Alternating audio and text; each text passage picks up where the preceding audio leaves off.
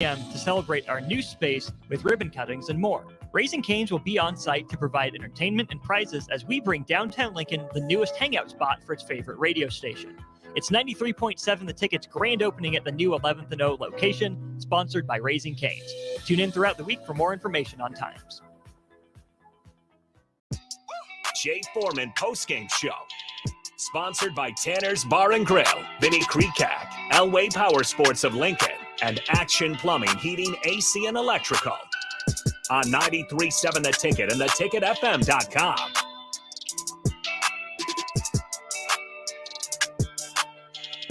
How are you guys doing? This is the Jay Foreman After Game Show.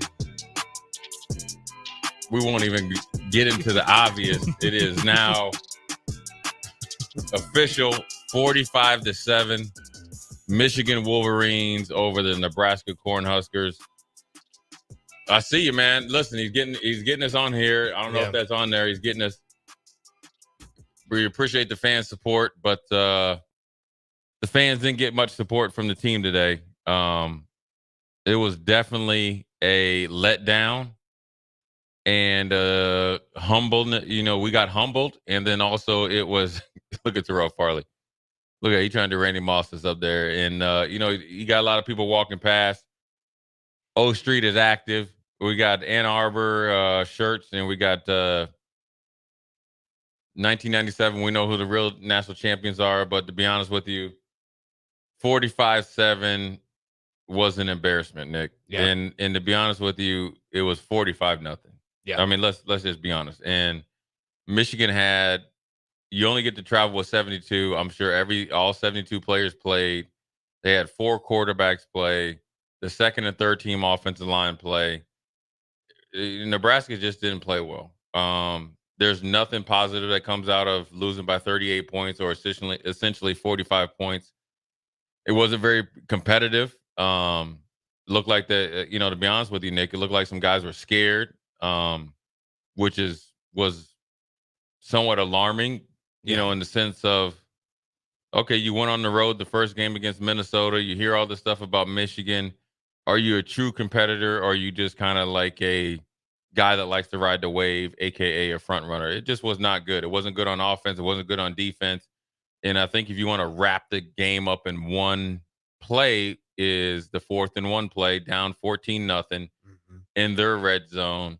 If you want to kind of just stay within the game, you kick the field goal, which – who knows if it's going to go in with a freshman kicker? Yep. Who, by the way, is 0 for 3 since he made his first field goal at Minnesota on the first game of the year. Exactly. And I would rather not pat myself on the back. I've been saying it. Listen, kicking in high school off a tee, kicking in college is different. You had guys talking about he has a pro leg. Listen, dude, kicking is more mental than physical when you're at the Power 5 level. But if you go back to the 4th and 1 play, you ran kind of shotgun, quarterback, fullback dive, 2 tights. That is not the formation to do it against Michigan. They are bigger, stronger, and then also you're telling them what you're doing. It didn't work out well. We had 0 push on the offensive line. I would have rather see, if you want to run that dive play, I would rather see no backs. Yeah. Split them out, make them cover you, because if they don't, they'll give you a free first down, which is a pitch and catch. Essentially, you went out and played that play with one arm behind your back, and it's not going to work against Michigan. So then, that's just right where we're at. I didn't see the competitiveness from anybody today that I want you to show me. What'd you see? Well, and Jay, I think it's even more disappointing because you and I had that conversation last Saturday in this exact same spot, to where it's at some point, the urgency, the pride, the being tired of getting your ass beat. Right. Like at some point, like even against Louisiana Tech, this offensive line and this defensive line and a couple of the other players did not look better than Louisiana Tech. Right.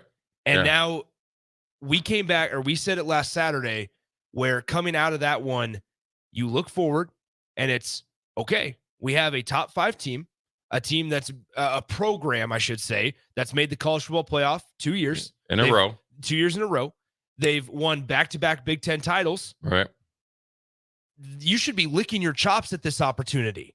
These opportunities to host top 5 teams don't just come and go every single week. Right. And this is the performance that you put on. Put aside the coaching. Put aside the play calling. It's everything that you and I basically talked about last Saturday. Right. At some point, when you're down 45, or whether you're down 28, or whether you're down 35, you're looking comfortable on the sidelines. Yeah, way too comfortable. And then, now granted, you got a companion and you're talking.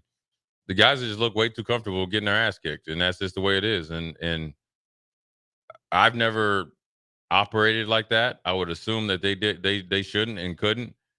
But really, to be honest with you, you got to look. A lot of yes, we can talk about the play calling. You could talk about the scheme and all that. But at the end of the day, it has to start and stop with the players individually being motivated. And do you really want to play football, or do you just want to be a part of the program to where you get free NIL money just for hanging out, free gear, social media attention, get to run out during the through the Taj Mahal and all that other stuff, and you really don't want to compete? I mean, that's where you got to start drawing the line, and it's going to be interesting to see if there's some true leadership on the team to draw that line. And this isn't the end all be all, but I can tell you this right now: Michigan is not 38 points better than Nebraska. They're not better than 38 points better than anyone in the Big Ten. Rutgers showed you that. At Michigan's house, at Michigan's house, toe to toe. Rutgers dookie down their leg, gave them a touchdown, let them blow the game up, but they competed. I did not see competitive spirit today. Period. Nobody else did. And this isn't coming down on the program. I mean, just straight up, you essentially lost 45-0. Yeah, on a day where Joshua Fleek's the garbage time touchdown where he ran at 74 yards for a score. He's Nebraska's leading rusher. The next guy in line, Anthony Grant, 6 carries, 16 yards. Right. I would ask the offensive line individually. And you can't really even blame the coaches for this. This is all towards the players. Exactly. Are those dudes that good that you can't move one of their guys off the line? I'm sure. I know Rutgers had more yards than 6 carries, 16 yards. I mean, at the end of the day, and then his defensive players. Are you telling me that Michigan just punching a hole in you that much to where on just a regular handoff take, inside zone, inside dive, the first play of the game, they're getting 9 yards a carry? 9? Well, and it's even worse. So for context, through the first 14, through the first 19 carries that Michigan had with their running backs, they averaged 5.6 yards per carry. Right. Are you trying to tell me that offensive line is that good? Or was you just going through the motions and just being okay with being okay? Mm-hmm. There's a difference. Are you just going through the motions, running to the ball, but not really busting your ass to the ball? Are you just going through the motions, getting off blocks and okay with getting blocked? Are you just okay with being on a team that you do? I mean, do you feel that you worked hard enough to make the team? But are you working hard enough to make an impact on the team? Mm-hmm. Period. It's got to be a come to Jesus, because this is not just about Michigan. Michigan is the result of 2 or 3 weeks prior. Yeah. And that's the way football goes. Everybody's going to focus on this end product, which is Michigan.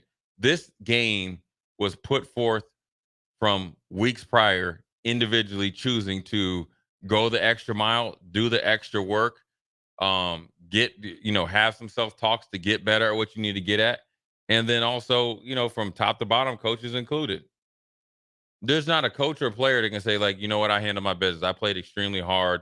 I played the best of my capabilities. No way. That was just, I mean, if we graded everybody gets straight Fs. Yeah. Right down the line. With 5 minutes and 38 seconds to go in the third quarter, Michigan put in their backup quarterback. Right. And so, Jay, to that point, right, you're talking about that pride factor, that mentality factor of not even being able to push a guy off the ball 1 yard. It's not against Michigan starters. Right. It's against their second, their third, and then at the end of the game, their fourth. Right. They emptied all 72 guys out here. They dressed 4 quarterbacks. They and brought everyone him to on play. And every single one of them got If I'm the backup time. quarterback, the Tuttle, I'm mad. I ain't get enough reps. Yeah. But they got everybody in the game because they came down here and said, listen, we're going to blow these guys out and they're going to tap out. And so we're going to be able to play everybody. Come on, man. Look, new coach, new regime. And I'm not hearing that. I get all. I do understand it. Yeah. And I've been through it at the pro level. Yeah. I've been through it in a little bit with Frank, right? And that's the total different. That's not a fair enough excuse for these players to go out there and play like that. It's not. You have every resource to be successful. Academics, Dennis LeBlanc and Keith Zimmer, A1. Weight training, was it Corey Campbell? Yeah. A1. Head coach, Matt Rule, got to win, A1. Nutrition, A1. Mental health coaching, A1. Fan support, A1. NIL money, A1. Facilities, double A1. Fan support. Well, they're about to get even better too, right? Because you have people that I was riding up and down the elevator with that are investing $450 million right. into this thing. Right. Fan support, not even close. And this is the problem that they have right now. People are coming to the game still to this day to get a glimpse of what it looked like when I played. So here's the advice for everybody else over there that making the decision. You better start infusing what it takes and the people that knows what it takes to get these guys going. Straight up. You want to know why Derek Brooks and Warwick Dunn are back there at Florida State? Because Mike Norvell said, you know what? I got to get some guys in that know what it takes. You know what they call it, Nick? Null-blooded. Yeah. Okay. Travis Johnson, null-blooded. Dexter Jackson, null-blooded. Tennessee, Terry Fair, forever a volunteer. Jonas Jennings, Georgia Bulldog. You better get it together. You better be able to streamline your message through a mediator channel that's going to be able to give that message directly to them without no chaser. Because there's a certain pride when you put on that uniform that you have to play with, because it's not about you anymore. Right? It's about the Glovers, the Mike Roziers, the Irvin Fryers, and the Phil Ellis. Somebody asked me about Phil Ellis today, and I told him straight up, there is no Jay Foreman sitting here today as a 9-year NFL vet without Phil Ellis. He's from Grand Island, Nebraska. But he took me underneath his wing, held me accountable, pushed me to be better than what I even dreamed about, and then we played together. Mm-hmm. And I watched him every day work. And then after I was done playing, I already knew I wasn't playing for Phil. I was playing for Phil Ellis and Troy Dumas. Them dudes is watching me. Phil Ellis is working at, some farm, was an engineer or whatever. Troy's off in Kansas City playing. You don't think when I rolled up there, I mean, look, I had Coach Samuel, I had Jason Peter and all those guys as teammates. I'm thinking about Troy Dumas, who's in Kansas City playing in the pros because he's watching. And I call him Dr. Death, Phil Ellis playing. You better figure out what you like to do. Do you like playing? Do you like football or do you love it? And there's a distinct difference. Because if you love football, you love to compete. If you love football, you love to work at it. If you love football, you love to get better. If you love football, you necessarily might not love the work, but you're okay with the work because you know that in the betterment in the long term, it's going to make you better, which makes it going to make the team better. And if you do that, and if you do love what you're doing, that means I'm not going to allow Nick to be like that. That means I'm not going to let Terrell be like that. That means I'm not going to let Rashawn be like that. That means that we're all going to hold each other accountable. So then we step out there on the field. We don't get embarrassed on national TV for the 85th time in a row. Yeah, should we, were we going to win the game? Maybe not. But I can tell you this right now. You shouldn't be pulling up when I saw him roll down here, pulling up there and get smoked by 38 points. Mm-hmm. Are you telling me that when you watch Michigan, you're like, yeah, they're a 5 touchdown plus point better than us? Dude, they couldn't do this to Bowling Green. Bowling Green went there on the road. Rutgers went there on the road. All the other teams went there on the road, and they couldn't blow them out. So they go on the road with their staff only together for the second week in a row, meaning head coach and so forth and so on, and come down to your home and smoke you by essentially 45 points. on national TV, and they weren't even trying at the end. So, I mean, that's where we're at, and there's no way to sugarcoat it. And this doesn't mean that, I'm not saying like, oh, not Matt Rule's not the coach and all this other stuff, but at the end of the day, some of these players need to start getting it together, man. Players, coaches, support staff, it's all hands on deck, man. So if you take away the Josh Fleek's rush at the end of the game there, Nebraska has 34 total rushing yards. Right. 34 total rushing yards. Passing yards, not much better. Heinrich Harburg, 14 of 25, 199, no touchdowns, 1 INT off the deflected ball. And Jay, that was one thing that I was going to, before it ended in this fashion, I kind of made a mental note when we saw the interception, because you don't see the kind of effort from Nebraska's D line that you maybe see from Michigan. You don't see hands up in the air. You don't see them trying to tip every single pass. Right. Because today there was a play where they rushed 2 guys and still allowed a touchdown. Yeah, I think one of the guys forgot to rush. And you still allow a touchdown. Yeah. And so then also, when you rush 3 or you rush 4, JJ McCarthy has 5 seconds, and that's not exaggerating. In 5 seconds is underestimating. It is an eternity for a quarterback, especially at the Division I Power 5 level, to where you don't even get an arm up. Not saying you're going to affect the play specifically, but you're affecting potential vision of the quarterback. Right. You might get a fingertip on the ball. And how did that help out with Michigan? That allowed them to go up 14-0 on the road and take all of the energy out of the stadium. Right. It's little things like that. Once then, when you talk about cause and effect, like you always do, Jay, it allows good teams to become great. Yeah. I mean, it does. It takes you from a also ran team to a good team to a great team to phenomenal. And it's the little things. And that's what you do. And I always say this. What you do sometimes is what you do all time in the most pressure-packed situation. Today was pressure-packed. Yeah. So, let's just start at that play. Heinrich Harburg, you got to get, I'll tell you this right. You get your elbow up and throw the ball. I was curious. Get your elbow up and throw the ball. Okay? Because I was. Get your elbow up right here. Yep. And throw the ball. Here ain't working. I was going to ask you about that, on how much does that fall on the quarterback in those situations? It falls a lot in the quarterback. Get your elbow up like everybody does it and throw the ball, because when you come sidearm and all their defensive linemen are 6'3 plus and they're getting their hands up. So when they're getting their hands up, which we don't chop down anymore because they don't allow it. So they're getting their hands up, they're jumping. Then therefore you got to be able to be up on your, in a good, strong position and throwing the ball, right? So it falls on the quarterback, right? And then you could say, yeah, the play call and all that, sure. But there's no play call in, have a sidearm delivery, tip the ball and let the defense lineman get it. So it's good on Michigan. They knew it's a quick game. What in quick game means, it's a quick passing game. 3-step drop, 5-step drop at the deepest, and it's a quick passing route. So a good defensive line and defensive line coach is telling you, get your hands up, because you're not going to get there on a pass rush unless they just have an offensive line bust. We didn't. They got their hands up, tipped it, second effort, got an interception. Next thing you know, you're down 14-0. But the recovery rate or the bounce back rate was it was definitely at a negative. And so this is, as much as we want to talk about coaching, at some point in time as a player, right? You have to be in that locker room.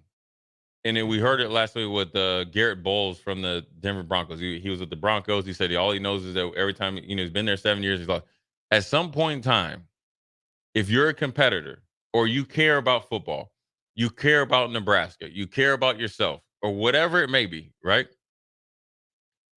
You have to be sick and tired of being sick and tired. Mm-hmm. And that has nothing to do with coaching. Well, coaches can only do so much. Like Matt Rule's on the sideline 20 yards away from you. I'm sure he would give his left arm to go out there and get you guys to go out there and compete and play well. He can't. All he can do is set forth a path during the week and what you can do during the week and then extra to put yourself in this best situation to win. but it has to be a personal want and need to stop getting your ass kicked. There's too many people out there just okay with being okay. I think it's good that you brought that up because we've had a couple of texts about fire Donovan Raiola, fire this guy, fire that guy. That's not going to do anything, man. That's not. I'm telling you, it's not. It's not. And we have to, as a Nebraska fan base and media kind of whatever conglomerate, have to get past that. That's not. You think Donovan Raiola is saying, all right, 4th and 1, we're going to wedge block. How about you just play so high that you don't get any push? I know for a fact he's teaching them the right things to do. Now it's a personal choice. Now, they might be comfortable because when they look behind them, there's not much there, or there's freshmen there, and then you have to, that they have to maybe look out for the betterment of their career in the redshirt thing, right? Yeah. But this is the same thing I tell basketball players. Don't come to tell me that you didn't play that bad because you played bad. You played better than the worst person on the team. You should have a standard every single day you put on that uniform to give me your best and perform the best. For anything else, self-pride. Period. You should have been out there playing balls to the wall for the simple fact that you got enough pride with 90,000 people in there and who knows who else that you're going to go out there and not lay an egg. Before we get to break, let's take a phone call. Then we'll take a break and we'll hear a little bit of post game from Matt Rule. Yeah, let's go to let's see what the phone call is talking about. Let's go to the Honda of Lincoln hotline where Chris is on the line. Chris, appreciate you hanging on. What's on your mind, man? Hey guys, coaching staff, man, wow, it was fantastic. I don't know if we'll see Fleeks again this year. That 74-yard run might have ruined him. They sure didn't target him the rest of the game. They ran 10 more plays and didn't give him a thing. That's just ridiculous. That's like Frost all over again. You get a big play from somebody and then you just forget about them. The special teams are just absolute junk. They're horrible. The defense was exposed, and the offense. We don't have a quarterback can throw. Harvard might have had 3 touchdown passes if he knew how to throw the ball.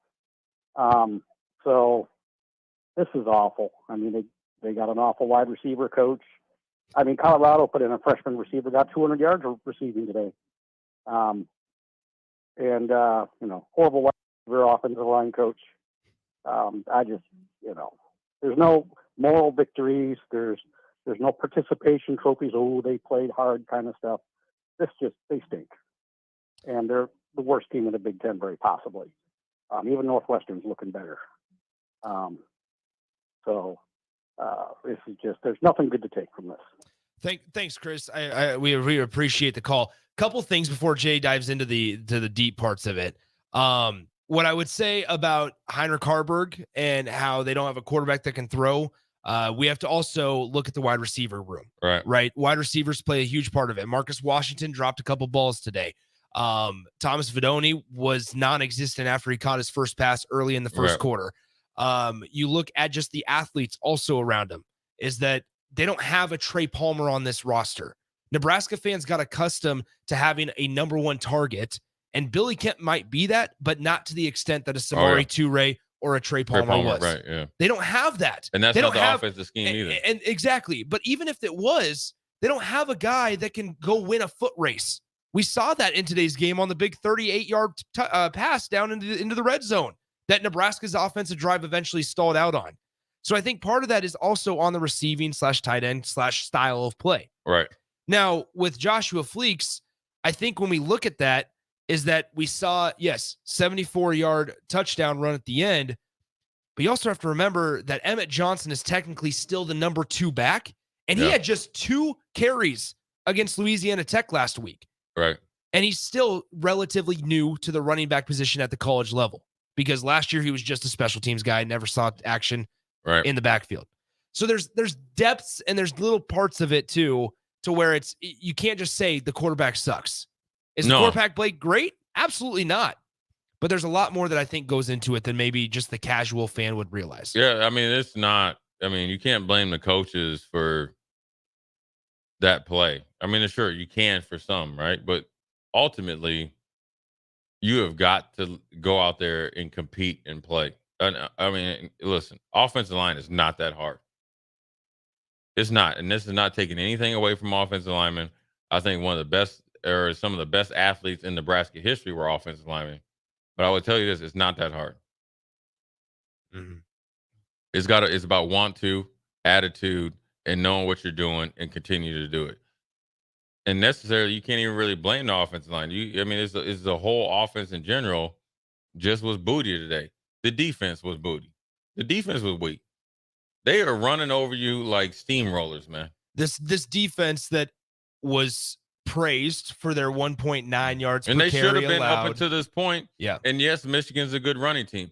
Are they that good of a running team? I don't think so. I didn't see guys getting off blocks. I saw guys being okay with getting blocked. And so that's where they need to get. That's where the self-check has to come in. And, when you play passive and you don't play aggressive and dictate the pace with your energy and all that other stuff and the urgency, this is what happens. I mean, so yeah, there's plenty of blame to go around. Is this the reason not to be a Nebraska fan anymore, or pack up your tent and go home and just wait for 2024? No, this is a learning lesson from them, a learning lesson from top to bottom. You got taught a learning lesson of what you thought you wanted to be, what you thought you were, or where you were at, and now you need to get better. Attention to detail, physicality, want to, right? Licking your wounds and understanding I need to do better individually. That's where it starts. So when they go home tonight, and they better not be on O Street, this ain't the time to be out there kicking it, man, because you got your ass kicked thoroughly. You need to be up there looking yourself in the mirror and saying, listen, did I give everything I needed to give, or was I okay with getting my butt kicked? Then you need to come back tomorrow and look at what you did wrong in the Michigan game, and then also get ready for the Illinois game. But it's not just turn the page and say, okay, we got beat by Michigan, so we're thinking about Illinois. It's looking at what it's essentially eating crow and then finding a different way to make that crow a different meal by starting the process of getting better at what you didn't do well, but then also preparing for the next week. Yeah, Nebraska, just a reminder for Husker fans, plays Illinois next Friday night, not Saturday, so a little bit of a shorter week. Just before we go to break here, Michigan had 26 first downs. They ran the ball 51 times for 249 yards, averaging 4.9 per carry in today's game. So, all right, Jay, let's take it to break, and then when we come back, we'll hear from Matt Rule. Hot tub season is here, and to celebrate, Bonzal Pool & Spa is having a sale so good that they're offering it up for the whole month. Soak up the savings when you purchase a new High Life Collection or Limelight Collection spa and receive a free step and cover lifter from now through the end of September.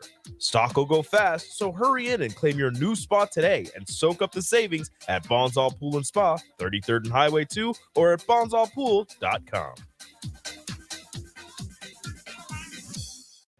Houses? They're expensive. And once you buy one, you're kind of stuck with it for a while. You need to make sure you get your best house for the best price. You need Ben Bleicher and his team of pros at Professional Realty Group. They'll take the time to figure out what's important for you in your dream home, and they have the expertise to find the hidden issues that could surprise you after the sale. That's professional knowledge, proactive service. We call that Potential. Ben Bleicher and the team at Professional Realty Group of Berkshire Hathaway's home service ambassador. Find more online at prg-ne.com.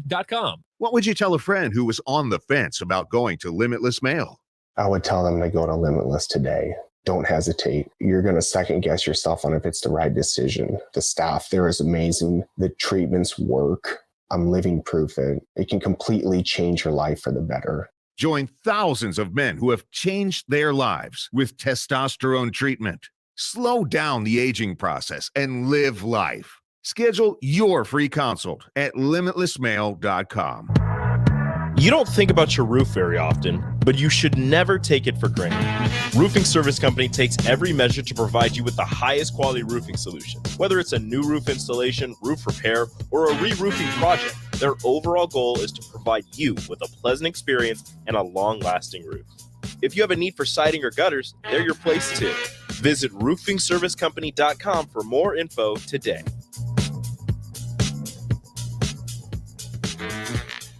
Finally, a good reason to have a smart house. Just say, Alexa, play 93.7 The Ticket, and we'll magically start playing. How's it work? Nobody knows. Don't ask questions. You don't think about your roof very often, but you should never take it for granted. Roofing Service Company takes every measure to provide you with the highest quality roofing solution. Whether it's a new roof installation, roof repair, or a re-roofing project, their overall goal is to provide you with a pleasant experience and a long-lasting roof. If you have a need for siding or gutters, they're your place too. Visit roofingservicecompany.com for more info today.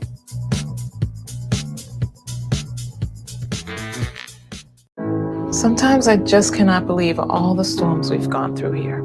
I can only hope that we'll be able to leave this house to you one day, baby. You're our legacy.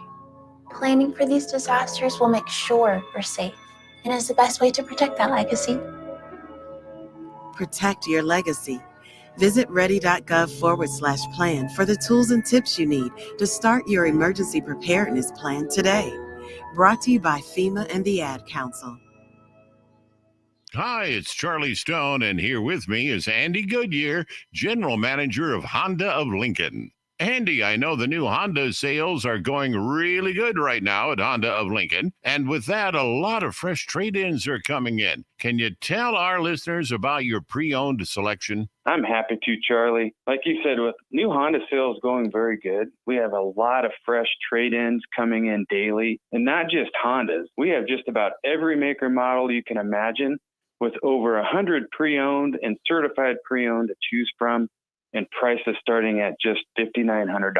Wow, what about financing? We have financing as low as 3.29% APR on certified Accords and CRV. Thanks again, Andy. People love the selection and great service at Honda of Lincoln. Maybe it's time you come experience the Honda of Lincoln way of doing business. 27th and Yankee Hill Road or online at hondaoflincoln.com. Mario fue pintor más de 30 años. Cuando me dijo que se le estaban olvidando las cosas, fue difícil. Un día me dijeron que pintara el marco del lado por dentro y pinté el lado de afuera. Yo le diría a la gente que le diga a su familia lo que está pasando con él. Si algo se nota diferente, podría ser Alzheimer. Es momento de hablarlo. Visita alz.org/nuestras historias para saber más. Un mensaje de the Alzheimer's Association y the Ad Council. If you're not going to Memorial Stadium for a home game and don't have any travel plans for away games, there's a great place in Omaha to catch the action, the Inner Rail Food Hall. There's plenty of space. The Backstretch Bar has amazing game specials on game days. $15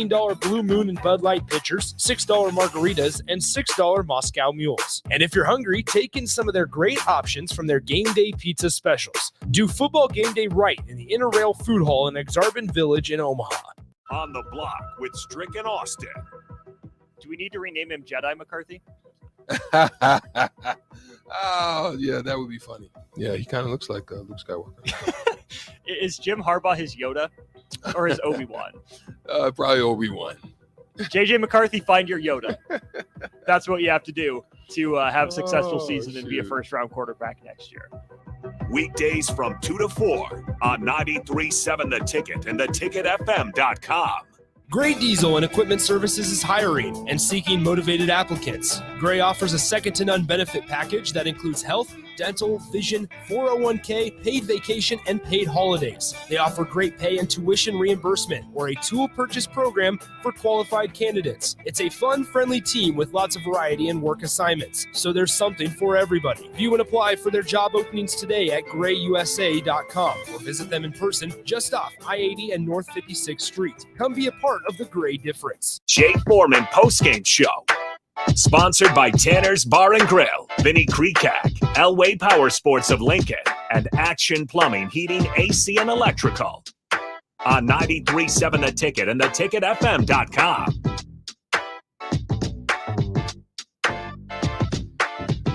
Fine, where he at? We're back. Jay Foreman after game show. It is a somber day. Look at the active traffic here on O Street. Everybody's at a standstill. It's not as much traffic as usual. Somebody leave early? Everybody's left early. Somebody leave early? Everybody left Jay. early. You got my man walking across the street like, a zombie. Yeah. Everybody's in the Matrix right now. But I think one of the biggest things is the quarterback situation. Yeah. Heinrich Harburg, listen, if you're not getting the support from everybody else, it's a hard job to do. But also, you have to understand that potentially when Jeff Sims comes back, he's got to get some reps. We do not have a quarterback right now that can go and win a game for us. Mm-hmm. That doesn't mean we can't win games because we've shown a different way you can win. So what that means is everybody else around him have to raise their game, starting with the offensive line, tight ends, running backs, and receivers. Somebody besides Billy Kemp has got to start being active. Somebody besides one or two offensive line have to play well. Period. And you can't put it on Isaiah Garcia Castaneda going out with a season-ending knee injury. He's been hurt. Well, I'm saying you can't, because injuries are a part of it. Yeah, but he's been hurt. He gone. For weeks. You're saying. Yeah, he's been gone for weeks. There's no excuse. Yeah. Marcus Washington, Billy Kemp, Bullock, and whoever else you want to put in there. If you a 4 or 5 star recruit, you coming in as a freshman, why you ain't playing? Mm-hmm. Why you ain't playing? You should be able to get open. But then once you get open, you got to have somebody that can deliver you the mail. So it's kind of, a double prong negative that's coming at you. And so, listen, I have never been of the belief that you can't get better, because I feel like if you put in the right amount of work, you can get better. Will you become Joe Montana in a matter of 2 weeks? No, but I think if you sacrifice more time, energy, and resources, I think you can get exponentially better. I really do. I would like, and I've offered, and I would pay or donate to the university $1,000 to go a day in the life with Jay Foreman, and let's see how you do during the season. Yeah. And show you how to prepare. And everything, and there won't be anything in or around their practices, but I can guarantee you they would be getting up a lot earlier and they would be staying a lot later, and they wouldn't affect their sleep because they would be tucked in with nice warm milk and cookies and they would sleep very hard. Because when you're a average or below average to average team, like Nebraska is right now, we need to come to terms with that. You have to do more of the little things on a day-to-day basis to gain an edge. You have to be exponentially better in your blocking schemes. You have to be exponentially better in your leverage. You have to know the offense and the defense on the defensive side of the ball in and out.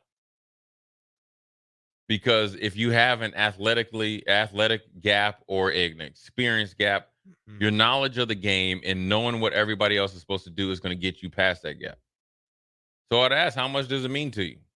Do you like driving home on a 80-degree day knowing that you just were on national TV and you got embarrassed that you're a guy like that? Like when you go, like if you're done playing and you're going through the Chicago airport, they're not cheering you no more like they do like when I was playing. Is this what you want to be known for? What's the excuse? That's what I would ask. Just tell me right now, what's the excuse? Is it because it can't be anything else that's realistic? It can't be NIL. It can't be facilities. It can't be opportunity. Mm-hmm. It can't be situation or Nebraska. None of that. Everything is lined up for you to be successful. And Michigan is not the end all be all, but I need you to compete though. Competition and being a competitor does not start at 2:30 on a Saturday. If you want it, I have to see it. And if part of competing is giving up something to get something of the greater good. It's time, right? Mm-hmm. It is a lot of your time. It sucks, right? And to be honest with you, sports suck, man. I mean, you're out here on a 90-degree day. You got to work your tail off. I mean, sports are not like on the surface a lot of fun. It sucks. It does. You can't hang out with your family as much. It's no different on a different magnitude what we're doing. During football season, we ain't around that much. No. We're here early. We're got stuff to do. We're calling high school games. We're getting, in your case, getting up again on Saturday morning, Sunday morning for me. It sucks, right? But that's the sacrifice you do for the job. It's no different for football. You got to give up family time. You got to give up friend time. Because the main thing is the main thing. The main thing is putting your best foot forward every single day, not just Saturday. You saw a team that has made tremendous amount of sacrifice all offseason in Michigan versus a team that's kind of was okay with just making the team and forgot that you got to ramp it up when the season starts. Yeah. That's the difference. So it's a learning experience for him. But you don't get a learning experience if you're not willing to be open and honest with where you're at. We got asked on the video stream, and you can chime in either on Facebook, YouTube, Twitch, Twitter. We're also live on Allo Channel 951, as well as you can chime in on the Starter Heyman Jewelers text line 402-464-5685. Jason asks, and the reason I want to bring up this topic is because we talked about quarterbacks, and we've also had conversations, whether it was in Boulder, whether it was after Northern Illinois, whether it was after Louisiana Tech, and now today, how important the quarterback is nowadays in college football. It's always been important, but especially now, to where Jason asks, why is it so hard for Nebraska to get a quarterback? You better go back and ask some coaches. I was going to say, is that a talent evaluation thing? It's an evaluation thing. Okay. It's an identity thing. And just depends on what part of the regime of prior coaches that you were saying this about. You can't put Matt Rule in it fully. Yeah. And his staff fully in it. Because he ain't even been here a year. You can put him in it maybe because Jeff Sims, but this quarterback offensive line issue has been over regimes. It's not an emphasis on it. It's not a detailed, and what they viewed as a good quarterback prior, right? Now, this has nothing to do with Matt Rule. Prior is a lot different than what everybody else viewed as a good quarterback throughout the nation. Yeah. The last staff, I felt like they feel like, okay, well, we'll be high risk, high reward, and we'll end up, essentially doubling down in our bet, if you have an analogy, and we'll make our money back. Well, you crapped out twice. Mike Riley, I think, was a little bit different, and I felt like they wouldn't adapt their system to Tommy Armstrong, and then they hurt themselves in Tommy Armstrong to getting the best out of both of the situations. Then after that, they were decent. And there was other outside factors that led to his demise, right? You have an AD that, made him fire the defensive coordinator, who I felt like made huge strides in 2 years, and brought in another defensive coordinator with the assumption that he would take over the head coaching job. And then before that was Bo, which I felt like Bo did a phenomenal job at, winning the games you're supposed to and doing a lot of things. And then when Bo, and this is just my opinion, when Bo came to terms with, all right, I need to do more to take this program, or at least keep the program where it's at, or take it to another level, he didn't have the support from the same AD that hired Mike Riley. So, and that, again, that's just my opinion, and that's what from little knowledge I know. So then how does that affect the quarterback or offensive line? Well, the idea in a quarterback was this, right? Where you have a really good athlete at quarterback, and we don't teach them how to play quarterback, but the RPO factor, when it was fashionable, became a huge plus for Nebraska. Well, teams adjusted, college football adjusted, and then you just got left with your, with, I guess essentially you could say, with your pants down. You didn't adjust. And then that's what we did. We did it again after that. So after Taylor, it was Tommy, and after Tommy, it was Adrian. We didn't learn from any mistakes. I don't know if fixable is the right word. How fixable is it in a short amount of time? Well, I think is it nowadays more not easier, quicker? There's a quicker possibility. Yeah, you got to understand what you want. Then you got to have your offensive system fit him mentally and physically with his skill set, or skill sets of multiple quarterbacks, and then go from there. You got to develop them, right? And develop them isn't glossing over some of the things that, could help him be a better quarterback. I always felt like Adrian never got a true chance to be a quarterback because he didn't have what you needed to become a better quarterback around him, scheme and coaching wise, to do that. I just didn't I didn't see it. You know what I mean? After a phenomenal freshman year, okay, you had a phenomenal freshman year, but let's get in here. We're going to grind it out to find out where we can take you to the next level.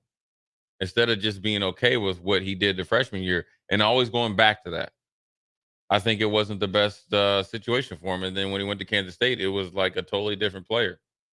Picked and choose his spot, played the quarterback position right. That's how he ends up getting up into Detroit in NFL and probably get another chance in this offseason. So, I think it was a lot of what ifs and missed opportunities. So The quarterback position is hard, and I think if guys play, I think where we're at right now, if guys play better around them, they'll be better, no matter who it is. But quite frankly, today nobody played good. So we're going to go to break, take some more calls. Keep sending in your text. We'll read the text. We'll take calls. We'll give our thoughts on those. Jay Foreman after game show. We'll be right back. Ever wish you had another light switch on the other side of the room on a dark night? How much better would you sleep at night if you had a ceiling fan in your room? The High Electric Service Department is here to make your electrical what-ifs a reality. Whether you're looking to replace some outdated light fixtures or brighten up your counters with under-cabinet lighting, High Electric can handle all types of residential electrical installations and services. Give Erica a call at 402-466-6606 or visit high-electric.com to get started. If you're not going to Memorial Stadium for a home game and don't have any travel plans for away games, there's a great place in Omaha to catch the action, the Inner Rail Food Hall. There's plenty of space. The Backstretch Bar has amazing game specials on game days. $15 Blue Moon and Bud Light pitchers, $6 margaritas, and $6 Moscow mules. And if you're hungry, take in some of their great options from their game day pizza specials. Do football game day right in the Inner Rail Food Hall in Exarban Village in Omaha. Getting experience to jumpstart a meaningful career can be difficult, and education can cost a fortune. Luckily, AmeriCorps can be the solution. With AmeriCorps, you'll earn a stipend and education award while helping people. Plus, you'll gain professional skills and make connections to help you build your career. If you're ready to start a career you can be proud of, visit serve.nebraska.gov/service to find a program for you. Paid for by Serve Nebraska, aired with the Nebraska Broadcasters Association and this station. Gray Diesel and Equipment Services is hiring and seeking motivated applicants. Gray offers a second-to-none benefit package that includes health, dental, vision, 401k, paid vacation, and paid holidays. They offer great pay and tuition reimbursement or a tool purchase program for qualified candidates. It's a fun, friendly team with lots of variety and work assignments, so there's something for everybody. View and apply for their job openings today at grayusa.com or visit them in person just off I-80 and North 56th Street. Come be a part of the Gray difference. What would you tell a friend who was on the fence about going to Limitless Mail? I would tell them to go to Limitless today. Don't hesitate. You're going to second guess yourself on if it's the right decision. The staff there is amazing. The treatments work. I'm living proof that it can completely change your life for the better. Join thousands of men who have changed their lives with testosterone treatment. Slow down the aging process and live life. Schedule your free consult at limitlessmail.com. Get rid of pesky critters once and for all with Bats to Rats. Their expert team is here to help you reclaim your home. No more sleepless nights caused by crawling critters or flapping wings. Bats to Rats ensures a safe environment for every family member. Check the website at batstorats.com for amazing offers, and if you mention this ad, you'll receive $10 off your initial inspection cost. Don't allow uninvited guests to take over your home. Trust Bats to Rats for a peaceful and rodent-free living space. Keep your planter. Upgrade your technology with a John Deere Performance Upgrade Kit from Landmark Implement. Choose from ExactEmerge, MaxEmerge 5, or MaxEmerge 5E electric drive row units. Take your planter to the next level. Improve yield potential and profitability without buying new. Get new technology, increased performance, and confidence from your planter that's already in your shed. Contact your local Landmark location to order your John Deere Performance Upgrade Kit and experience the Landmark difference. This is Chris Elgert, loan originator at Lincoln Federal. With over 20 years in the industry, I have found it's extremely gratifying to solve my customers' home financing needs and then show them the options and strategies available for them to fulfill their goals. But my biggest reward comes when I watch my valued customers experience the American dream of home ownership and move into their new home. Talk with me about your home loan at Lincoln Federal and go Big Red. Member FDIC, Equal Housing Lender. Personal banking like you remember. Belmont Chiropractic and Novotny Nutrition and Wellness specialize in getting rid of people's pain quickly and permanently. For 31 years, they've been extremely successful with advanced techniques in pain relief using spinal adjustments and decompression, detoxification, diet and lifestyle modification, and more.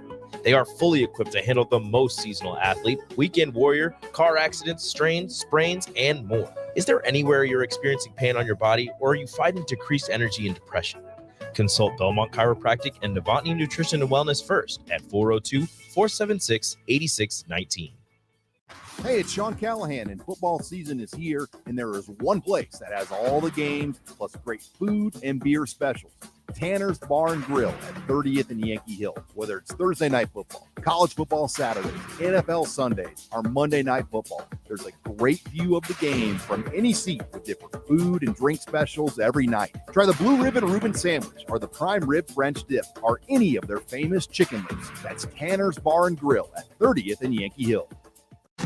It takes a great game plan to win a football game each week, and right now, it's time to plan a trip to get a new car at Mullen Motors. Just like on the football field, there's a wall of defense on the way to Mullen Motors. 48th Street is under construction from Layton all the way to Cornhusker Highway. But the lot at Mullen Motors is full of tons of great vehicles to drive home this fall for the ultimate touchdown. Mullen Motors, still open through road construction at 48th and Walker. No taglines, just quality vehicles. Mullen Motors. So, I just got the State Farm personal price plan on my car insurance. So you told your agent you play the bagpipes for your dog? What? No, I didn't get that personal. My agent just helped me create an affordable price just for me. Okay, let me show you what I've been working on. Hey, Buster! Call your local State Farm agent, Vinny Krekak, at 402-474-1173. Prices vary by state. Options selected by customer. Availability and eligibility may vary. Jay Foreman Postgame Show. Sponsored by Tanner's Bar and Grill, Vinny Krekak, Elway Power Sports of Lincoln, and Action Plumbing, Heating, AC, and Electrical. On 93.7 The Ticket and theticketfm.com.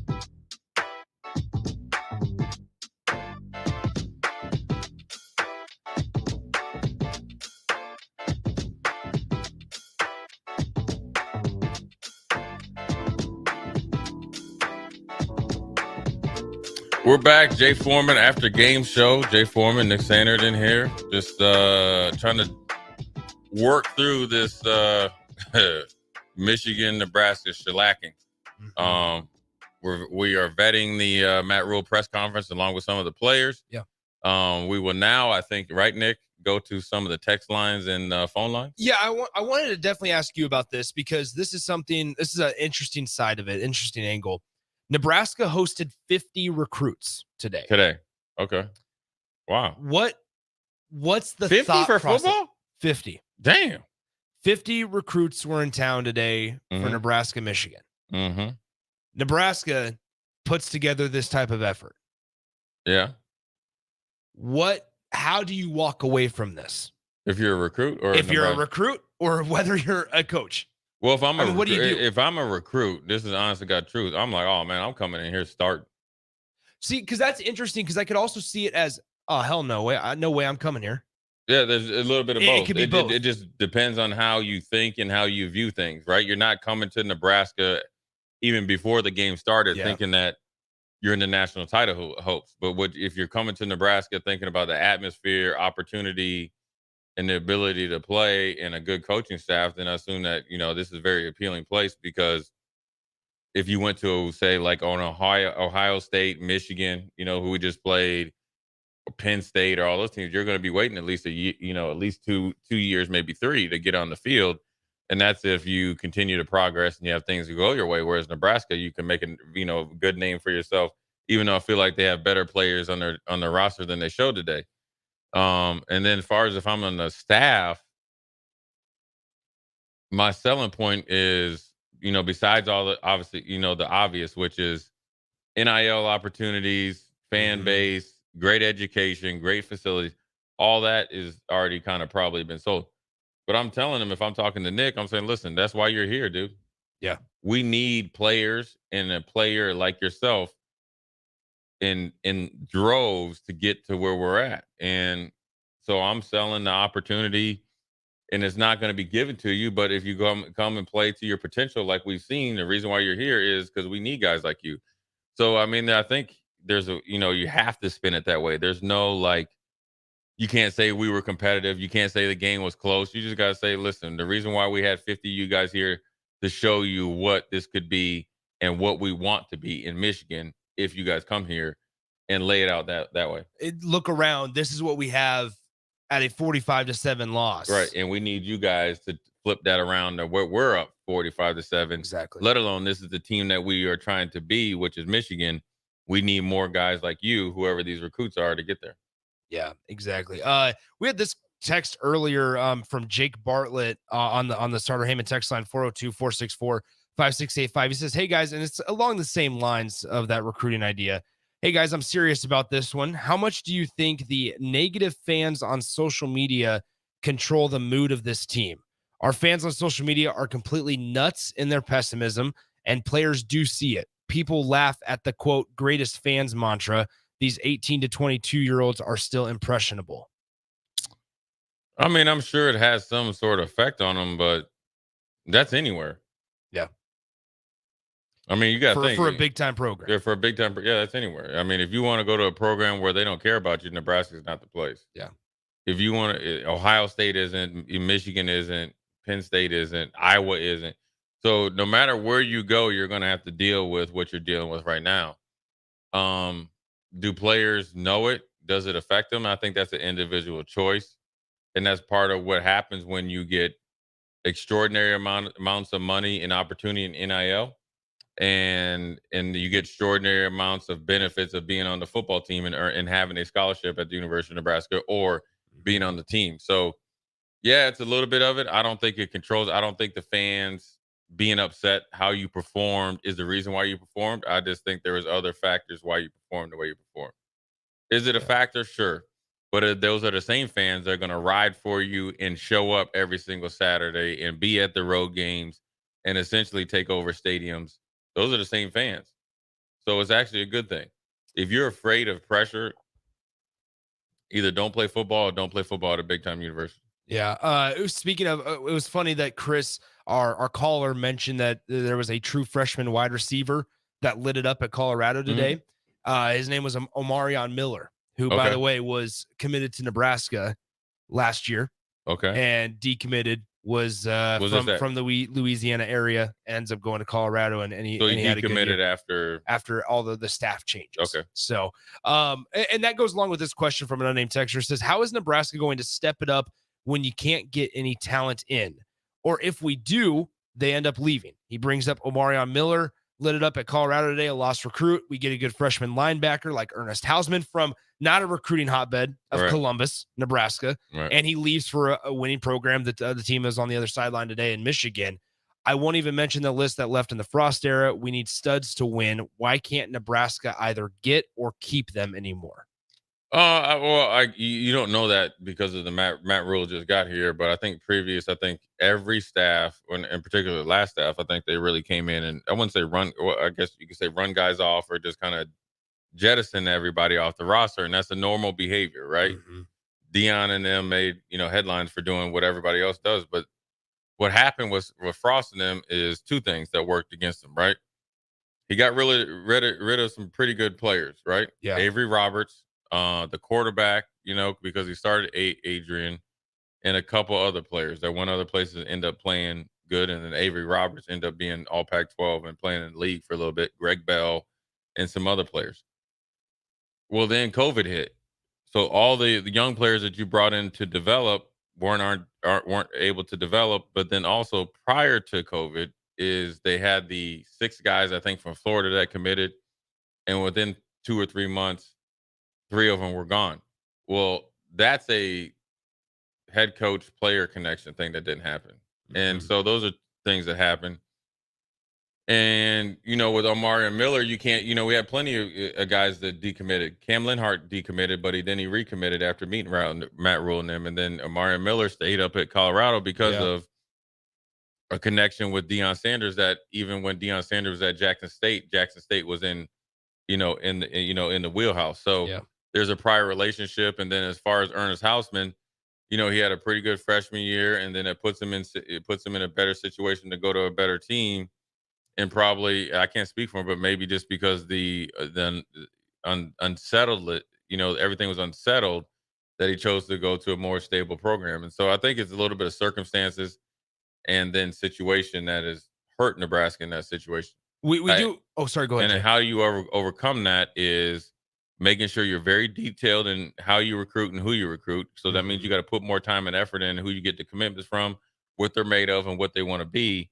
And then, therefore, once you start to get some more positive results out there, you're able to go recruit the other players. Once again, 402-464-5685. A lot of texts that we do have to still get through. We're not going to get to all of them, unfortunately. You guys have been awesome in terms of engagement and viewership on the stream. We really appreciate you guys. We do have Matt Rule here after the 45-7 loss to the Michigan Wolverines. And let's just start out with a general question that we all kind of know the answer to already. But to hear how Matt Rule phrases it, how did Nebraska match Michigan's physicality? I think they're a really good team. I think. Why are you laughing? I don't want to sit here right now and say that our guys didn't want to play hard. I don't think that. I think that would be lie who they are and the team that they are. They're the number 2 team in the nation.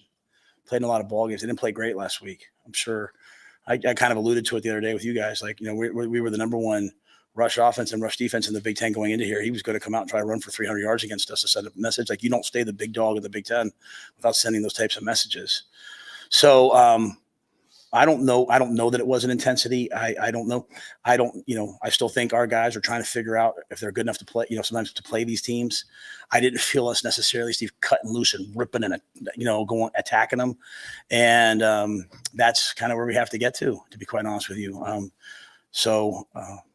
I addressed the older guys after the game. I addressed the younger guys after the game because the younger guys will play these guys again. There's only one way to play these types of games and win these types of games, and that's to attack.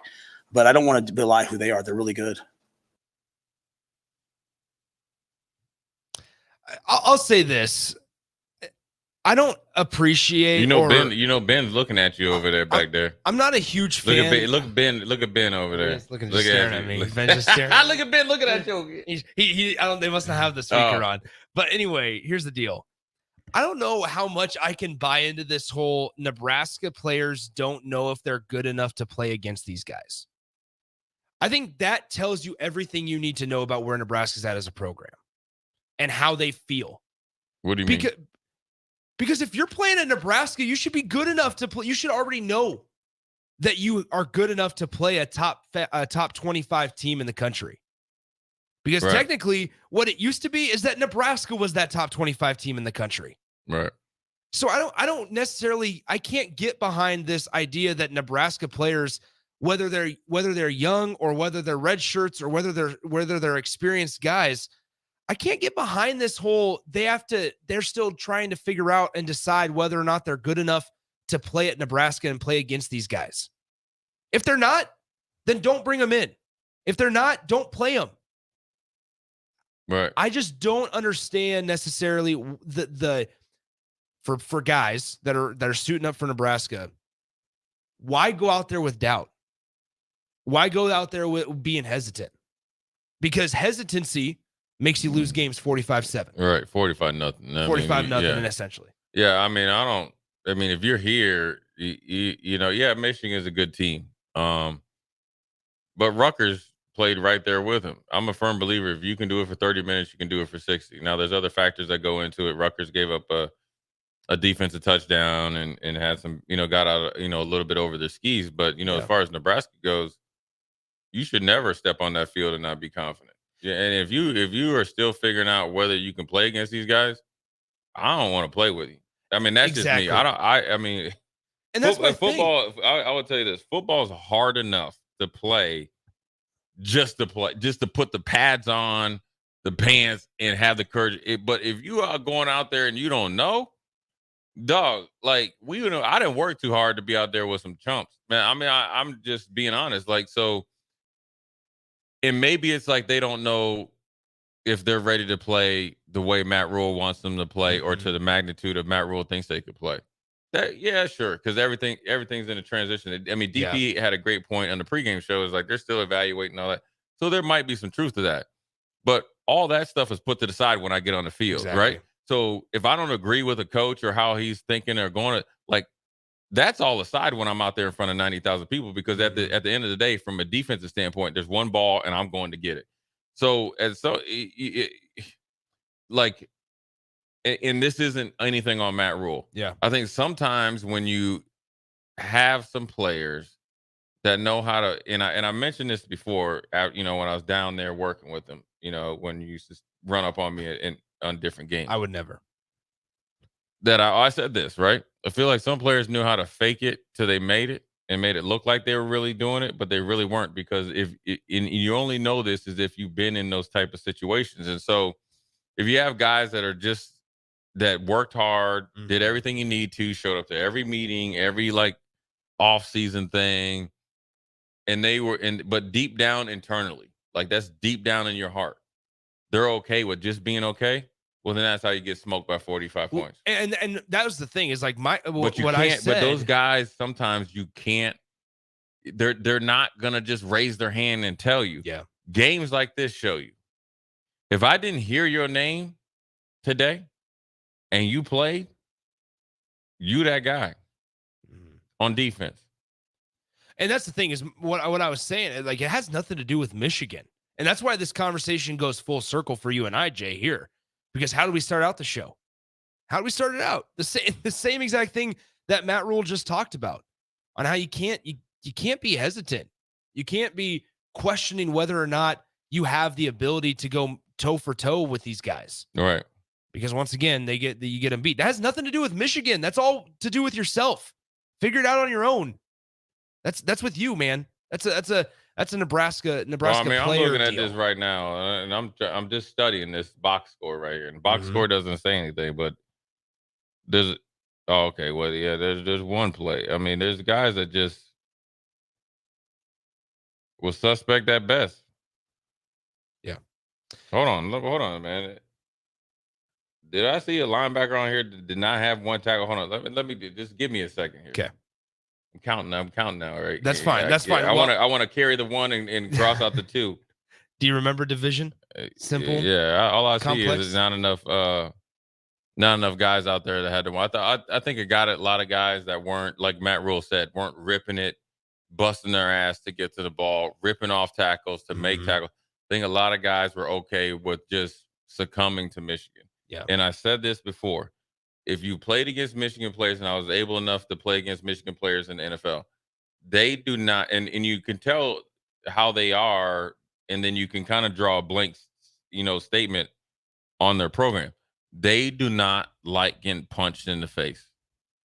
But what they like is you to kind of go through the motions and let them have their way with you and so forth and so on. That's what they like. And that's what happened. And look at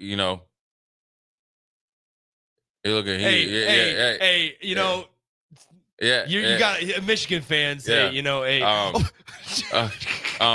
So really, to be honest with you, is you all right?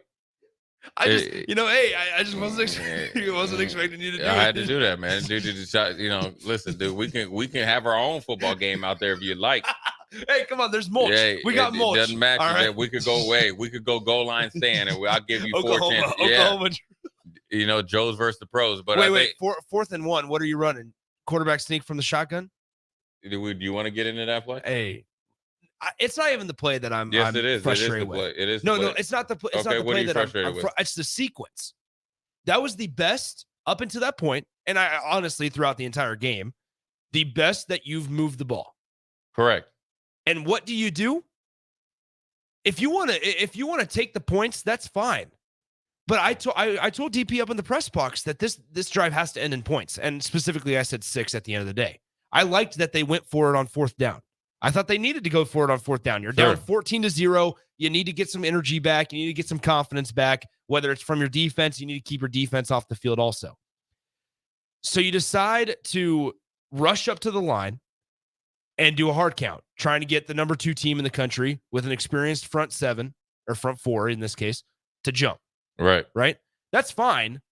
But then you waste a timeout and you come out, which that timeout then allows the Michigan deep. This is the most important part. Allows a Michigan squad that's better than your side. That's Michigan's defense better than Nebraska's offense. Correct.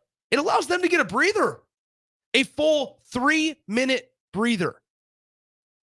And so you come out and you line up in the shotgun set and you run it right at Michigan's best defensive lineman. It's the little things like that where it's kind of just mind-boggling at times. Right. The sequence of you want to assert this dominance and you want to feel like, we can get a yard when we need to. But first of all, what that showed us is that right now they don't have a 4th and 1 play that they're ultimately confident in. That they wanted to call a timeout to just talk things over and get comfortable, which then allowed Michigan to get a breather and gain just gain their breath back, because right after that, you were driving the ball down the field with somewhat ease against the number 2 team in the country. And you come out into a shotgun set, you completely whiff on a block up front, and that allows the defensive penetration to get you for a loss of 1. Right. Completely energy out of the stadium. Right. Game over. It was done at that point. Right. At that point. 8 minutes left in the first half. At that point, the 14-point lead with 7 minutes in the first quarter felt insurmountable. Good. She was singing. The fat lady was singing. Yeah. Good night. Exactly. And that's when fans started leaving the stadium. Right. And so, yes, to go back to that, whether you call a timeout or not, here's what I'm going to go with. Double tights, shotgun, dive up the middle. You're essentially waving your hand and saying, I'm running up the middle. When you're in shotgun, you can't get outside on 4th and 1. So you're running up the middle. And you're correct. The strength of Michigan's defense is up the middle. So if you want to run that play, ideally you would like to have one back, no tight ends, spread out formation to spread them out. The gaps get a little bit bigger. Yeah. Or you would like to come up with some sort of run and play underneath the center. When you have a 6'4", 225-pound quarterback right underneath the center, Philadelphia Eagles has made tons of hay doing that. Michigan did it against us. The sequence was fine. Whether you wanted to call a timeout or not, that's up to you. I think they tried to get back to the line of scrimmage, and the ref was standing in the way. Yeah. Well, then you need to go to another play. But at the end of the day, we're not moving guys off the line of scrimmage. Now we're not putting them in that play in particular.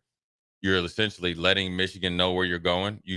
Michigan thought you were going to do that going into timeout. You're right. You let them get some rest. They knew where it was going. They brought in an extra defensive lineman, number 28, to go along with Chris Jenkins and the other big guys. And so you didn't even attack their weakness. If you want to be in a shotgun, we could have probably run a speed option out of that. Yeah. We could have tried to maybe, get out on the edge and Anthony Grant, beat him to the pylon, so forth and so on. It just was not a good 4th and 1 play. I don't know what their 4th and 1 play is. I don't know if they feel like they can move guys off the line, or maybe they don't feel like they could have moved Michigan on the line. But I can tell you what, Nebraska's offensive line was extremely high. We did have a whiff. Yeah. And that's also been the problem. I always say this: direct access plays has hurt this offensive line and offense more than anything. It's not the coach. It's not the players. It's the direct access plays. Direct access play for me is if you whiff on a block, regardless of the down and distance or situation, and he's blowing up the play. We saw this all last year. We saw this all the year before that. Whereas like Purdue, remember we played Purdue, and George Cavalis, who ended up being a first-round pick, goes unblocked against Adrian, drills Adrian into the ground. I think so much he missed the Iowa game. Well, that's a direct access play that's going to affect the outcome of a play, which affects the outcome of a game, because these are crucial plays. Mm-hmm. So the situation play call, sure, wasn't the best, and it really wasn't the best because it didn't work. But in reality is, as a player, you got to do better. And it's kind of give and take. Why is it always that we always get down there? I'm just going back and thinking the Minnesota game. Why are we jumping off sides with it at the half-yard line? Darn, yeah. Why are we getting blown up against, Oklahoma in a point after till they get 2 points out of it? These are momentum changing plays. So you have to really start looking at the individual players, having conversations with them, and you got to really come to some sort of conclusion if they are willing to get better at what they're not good at, because it's affecting the outcome of a game. And you're right. And first of all, it wasn't even close. The refs gave them a decent. It wasn't even close to being the first down. The refs did you a favor, just kind of had some hope. Hey, you almost had it. Yeah, almost. But realistically, no. That was a very favorable. I'm sure Harbaugh would have probably questioned that. I just find it hard, even if you do that you can't get there. We've seen it in the first year of Scott Frost when they were at Purdue. Yeah. What the tackle missed the dude. Like, all you had to do was stand in front of them. Like, these are the things that when Matt Rule is talking about whether they are ready to go the extra mile and win, it's doing the basic things in high-pressure situations. And it feels like when we talk about this effort piece of it, right? And and it's not even just for the offensive line. It feels like it's all over, where it's like they don't have this extra gear that they can kick into when they need to. It feels like they're just, I don't want to say coasting, but I guess necessarily it's coasting to where it's like they're just going through the motions, right? And there's no aggression. Well, you and know then why that is? On a 4th and 1 play, there's no, hey, we're kicking it into another gear. Right. You want to know why that is, Nick? You want to be the honest to God truth? Or do you want me to sit here and... No, I mean, I have a feeling of where it is, where it's going, but go ahead. The reason why these guys don't have that dog in them, that extra gear, is because these guys are given everything before they even step on the field. These guys are praised at a level of being iconic players before they step on the field. And then when they step on the field and make one play, they feel like these players have solved all the problems. Guy, dude, saying go blue. I like that. You like that? What? You see that right there? You're right. So really what it comes down to is they really have been to the point that where they are praised as a national championship level, that they don't, I feel like they need that they have to play with that edge. Yeah. Am I not supposed to do that? No, we got cameras all over this place. Probably not. Well, he did it. I just was replicating what he did. It's just like unsportsmanlike conduct fouls. It's not the dude that pushes first. It's the dude that pushes second. I'm okay with that. But that's the problem though. If you look at the history of Nebraska, right, and this even goes back to comparing players that were somewhat average to great players. You have guys talking about playing on Sunday that can't even play on Saturday. You have that has to stop. This is why. If you wonder why they don't have that edge, they don't differentiate. Here's why: they can't hear Nick Sainert trying to breathe confidence in me and not understand that you're trying to breathe confidence in me. They take it as, oh, Nick, my coach, is telling me I'm an NFL player. Yeah. So I don't need to work for it. Right. Once I won the competition, I can sit back and chill. Well, dude, you got to go out there and compete every day. The dude that you need to compete against is not the dude that's, on your tails as far as the depth chart, is the dude that's you're looking in the mirror every single day. That's your biggest competition. What's so funny, man? I'm just going back through that entire process there. He was like, you're like, oh yeah, I like that. You like this? I just had to get the question answered. Just had to ask him. Don't come banging on the door, man. Act like you're, an imbecile, man. You would have taken him and all of his friends. Yeah, but I think to be honest with you, is that's part of it, and then the culture change that's going to take a little while for Matt Rule to get infusing these guys. Of yes, you've worked hard, yes, you've competed in this initial process, but are you wanting to be better than what you have been before? That's questionable with some guys.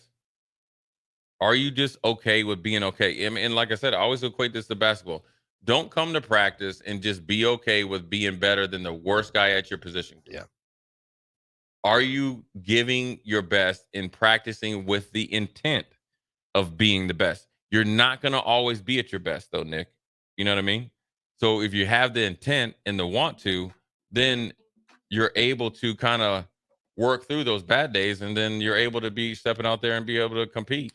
All right, Jay, that'll do it for us here. We'll pass off the baton. Who are we passing it to?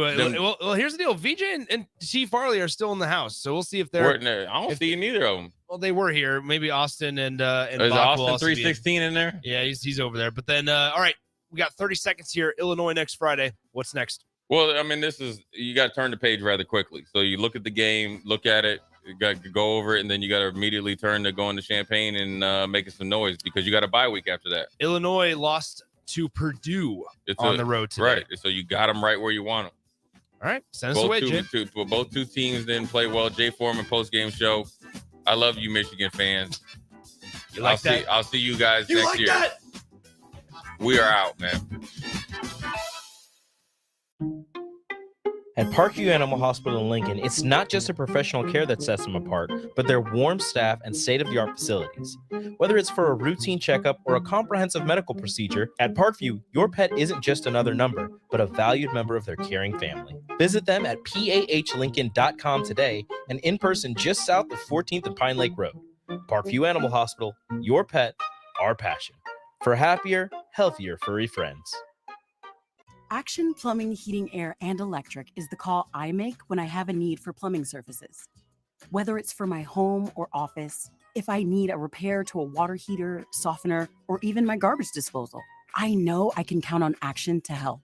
In one simple call, their amazing customer service team promptly schedules a service call, often getting to my needs within a day. Action delivers honest, quality services we can count on. To learn more, visit actionlincoln.com. Lincoln Federal Savings Bank, personal banking like you remember. Home. It's more than a place, it's a feeling. This is Eric Bertrand with Lincoln Federal Savings Bank. If you're looking for a place to call home, call me. Let's review your financing options and get you into the home of your dreams. Proudly serving Husker fans. Personal banking like you remember. Member FDIC, Equal Housing Lender. Finally, a good reason to have a smart house. Just say, Alexa, play 93.7 The Ticket, and we'll magically start playing. How's it work? Nobody knows. Don't ask questions. Keep your planter. Upgrade your technology with a John Deere Performance Upgrade Kit from Landmark Implement. Choose from ExactEmerge, MaxEmerge 5, or MaxEmerge 5E electric drive row units. Take your planter to the next level. Improve yield potential and profitability without buying new. Get new technology, increased performance, and confidence from your planter that's already in your shed. Contact your local Landmark location to order your John Deere Performance Upgrade Kit and experience the Landmark difference. It takes a great game plan to win a football game each week, and right now, it's time to plan a trip to get a new car at Mullen Motors. Just like on the football field, there's a wall of defense on the way to Mullen Motors. 48th Street is under construction from Layton all the way to Cornhusker Highway. But the lot at Mullen Motors is full of tons of great vehicles to drive home this fall for the ultimate touchdown. Mullen Motors, still open through road construction at 48th and Walker. No taglines, just quality vehicles. Mullen Motors. Get rid of pesky critters once and for all with Bats to Rats. Their expert team is here to help you reclaim your home. No more sleepless nights caused by crawling critters or flapping wings. Bats to Rats ensures a safe environment for every family member. Check the website at batstorats.com for amazing offers, and if you mention this ad, you'll receive $10 off your initial inspection cost. Don't allow uninvited guests to take over your home. Trust Bats to Rats for a peaceful and rodent-free living space. This is Chris Elder, loan originator at Lincoln Federal. With over 20 years in the industry, I have found it's extremely gratifying to solve my customers' home financing needs and then show them the options and strategies available for them to fulfill their goals. But my biggest reward comes when I watch my valued customers experience the American dream of home ownership and move into their new home. Talk with me about your home loan at Lincoln Federal and Go Big Red. Member FDIC, Equal Housing Lender. Personal banking like you remember. The dog days of summer are here. Is your yard in need of a touch-up as we head into the fall season? August, September, and October are the months for aeration, and Penner Sprinkler and Lawn is the place to call to get the job done right. If you're noticing any issues with your sprinkler system through the hot summer months, they're always a call away, and they're already scheduling installs for sprinkler systems for next year and all other lawn care needs. Call Penner Sprinkler and Lawn today at 402-413-1215. It's game on at Elway Power Sports of Lincoln, and they've scouted out the best Kawasaki side-by-side deals for you. Score up to $2,500 off the 2023 Kawasaki Teryx and up to $1,000 off Mule Pro FX and FXCs. Whether you want to handle the toughest task in a trusted, tried and true mule or looking to dominate adventure in a Teryx, Elway Power Sports of Lincoln has you covered with a large selection of Kawasaki side-by-sides in stock at their new 27th and I-80 location. Hurry in, the clock is running down. Offer valid through 9/30/2023. Subject to change without notice. Offer available on approved purchases of select new unregistered Kawasaki vehicles. Model and year exclusions apply. Cannot be combined with promotional retail financing rates. Belmont Chiropractic and Novotny Nutrition and Wellness specialize in getting rid of people's pain quickly and permanently. For 31 years, they've been extremely successful with advanced techniques in pain relief using spinal adjustments and decompression, detoxification, diet and lifestyle modification, and more. They are fully equipped to handle the most seasonal athlete, weekend warrior, car accidents, strains, sprains, and more. Is there anywhere you're experiencing pain on your body, or are you fighting decreased energy and depression? Consult Belmont Chiropractic and Novotny Nutrition and Wellness first at 402-476-8619. You don't think about your roof very often, but you should never take it for granted. Roofing Service Company takes every measure to provide you with the highest quality roofing solution. Whether it's a new roof installation, roof repair, or a re-roofing project, their overall goal is to provide you with a pleasant experience and a long-lasting roof. If you have a need for siding or gutters, they're your place too. Visit roofingservicecompany.com for more info today. Jay Foreman Postgame Show. Sponsored by Tanner's Bar and Grill, Vinny Krekak, Elway Power Sports of Lincoln, and Action Plumbing, Heating, AC, and Electrical. On 93.7 The Ticket and theticketfm.com. Yes. Hey, we are back, man. You got Michigan fans out there. There's two ladies out there. Yeah. Come on in you here. See it? Come on in. You We come got in. Michigan fans in here. Come on in. I've been reprimanded for giving them the bird box, so I'm trying to do better things here. And we're on the Jay Foreman After Game Show. We got Rashad Jackson. Don't run out. Oh, dang, we get There's a infiltrated. Michigan guys. There you go. Hey, come here. You see what this shirt say? I see it. It's the Trills. What? You guys didn't have Chuck. We had Chuck. Who was Chuck? Oh, come on, man. Who's that? Charles Woodson. Chuck. Who's Chuck? Who is Chuck? Charles. No, listen. Charles Woodson would have done nothing against us. You know why? Oh, I don't. Because we didn't throw the ball. We ran the ball. Who cares about Chuck? I got it. Hey, thanks. Congratulations. Yes, sir. That's what you get when we're down here at 1040 O Street. We got we got Bach here, myself, Jay Foreman, VJ, and then we got Austin on the ones and twos. And obviously it's the somber mood, but I've already went for a little while, so we're going to start left to right. All right. Okay, Bach? Yeah. Well, let me get your overall thoughts. Well, I mean, I hate to say it because we're on a radio show, but this is one of those. Bach, one of those games. Time out. Cut his mic. But no, we're not cutting DJ. No, we're not cutting mics. We're not cutting mics. We're setting the stage. Bach, listen. Stop BSing. I asked you a direct question. Yeah. You did. Answer it directly. Please. Well, this was a thorough ass whooping today. Oh, thank you, Bach. Damn. You wanted it straight to the point. I mean, damn, Bach. I mean, yeah. It's about time, Bach. Finally. We like that, We Bach. 8 years into this thing, and you finally start yanking our chain. There wasn't a whole lot of hope in this one, and it dissipated quickly. I thought at least Nebraska, because Bowling Green and Rutgers was able to keep it close to halftime, maybe was going to be able to do that. But it shows you how far this team has. It's the measuring stick game, right? Against one of the programs that is right now one of only two programs to make the playoffs each of the last 2 years, and Nebraska realized today they're nowhere close. That's it. Are you done? That's good for now, yeah. But I'm gonna come back to you. So when I ask you questions, Bach, I don't want no BS. All right. Okay, so sit on that. I try to spin it positive. No, Bach, I don't got time for that. No, we're back to VJ. Well, let's just check it out. Hold on a minute. Just wait. Just give me a second, okay? Give me a second. Give VJ a second. I need some help, okay? Box score for Michigan versus Nebraska football game. It didn't work that time. Oh, we got to get it. I'm for real. Listen, she said it, not me. She's looking it up. Box score for Nebraska versus Michigan football. Nebraska was subjugated by Michigan. 5-7. What'd she say? Subjugated. Made a servant. Hold on. Time out. What did she say? I got to use that word. Subjugated. Subjugated? Subjugated. What does that mean? It means basically to be made a servant of. Like Michigan came in, they took our wives, they took our kids, they took our farmland. Oh, they just pillaged the whole village. Yes. Bring under domination or control, especially by conquest. Wow.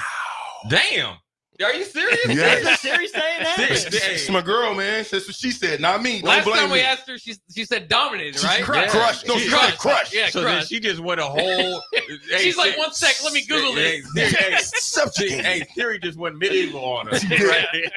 Seems like, let me dig deeper for these guys. Subjugated. So can we ask one more time? No. Yeah, no. I'm gonna do it. I'm gonna do it. This hurts. Nebraska That hurt. versus Michigan box score. Nebraska was crushed by Michigan. There it is. There's There it was. crushed. There it There is right there. There There it was. is right there. Look at these guys right here. Look at these guys right Oh, here. man. Hey, yeah, it's the truth. Yeah, look, he even believed in You himself. did this, yeah, you did. You did. No, he trying to do sign language. It's all Nah, good. man, get out of here with that stuff. Anyway, Rashawn, I want to ask you Yeah. this, man. Yeah. Yeah. I want to ask you this, Rashawn, Yeah. about a game like this. I'm going to ask you two questions. Do you think Nebraska is 45/38 points worse than Michigan? Hold on. Okay. That's the first question. Okay. Second question, what are like 2 or 3 things that you saw that was alarming to you why the game got out of hand to the point? I mean, this is honest to God truth. First question, you asked me too many questions. Just give me it's only one 2 at a time. Okay, I'll start over then. CTE, man. Do you been there. think from your evaluation of the Nebraska team as a whole that Michigan is 45 points / 38 points better than Nebraska? Or should they be? I think they're more. They shouldn't be at all. Ever Ever in Yeah, life. okay.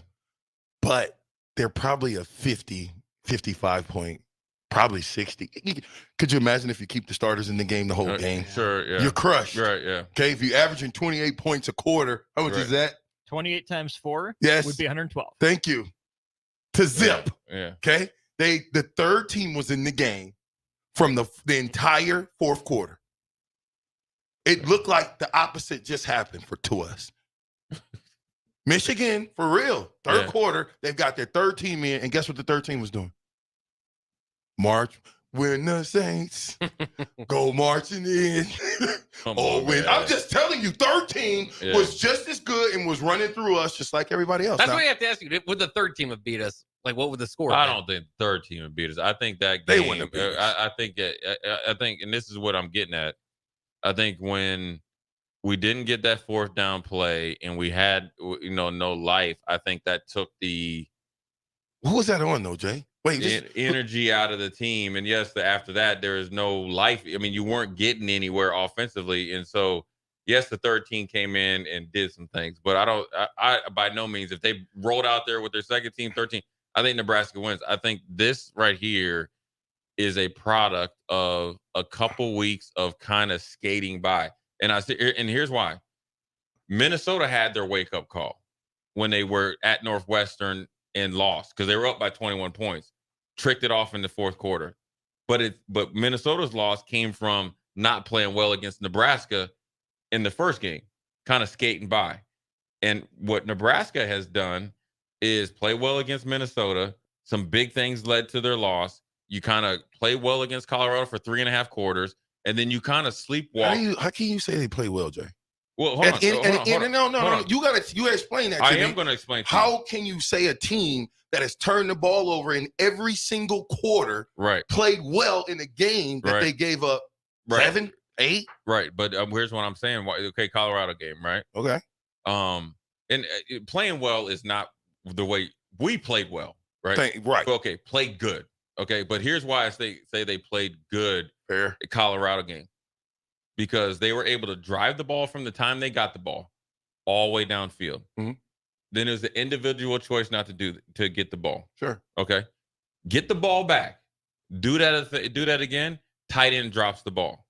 I'm looking at what they're good. You're looking too much at what I'm saying. Mm-hmm. But what I'm really getting at is you are in competitive, right? Let's just say that. But then when you get over your skis and you don't do the little things that you were doing to keep you competitive, then you end up losing by 22 at Colorado. You don't get on that plane thinking Colorado is 22 points better than you.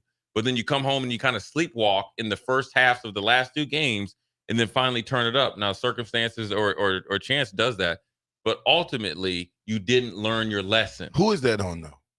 If it's fourth down, we down 14-0. Right. You're the coach. 4th and 1. What do you do? Give me 2 options. Give me the first option. Right. Give me number 1 option, and then give me number 2 option.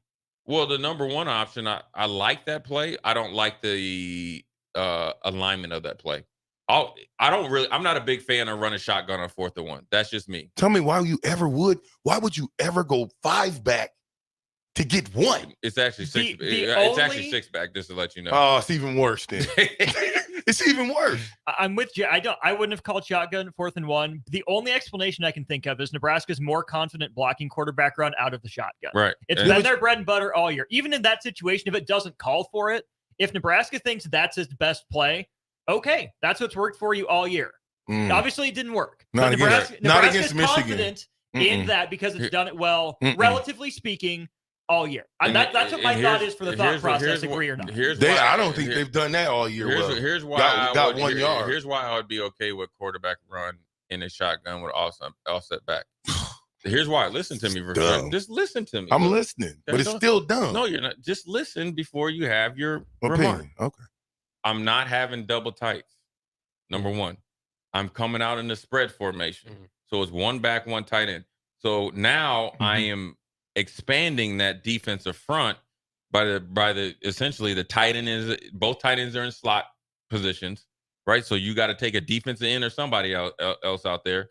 And if you choose to stay in the kind of goal line defense, I can immediately throw it to the tight end. 1 step throw. Run, step throw, 1 yard. That's the object it is to get to 1.5 yard. Okay. But if we choose not to run that play, you can, as you know, we can run speed option better out of shotgun with no tight ends with our offensive line to get 1 yard. Even though I do not like shotgun, but say we think that that's the best thing to do, that's why I like the play. I don't like the formation or the personnel. And I would even go a step farther, right? I might go 11 personnel. I'm getting my best blocking receiver in there, best blocking tight end, or if I'm putting 12 personnel, I'm putting my best blocking tight end on play side. And I'm even willing here to even play. I'm even willing to motion that tight end in to steal the end. And then if I'm running quarterback sneak, I'm coming off the end because they covered the nose and 2 guards. That's why I'm talking about the play. Now, ideally, I would like under the center, quarterback punch, essentially wedge or whatever you call it, or come back and hand it to the running back. That's me. But I think so those are 2 plays: quarterback punch or give it to the doggone running back, fullback, and get blast. Right? No. Okay, no. That's what I'm at. But that's the question I want to ask you. No, what my 2 plays are because I don't care. Those plays that they got didn't work. Right. I'm running like inside outside zone. That's me on a 4th 1. I'm behind. I'm under the center. That gives me a lot more options.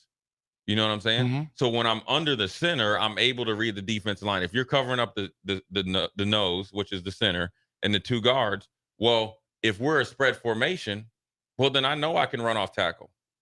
I know I can run speed option. But that's my plays. But so it's 4th and 1. I feel like I'm an offensive coordinator. I've done it a lot. I love it. If it's 4th and 1, I'm at home. I'm down 14-0. Some bad things have happened. My field goal kicker is not that good. My first option is get your butt underneath the doggone center, we're going to push you forward. You back. That's what wedge is. That's quarterback punch. That's what we're going to do. Right, yeah. That's my first play. Do you trust the offensive line, though? Right? Of course I do. They didn't get pushed from the shotgun run. They had time to do it. Bro, you don't have time to do it. What makes you think the offensive line would number one, Harburg could get lower, and he's got to get 1 yard. Get your butt down. He said as much. He admitted as much in postgame. He shouldn't have jumped. He should have gone low. He did not. Yes. He did not look like he knew what the heck he's doing. Now, I will tell you this: defense. Michigan's strength is their interior defense. Of course. So run a bootleg. So that, but I like the form. I like the play. I don't like the formation and the personnel because I feel like. If I always feel like with a defensive line and a defense that's really strong up the middle, you got to think. You got Chris Jenkins Jr., that's 1st or 2nd round pick. You got Colson, 2nd or 3rd round pick. You got NFL dudes right there. Josiah Stewart. You got some dudes out there that right. Then you know what you do? Hold on. You kick the field goal. We're talking offense now. No. Yes, you do. No. In a perfect world, you take the doggone points. That's what's wrong with people. Now I would say points doesn't win you the game. Put points on the doggone. You It doesn't tried that. matter. You make it a bruh. 2-possession game still. No, you don't. 14-0 is a 2-possession game. 14-3 is a 2-possession It game. doesn't Here's matter. what You I would put say points on the doggone board, to VJ's and you point. find a doggone field goal I kicker. understand that this was turning into a touchdown game. Nebraska would never win a touchdown game with Michigan. No. So it gives you the best chance to win. I get it. I get the aggressiveness and I get the call. I'm just saying, you know what else it does? To learn the Big Ten West is to kick a field goal there because you're trying to keep it to a low score Hold game. on, Bob. You know what else it does when you do that? When you don't get it, deflates the entire stadium, your team, the coaches. What happened when we didn't get there? How'd you feel when we didn't get the 4th and 1? I mean, I was upset, but I'm going to ask you this, though. hold on, Rashawn. How many kicks is the kicker to make? Then get another kicker. They make big money to find kickers, bro. But Rashawn, stop it. You're talking all this stuff, and it's a matter of seconds. It's 1 yard, and that's a matter of how many feet. It's like 18 feet or 18 inches. You don't right? go back How many- 6 yards to get one. But we already established that. So What what I'm are we saying- talking about? No, we're talking about, okay, if you have, what we're talking about, if you have to run shotgun, let's just say. You don't have to, though. But we're playing. You don't we're have playing, to. We're playing. You don't have to run No, you shotgun. don't, but they did. So how do you run that play more effectively? No, you don't run the play. Yes, you do. You don't run that stupid play. Because from a defensive standpoint, No, you if don't. you spread the formation, the middle of the defense is weaker. You could do that. You can say whatever I you could want have to. seen It's that. 4th and 1. I'm the only offensive guy here. It's The 4th bigger- and 1. You take either the points or you get your butt under center and one wedge. That's it, and that's all. The bigger issue to me That's it, is and the that's all. deflation, right? Nebraska Right. doesn't have a dude that brings the juice. There's no hype man on that sideline. There's no playmaker that's going to step up and make a play. I get it. It's deflating for the fans. Oh, we got stuffed on 4th and 1. We're down 2 possessions. Everything sucks. That cannot be the mentality of the team. This team has not been able to pick itself up by its bootstraps. It doesn't have a guy that goes and makes a play. It doesn't have a guy that says, we're fine. It's one play out of 115 in the game. It shouldn't make that big a difference. Someone's got to step up and say, this is enough. Defense, we're making a stand. We're making a play right here, right now. You got to think about. But there's not that dude. But there has to be the guy who, the play caller has to understand the situation as well. The guy that's calling the play. Because you said out of a different formation, open it up, do it a little different, right? You wouldn't have did it out of the double tight set. I would not have. Exactly. Okay. And fine. you want to know why I wouldn't have? Because it's from personal experience from a defensive standpoint. So you're an offensive guy. I know what it's like to defend that because it takes me out of the middle of the defense. When you come double tight, I know exactly where you're going. Right? So even if Rashawn Jackson goes from the tight end position to the slot position, okay, even if you do 12 personnel, sure, okay, it changes the defense's mentality. It changes my checks. It changes everything. So the middle becomes softer. All I'm saying, if we had to run the play, I'm not saying I would run that play. Right. I'm just saying if our arms would be tied behind our back and we got to run quarterback sneak or handoff to the running back out of the shotgun offset, this is how I would do it.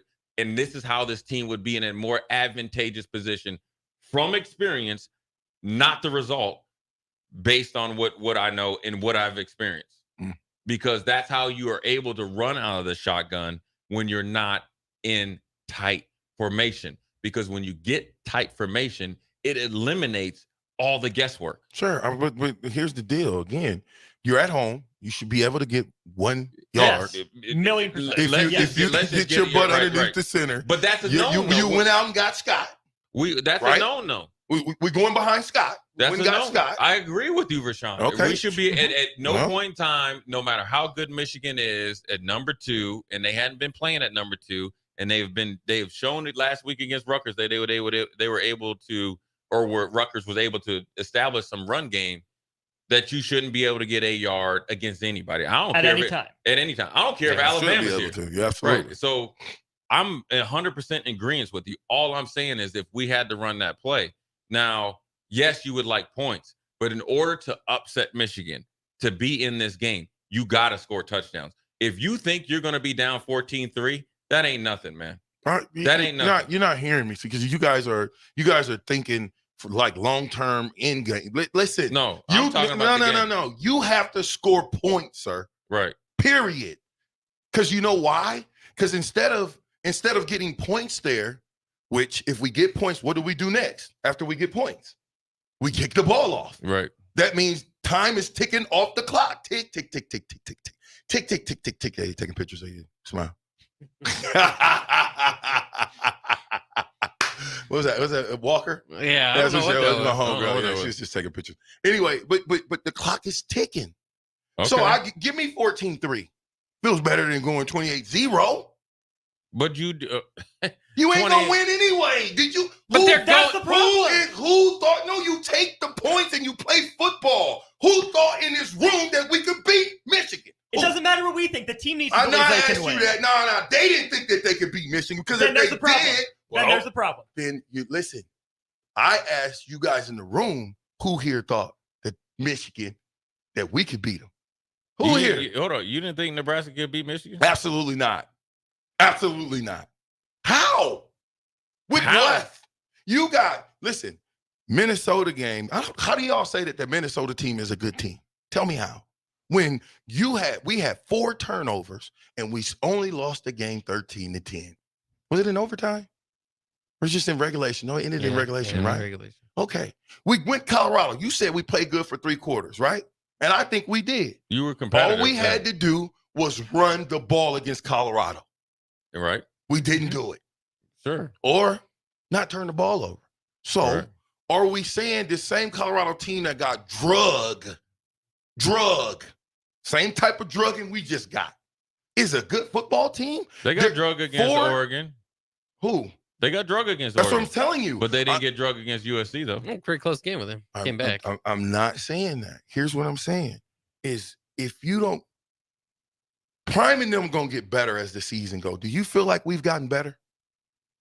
Have we gotten better from game 1 to game 5? Besides these last 2 with Harbaugh again. And you guys don't want to give him credit because and say that those 2 games. I give him credit. But some people have said that those 2 games are not equal to the 2 games that we played on the road They're not. against Colorado and Minnesota. That's to you. But That's to you. But they're not. To you. Minnesota ain't a good football team, sir. What's your definition of good? It ain't Minnesota. The normal. No, right? they're. I don't think they're normal. They lost to Northwestern. Minnesota's normal is a top 13, 14 team. They're a top 25 team right now, and will be at the end of the season. Minnesota? Oh yeah, by the end of the season, You said they're top 25. They'll be 8-9 wins. Cue that up, Bach. I know they ain't no top 25 team. Minnesota ain't in the top 25. Minnesota ain't in the top 25. They'll be a top 25 team. How much you want to lose? I'm not gonna lose anything. I bet All any I'm going amount off on is that. history. Oh, okay. I'm just saying, Minnesota lost to Northwestern. So what? Who they got next? Northwestern? No, Minnesota. I don't know, but I know that Northwestern coming here. You think? Yeah. Northwestern ain't no punk. Yeah, that's not a gimme win. That's not a gimme win. Minnesota's got Michigan next. They ain't gonna lose. Here's what I can tell you. I bet you they lose like us. No, they don't. No way. Just a friendly. Whatever you want to bet. They ain't gonna lose 1,000 45-0. push-ups on call. They ain't gonna lose 45-0. No, we didn't lose 45-0. We scored. I bet you the score at least be 30-8. No. 38-6. No. They might not even score. It's two different mentalities, man. You heard it today. Minnesota's about to get crushed by Michigan. Minnesota is not a good football team. I'm sorry, y'all. They're not. All these teams that we play, none of these teams are good football teams. You can't compare them to any. Do you think? Who's great right now, though? Georgia had to hang on to beat Auburn. Michigan, this is the number 2 team. We said they've been somewhat underwhelming. I don't know if But there's what's a great your team definition of in good, general. though? I mean, I think my definition of good is like who? Like a Penn State. Penn State is according to this year, they're not good. They're like an elite team. Yeah. Well, I mean, you said what's good. They're not elite because we haven't got there yet. Well, there's a difference, though. Good is good. Elite is potentially college football playoffs. So good. Elite is Michigan, Ohio State, right? Penn State. That's elite. Good is a lot of other teams. Well, what is Tennessee? They're good. They're better than good. They're in between. I wouldn't even say they're even close to the elite. They're a little bit better than good. They're a little bit better than Miami. Good. They're average. Miami? Yeah, they're average. Do you think that we can beat Miami? No. What do you think the score would be us against Miami? It wouldn't be by 38, 48 points. Wait, it might be 31, 17 or something like that. Okay, perfect. So if they're not, they're an average team and we're not within 10, 15 points of them, where are we? We're below average. That's a problem. And here's my problem. But Rashawn, you Captain Obvious right now. What? You are the captain. We've been below average for 7 years. I mean, is this new to you? Yeah, but what ain't new to me is the coaches. Those are new coaches, right? Right. We getting the same results? But are we getting the same results? But what are you? No. Don't tell me Captain Obvious. And then when I'm trying to go somewhere to make an example, but I'm not. You don't want to go there. But I'm asking. I can go anywhere you want. Though. Well, come on. I'm asking you a question. You can't talk over me. And I'm not talking over. But you. I'm Go. asking you this. Okay, so here's what you're really. I'm gonna ask you. So I'm not gonna put words in your mouth. Please. So you're saying a new coaching staff. Mm-hmm. Is expected to come in here and be an 8-9 win team. Is that what you're saying? That's not what I said. They're expected to come in here. I'm asking you. I'm telling you. Okay. They're expected to come in here and coach these boys up to where they know how to freaking tackle and ain't missing open field tackles. That's one. You want me to give you another one? But they've been tackling good before this. Define good. You lost 2 games and you won 2 games. What are you talking about? But it wasn't on tackling. It wasn't on the defense. Bruh, how many times did number 6 from Louisiana Tech make us miss? Was I the only one watching him make us miss? Did you not see him make us miss? No, I did not. You did, Bob? I mean, not too much. Number 6. You the only one seeing in them bifocals of yours. Hold on a minute. Y'all both telling me that number 6 from Louisiana Tech, what's his name? Smoke Harris. Yeah. Did not make multiple guys miss on multiple plays. No. He did. Don't beat around the bush. I'm not beating around the bush. I said, he did a couple times. That's all I said. Thank you. He did So what made you think that we were a great tackling team? I said, hold on. They've been tackling good all year. I know that from experience. You said good? Better and good. Would you in the open field, how many open field tackles you think you missed? I didn't miss many. How many times you got stiff arm to the ground? No, not many. That's my point. Why not? I had it. I was just like that. I'm saying why There's not though? many Jay Formans out there on the Rashawn, listen. Y'all ain't this is what you. You want to make an excuse I'm not, for the lackluster play. Hold on. And the play that we watched out there on the field. No. You don't. I get to talk. Nah. This guy. Lamar Jackson. No. I'm not making excuses. What? But you can't tell me that the defense does not tackle better and they. I didn't say they didn't tackle better. I said they didn't tackle good enough to even any of those games that made me thought that we had a chance against Michigan. That's what I said. Okay? So you think the defense is the main? So when we scored, I said Michigan here, sir. We scored 0 points today.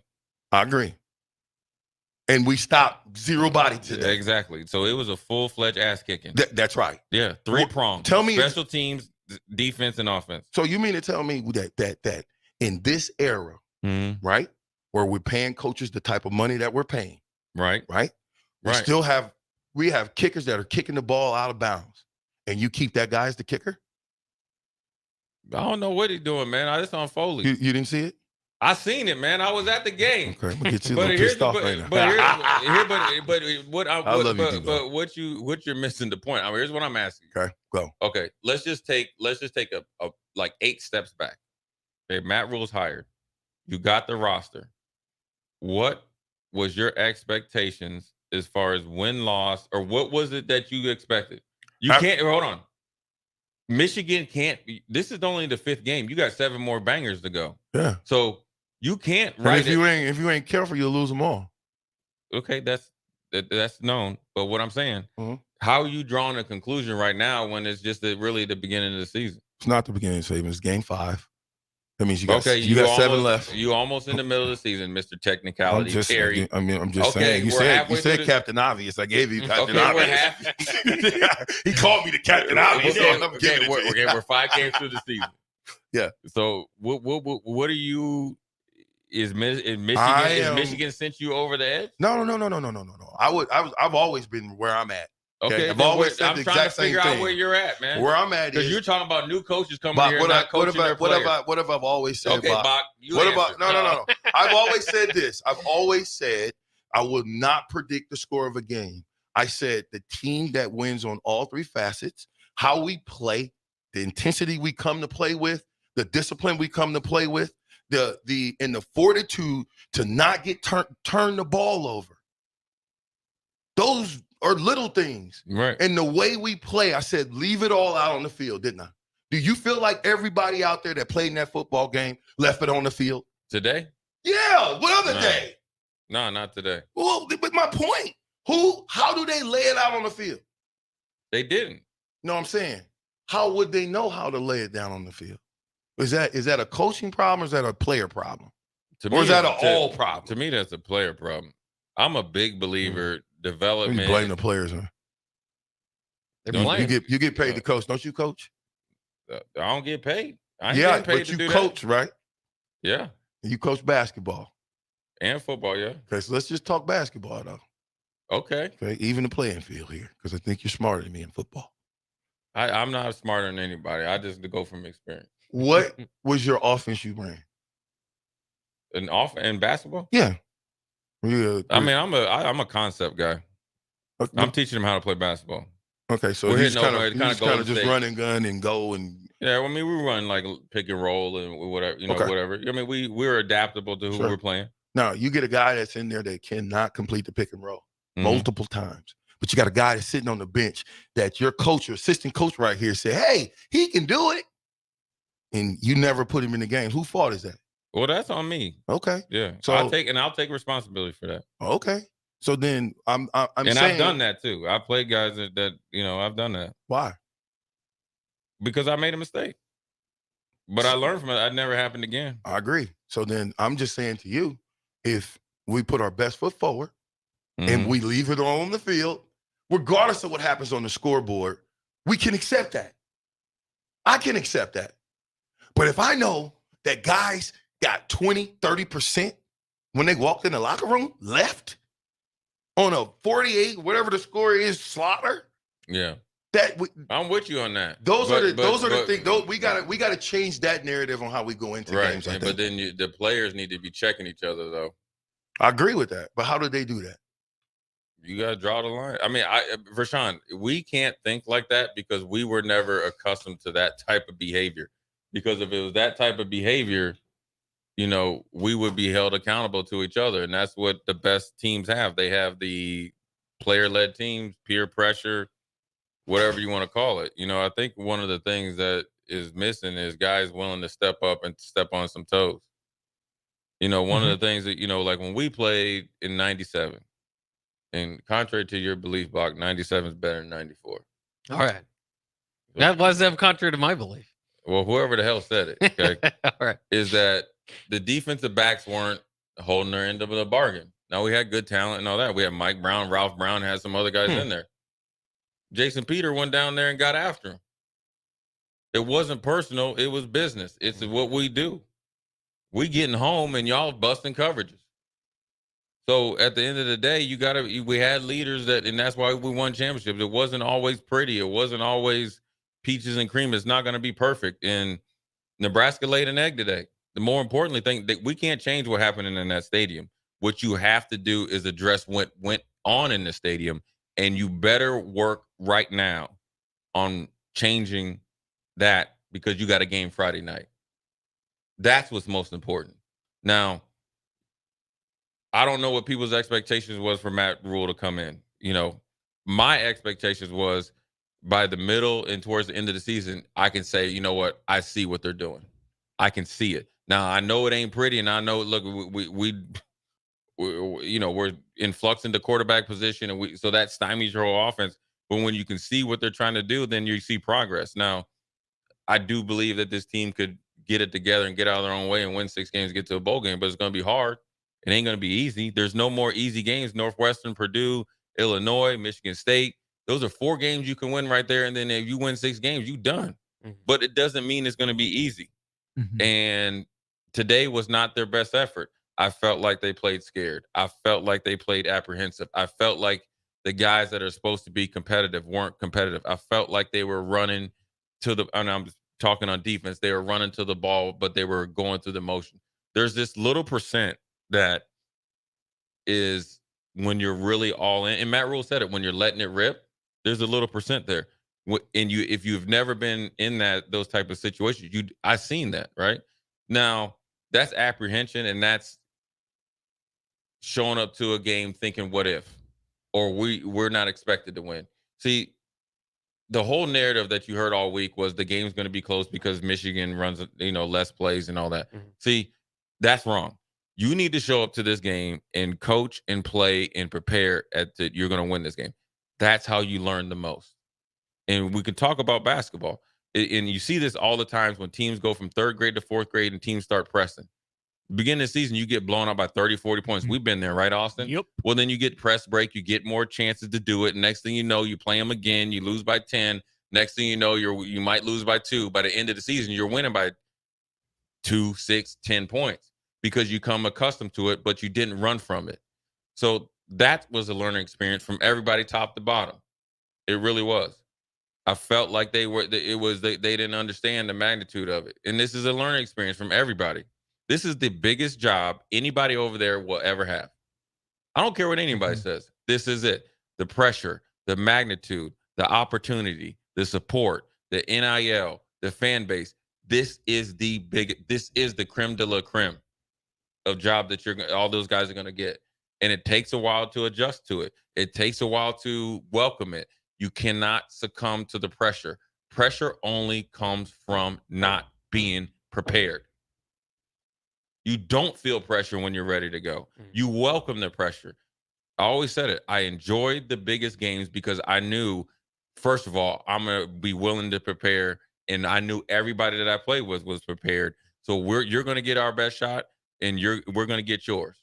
And I like my chances. And I like those games because it comes down to it. And then I knew that the game, I'm thinking players, not plays. And so today was it was embarrassing. Right, Bach? Oh, yeah. It was embarrassing. It's embarrassing that I get text messages over there. I got friends that play at Tennessee, another friend. I got a former high school teammate that went to Michigan. He said, same old story. National TV, once again, everybody saw it. It's embarrassing. Yep. But at some point in time, when are you going to be tired of getting embarrassed? I mean, we've been there, right, with basketball, right? Yep. You play against some teams. I remember we played against listen, I played AAU. We played a team against Racine, Wisconsin. I would never. Hey, listen, I'm still talking about it to this day. And that was I was when I was 16 years old, 31 years ago. We played against Racine, Wisconsin, and me and my friends that we played together, and some of them played college basketball. We still talk about this. We went out there against Racine the first time. Them dudes was doing stuff to us that I ain't never seen before. Bach, it was looking alley-oop. They're shooting threes. Bach, we down 30-0 before we even get to the timeout. Right? But then we had to play them again. Then we got a little closer. Then we finally had a breakthrough, right? Because we welcomed what we did wrong because we didn't prepare good enough. We thought we were good, and then we were able to overcome it. That's what today is. It's a learning experience. And yes, it sucks. It hurts. It's embarrassing.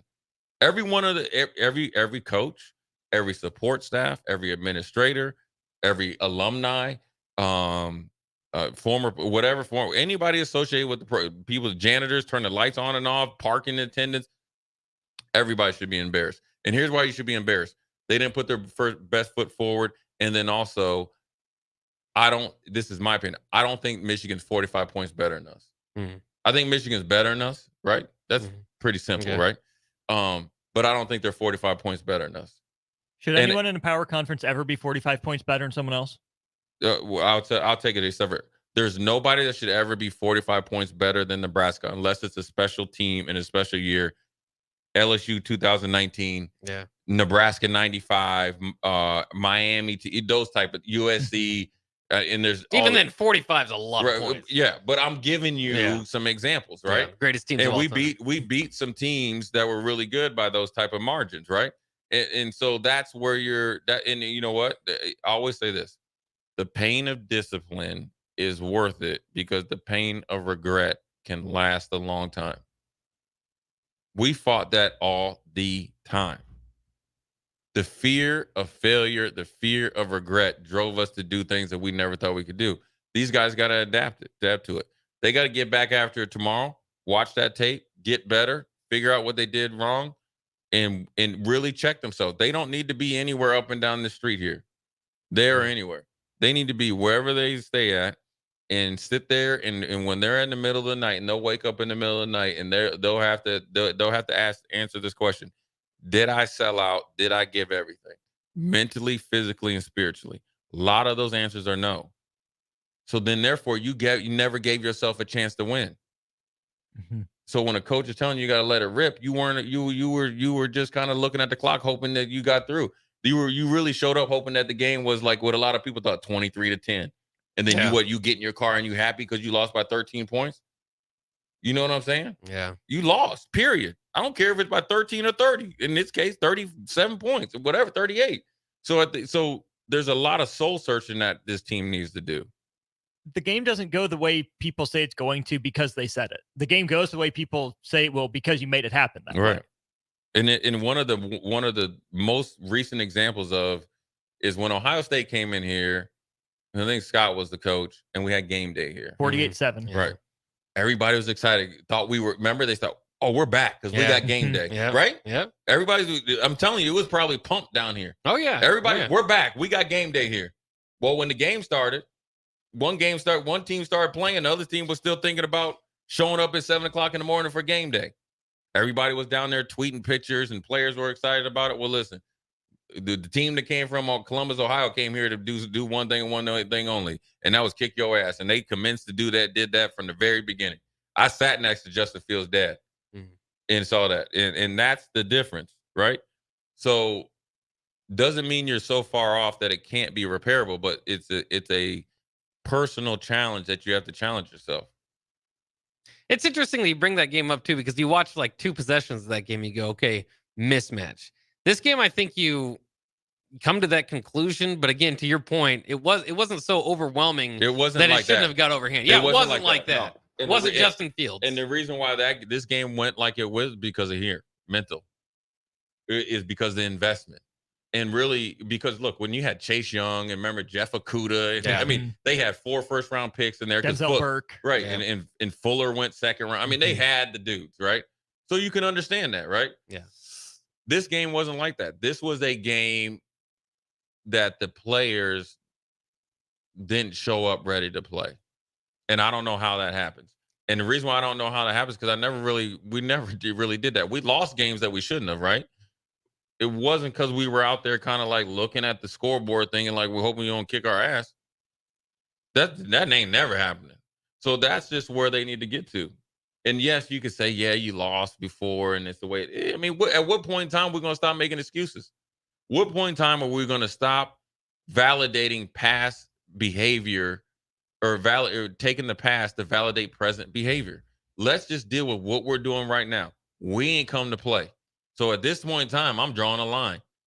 You in or you out? Because this ship is about to get rocky. Because if you don't view going to Illinois, a bye week, playing at home against Northwestern and Purdue as rocky, listen, these are going to be knocked down, drag out. We're going to last possession games. So that's why it's rocky. We have to prepare for that. And if you aren't all the way invested, then you got to go. That doesn't mean I don't like you, right? Yeah. But you got to get the hell up out of here, because I need to know when I send you out there, I got to be able to sit back and know what I'm getting, because I thought what I knew I was getting from the first a couple games or whatever wasn't what I seen out there. I didn't see 12, 11 guys, busting their butt to the ball, arriving with bad intentions. Yeah. Do you think there was any part of that was like quickly you're down your offense first pass is interception. You're down you're down your safety right away. You're down Luke Reimer. You're worried about him going on. I mean, all that stuff. Do you think they just mentally the defense just did Luke Reimer play today? No. Nope. He was out. Okay, then. So he didn't even play. You knew he wouldn't play all week. Yeah. I'm just thinking like maybe it was all week. They're telling themselves we're the number 1 rush defense. And then all of a sudden Michigan's, moving at will. It's 14-0. So what, you quit? I'm not saying that they should. I'm just wondering if something so you're wondering started to get to their head. So you wondering if they quit. That's or they lost confidence early. Bach, are you asking me if they quit? I mean, stop playing games. Damn, Bach. This ain't Rashawn and Farley. I don't have time for lip service. What you asking? I'm asking you if they've gotten their own head early. I'm not necessarily quit, but maybe it got into their head or they built themselves up too high and then kind of got a thump in early. What do you think? I saw it. What do you let's just have listen, hey Austin, we're gonna go to Circle of Trust right here. Circle of Trust activated. Okay, okay, let me ask you this, Bach. Do you think that they got punched in the face and didn't react well? I think so, because what I saw from the offense today, disappointing, sure, but somewhat expected. Sure. The defense was the hope to kind of keep you in the game, and Michigan pretty much moved the ball at will, put in 3 different quarterbacks in the second half. Yeah, 4 total. Yeah, I guess it was 4 in the second half even, and scored with a majority of them. I don't know. It's just frustrating. I mean, the defense, they must have gotten their own head, or maybe their leaders weren't out there. I'm not sure, but that's not like we said, it's not the defensive effort that we feel like we've seen in the first few games. Yeah. So you said they tapped out. Just go ahead and say it. Oh, I think they lost confidence. Bach, just say it. I'm not going to say. Bach. I'll let you say it because you're a former player. I've never put on the pads, and I can't say that somebody gave up. This ain't about a former player, and I ain't pulling the football card on. No, I know. I'm just saying for myself. I'm not telling those guys they gave up when I've never been through. Did they succumb to the pressure? Taking a beating from Michigan. I'm saying that I think they lost confidence. Yeah. Yeah. And then what? You can't really answer the bell? You can't take pride in yourself and say, listen, our backs are against the wall. We about to keep ourselves in the game. They didn't. They did it against Minnesota. They did it against Colorado. They did it multiple times before. Why today? Listen, man, either you a man or you a mouse, or you a champion or you a chump. That's all it comes down to. You can't play this game scared. You can't play this game apprehensive. And if you don't have that type of mentality and you up here worried about who you playing, you need to be playing against yourself and the standard that you trying to uphold before you play against any opponent ever. Now, I think, they might have gotten their head a little bit like, dang, these dudes are really playing. But then that's where I think you need to be a real competitor. Okay, you bringing it, let me bring it. Let's see where we at. Yeah, you're down. You got us 14-0. Yeah, we gave up a couple of touchdowns, but let's see if we can get off the field. Yeah, we're waiting for that moment. Right. And I think a little bit, and I think, and being realistic, Luke Ryan, at the beginning of the week, they said he was playing. Now he didn't play. So that does kind of affect you a little bit, because he is your kind of like, he plays with a little bit of an edge sometimes, but he's a playmaker, right? Yeah. So that kind of lets you down a little bit. And then some of the things that maybe you kind of were expecting to be the game to go didn't set up that way. But we have to get to the point. Football is a game of imperfection, man. It's never going to go the way that you want it. You have to learn how to dictate the pace. That's where we're struggling. Me and Austin talk about this all the time. Nebraska, for the I don't know how many years, seems like they just ooze into the game. Mm-hmm. You know what I mean? You know what I'm saying? Well, against a team like Michigan, you can't like tiptoe up in there. Well, again, I think it's all 3 Power 5 opponents they haven't scored in the first half, right? Did they score against Colorado in the first half? Maybe a field goal. I don't even know, man. I don't think they'd have scored in the first half against a Power 5 opponent yet. Yeah, I think it's a combination of things that haven't worked out well, and you got to be realistic about it. And that's when we always, Austin's been on with us with Old School, and anytime I talk to DP about it, the record has got to be how you evaluate the first year. It's got to be predicated on health on this team, situation, and then how you try to manage or adjust along the way. I'm sure they didn't project that the quarterback position would be in flux like this. I'm sure they didn't project that Xavier Betts would quit. I'm sure you can't project that IGC gets hurt that quick, right?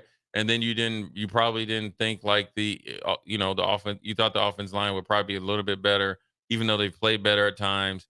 And then you got 2 running backs that one was your starter, one was your third down back. He gone, and after 2 games, 3 games.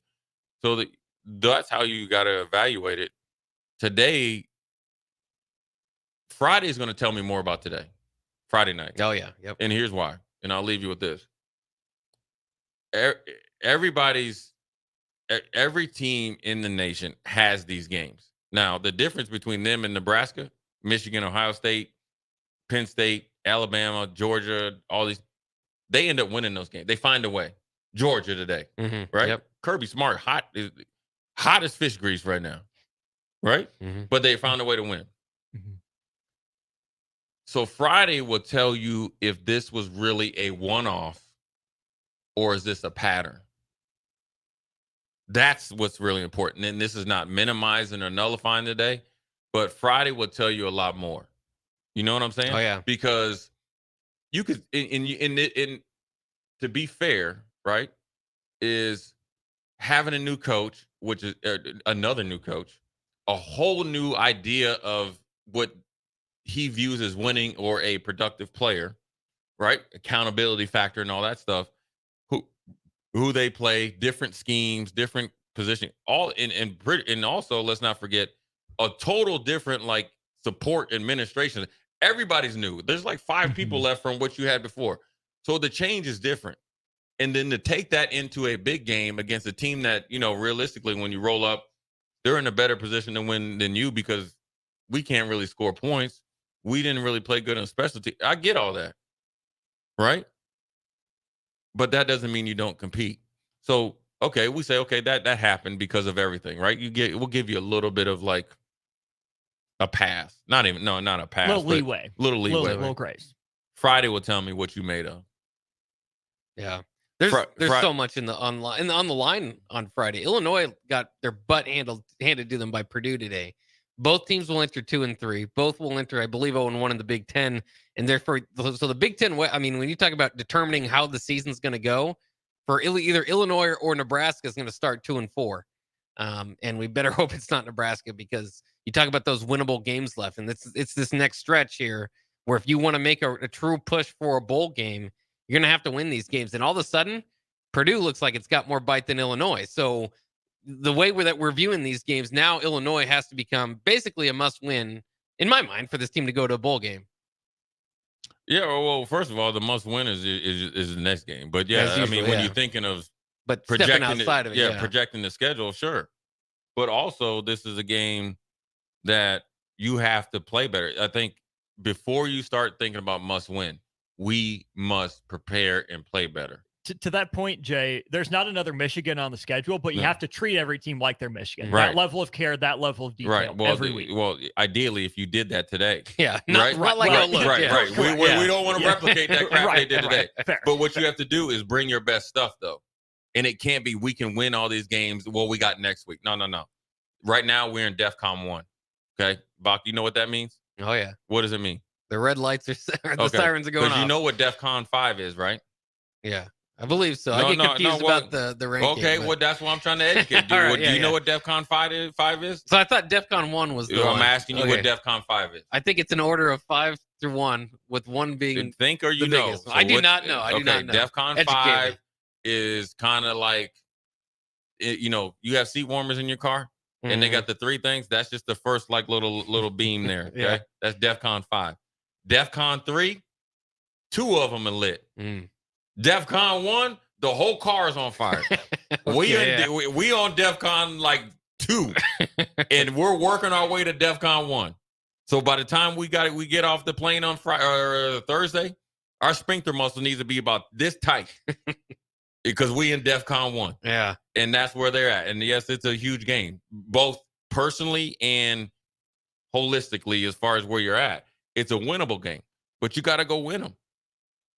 And they gotta, and you gotta like eat this game up and just take it on the chin, because you're not gonna get anywhere if you just say, oh, like, and kind of like minimize it. You got to maximize this game and then go out there and actively do things different. This is not a throw away the tape game. We say that sometimes in basketball. No, you watch this tape. You suffer through this tape. Because I have to make sure Austin, Jay, and Bach that you know the standard that we went out and played with wasn't good enough.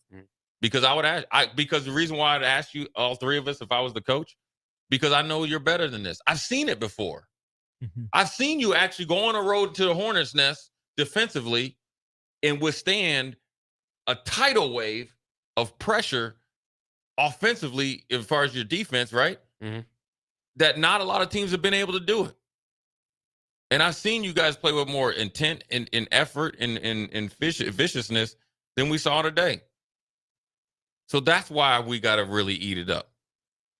You know what I'm saying? Because it wasn't necessarily what they did is what we didn't do. And that's the hardest thing. That's where the regret comes from. I'll let Rashawn. Where is Rashawn? Back behind you. He's back there somewhere. I don't know if he'll come back or not. Hey, Captain Obvious, man, was not trying to hear what I was saying. I know. But that's all right, though, man. I understand Rashawn's passionate. I get all that stuff, man. I get it.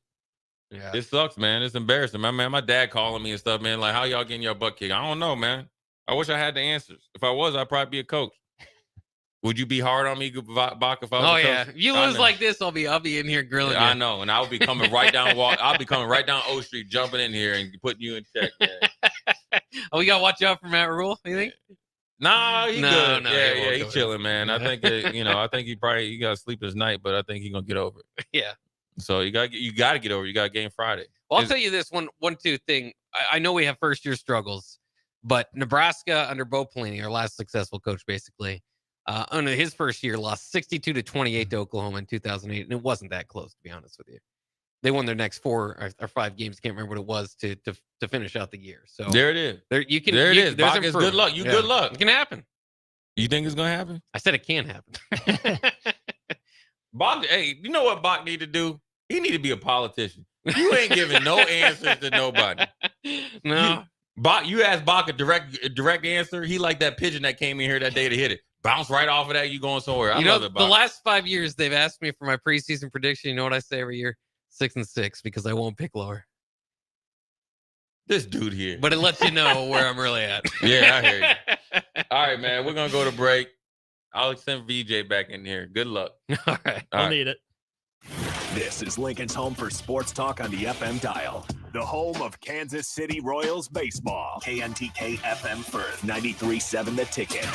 Great Diesel and Equipment Services is your go-to place in Lincoln for repairs and maintenance for diesel pickups to Class 8 over-the-road trucks and trailers, from bumper pole utility to full-size semi. Gray performs DOT inspections and are a service provider for fleet companies like ARI, Element Fleet, and FleetNet. They're a family-owned business in operation since 1952, and they keep a clean, friendly shop. Customer service is their top priority. Give Great Diesel and Equipment Services a visit today with easy access just off I-80 and North 56th Street.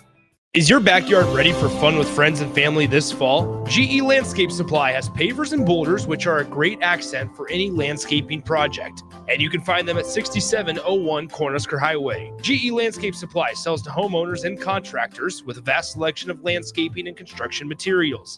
And don't forget, they deliver anywhere, nearby or far away. Stop by at 6701 Cornhusker Highway from 7 a.m. to 5 p.m. Monday to Friday. Go to gelandscapesupply.com for more info or call 402-467-1627.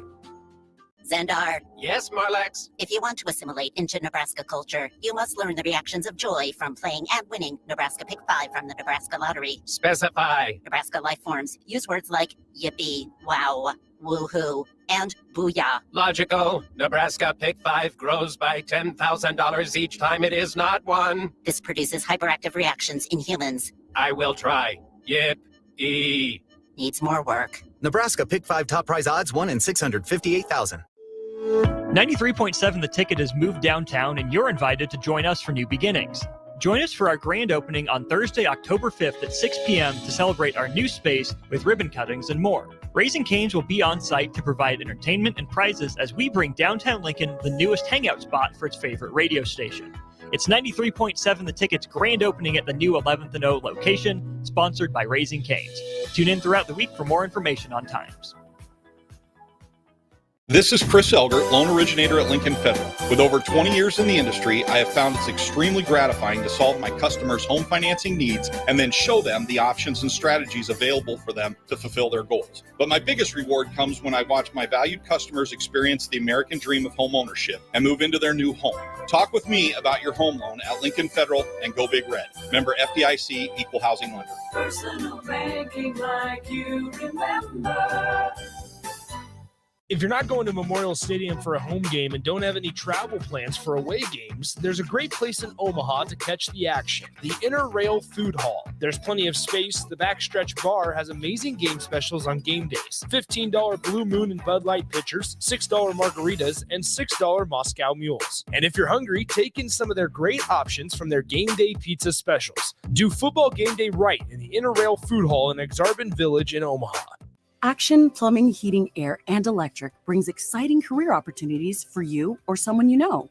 They are now hiring plumbers, electricians, and HVAC techs and installers to continually build their professional team.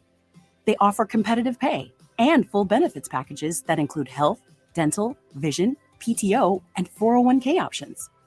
Action has created a positive team environment for over 50 years. Apply online at actionlincoln.com. It's game on at Elway Power Sports of Lincoln, and they've scouted out the best Kawasaki side-by-side deals for you. Score up to $2,500 off the 2023 Kawasaki Teryx and up to $1,000 off Mule Pro FX and FXCs. Whether you want to handle the toughest task in a trusted, tried and true mule or looking to dominate adventure in a Teryx, Elway Power Sports of Lincoln has you covered with a large selection of Kawasaki side-by-sides in stock at their new 27th and I-80 location. Hurry in, the clock is running down. Offer valid through 9/30/2023. Subject to change without notice. Offer available on approved purchases of select new unregistered Kawasaki vehicles. Model and year exclusions apply. Cannot be combined with promotional retail financing rates. Great news. I just got the State Farm Personal Price Plan on our home and auto insurance. You told our agent about my thing for romance novels? No, you don't have to get that personal. Our agent just helped me choose affordable options to create a personalized price just for us. Oh, sweet. Then you won't believe the love triangle Jen is in now. Call your local State Farm agent, Vinny Krekak, at 402-474-1173. Prices vary by state. Options selected by customer. Availability and eligibility may vary. Lincoln Federal Savings Bank. Personal banking like you remember. Home. It's more than a place. It's a feeling. This is Eric Bertrand with Lincoln Federal Savings Bank. If you're looking for a place to call home, call me. Let's review your financing options and get you into the home of your dreams. Proudly serving Husker fans. Personal banking like you remember. Member FDIC, Equal Housing Lender. Hey, it's Sean Callahan, and football season is here, and there is one place that has all the games, plus great food and beer specials. Tanner's Bar and Grill at 30th and Yankee Hill. Whether it's Thursday night football, college football Saturdays, NFL Sundays, or Monday night football, there's a great view of the game from any seat with different food and drink specials every night. Try the Blue Ribbon Reuben sandwich or the prime rib French dip or any of their famous chicken wings. That's Tanner's Bar and Grill at 30th and Yankee Hill. Jay Foreman Postgame Show. Sponsored by Tanner's Bar and Grill, Vinny Krekak, Elway Power Sports of Lincoln, and Action Plumbing, Heating, AC, and Electrical. On 93.7 The Ticket and theticketfm.com.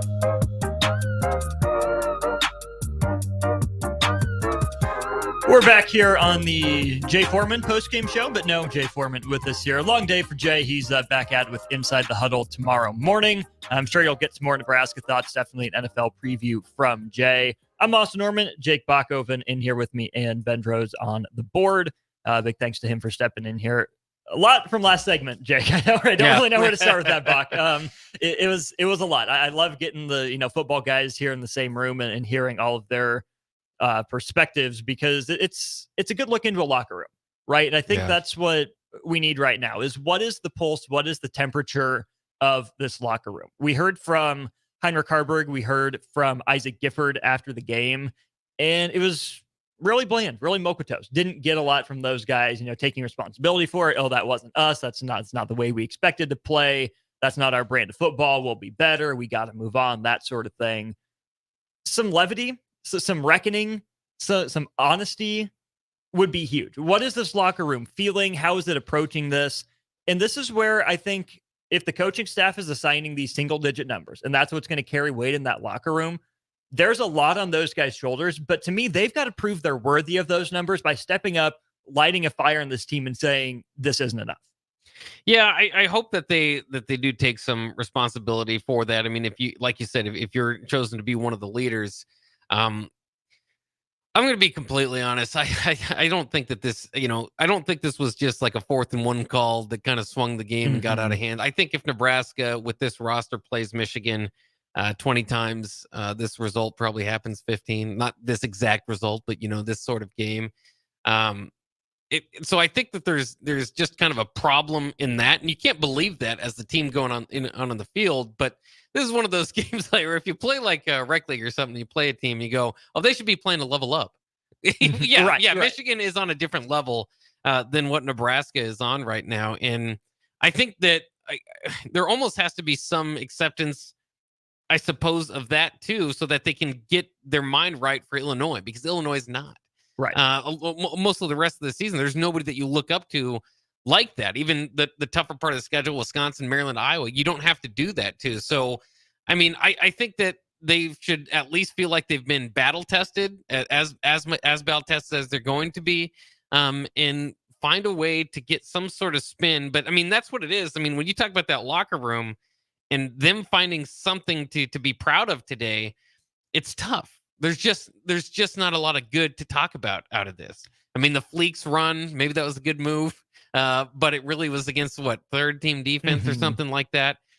Prevented the shutout, which I'm thankful for, because I just do not like getting shut out. And of course, Nebraska hasn't been shut out since '96, so that preserves that streak. But yeah, I mean, I don't know. I think this is just one of those difficult situations, and it's kind of funny too, because we asked the former players that usually are hanging around in here. It's like, well, what do you do in this situation? And they always go back to, we weren't in this situation.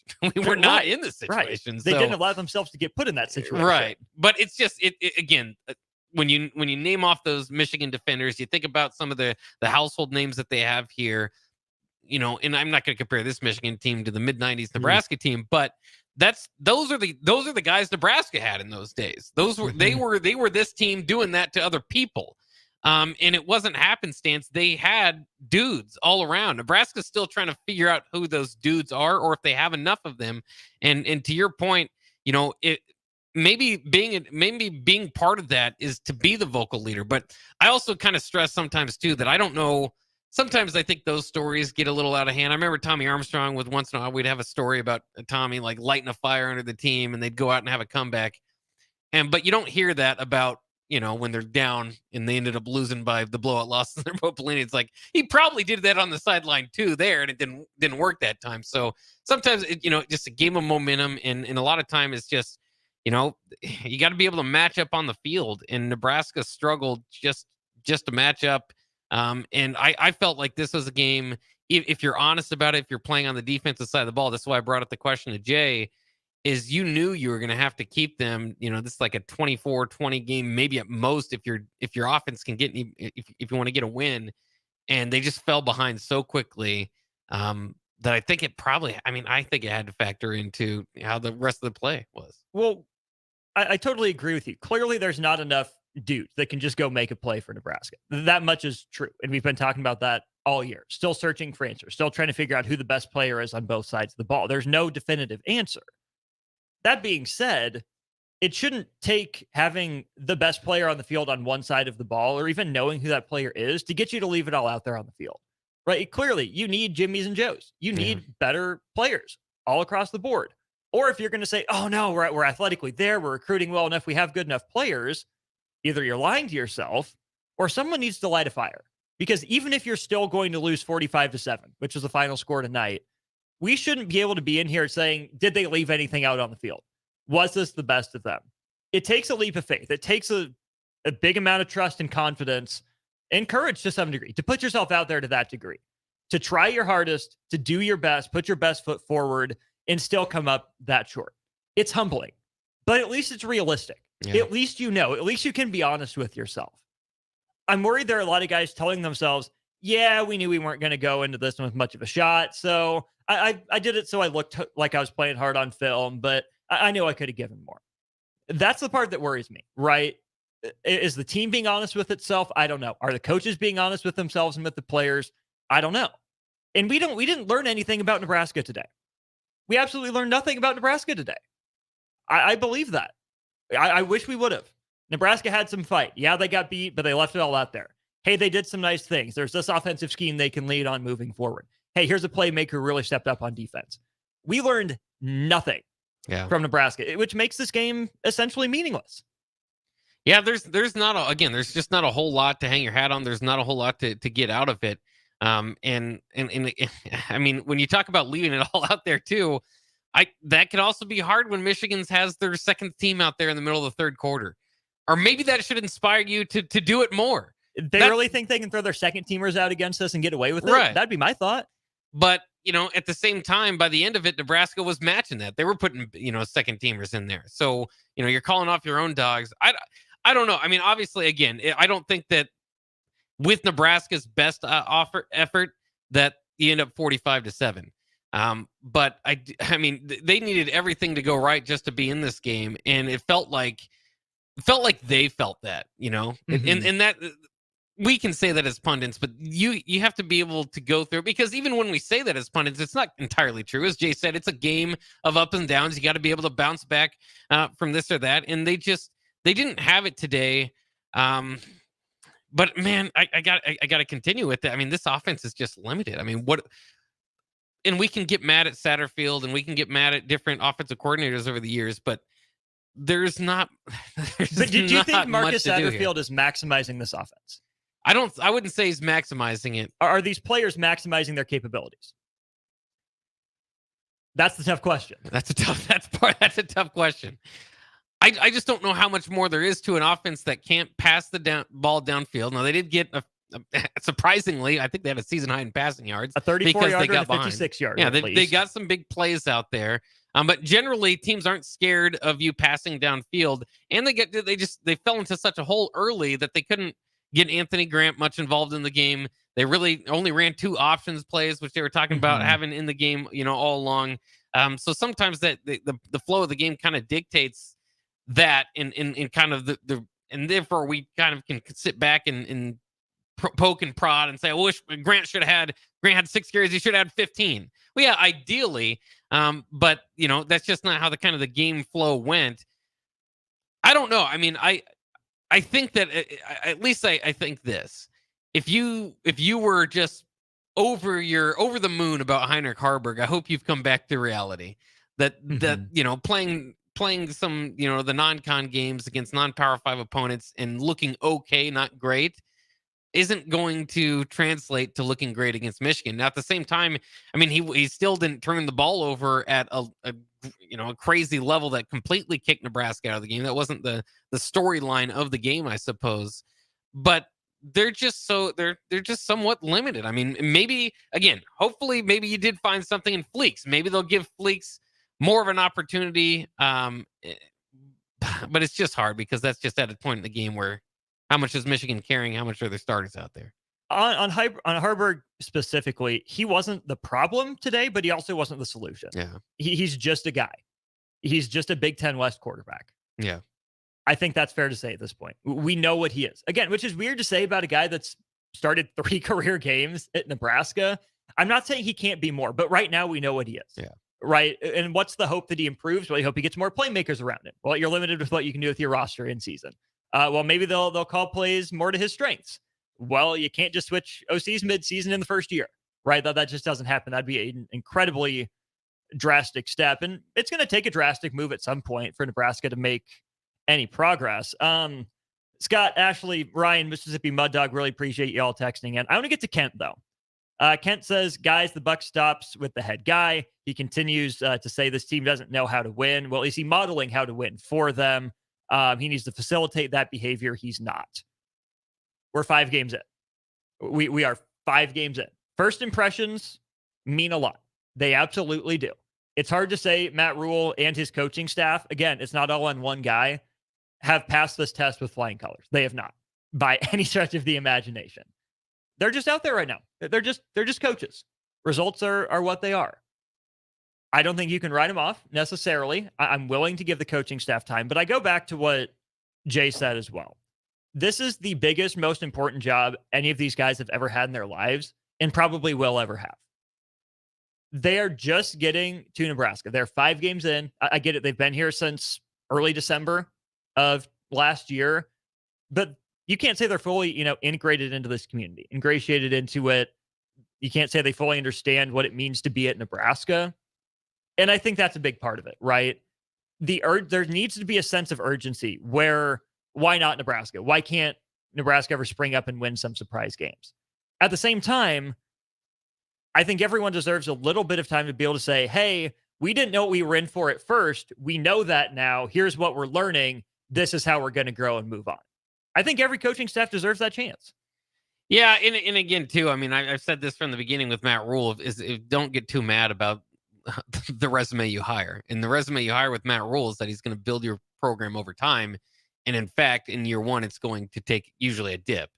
And I don't know if it's going to dip from 4-8 this season, but it probably is going to be fairly similar. And we can hope that they significantly improve. And that's what we all want to see. And I know, and people will tell me, well, Matt Rule said, this is a better situation than Baylor. And what's he supposed to say? He's supposed to say, yeah, we'll probably go 4-8 this year, guys. Because I'm not good in year one. No, he's not going to say that. No, but you can't operate like that. Yeah. But as to Jay's point too, I mean, they've already taken a lot of hits on offense. And today played without probably their best defender. So, I mean, they're also dealing with, every football team is going to deal with, injuries and problems to overcome. But to anybody, and I do see this from time to time. I mean, people just already getting overly upset with the coaching staff. You've got to give this team, you got to give the staff time to have people, bring people in and kind of build their own system. Now, there are mistakes that have already been made. Casey Thompson could be one that you could probably say. I mean, Rick Gilbert probably wasn't a good addition in the offseason. I mean, you can already say that there's things that haven't gotten off to the greatest start. But this looked, I would say, somewhat similar. I felt a little bit more overpowered this year than last year's Michigan game, but this is pretty much what you inherited, what Matt Rule inherited. A game like this was always on the table. Even if we didn't want to believe it, even if we could talk ourselves into something like this not happening, a result like this was always on the table. Doesn't make it any easier to swallow. Doesn't make it any less disappointing. You would have loved to have seen more fight. And that's definitely the disappointing aspect. But again, that's the team making an excuse. Oh, we didn't leave it all out there. Well, why not? What held you back? Get over it. Everyone has to be better. From the players to the coaches. The coaches have to find a way to motivate the players and get it out of them. But at the same time, you're playing major college football. You should know the stakes by now. You should know if you've played this many football games in your career, even if you're just a freshman, just getting on the field. You should understand the magnitude of the moment. You should understand you don't have that many opportunities left. The clock is always ticking. You're always one closer to the end than you are when you began. Acknowledge reality. It shouldn't, again, we're kind of here in 2021, right? Tired of excuses, tired of being close. You weren't close tonight, but the excuses are still there. So everyone has to be better. The coaches have to be better. Clearly, the messaging has to be better for a team to fall this flat. The coaches have to do a better job of getting the team prepared. On the flip side, if you're a player, even if we on this side of things can say the coaches have to be better, as a player, you don't put it on your coaches. You don't blame them. You say, I have ownership in this. This is my team. This is my position. This is my role. I'm going to do it to the best of my ability. It shouldn't take a coach to tell you to do your best. Yeah, it shouldn't. And then the messaging too is interesting. Again, is part of the reason why you talk about maybe, having a little bit of patience and getting your guys in here is one thing. And you might be able to tell that I like Pelini in the Pelini era, but is that, his players one way or the other, and they'd get blown out in games like this as well. But his players would always fight, go through a wall for him. I mean, they would talk about it and fight for him in the post-game audio. I don't know if you expect Matt Rule's players to do that because these are a bunch of guys that are inherited. Not only that, but this is like their third offensive coordinator, defensive coordinator in a year, in a month change. I mean, so there's just a lot of movement. This is not a stable program. Hopefully you can add stability to that, but you can't just make a change and then you have stability. So it's frustrating. I get it. This is the measuring stick game. You measure yourself up, and this is what basically we've seen in measuring stick games in the past where you're not even close. Mm-hmm.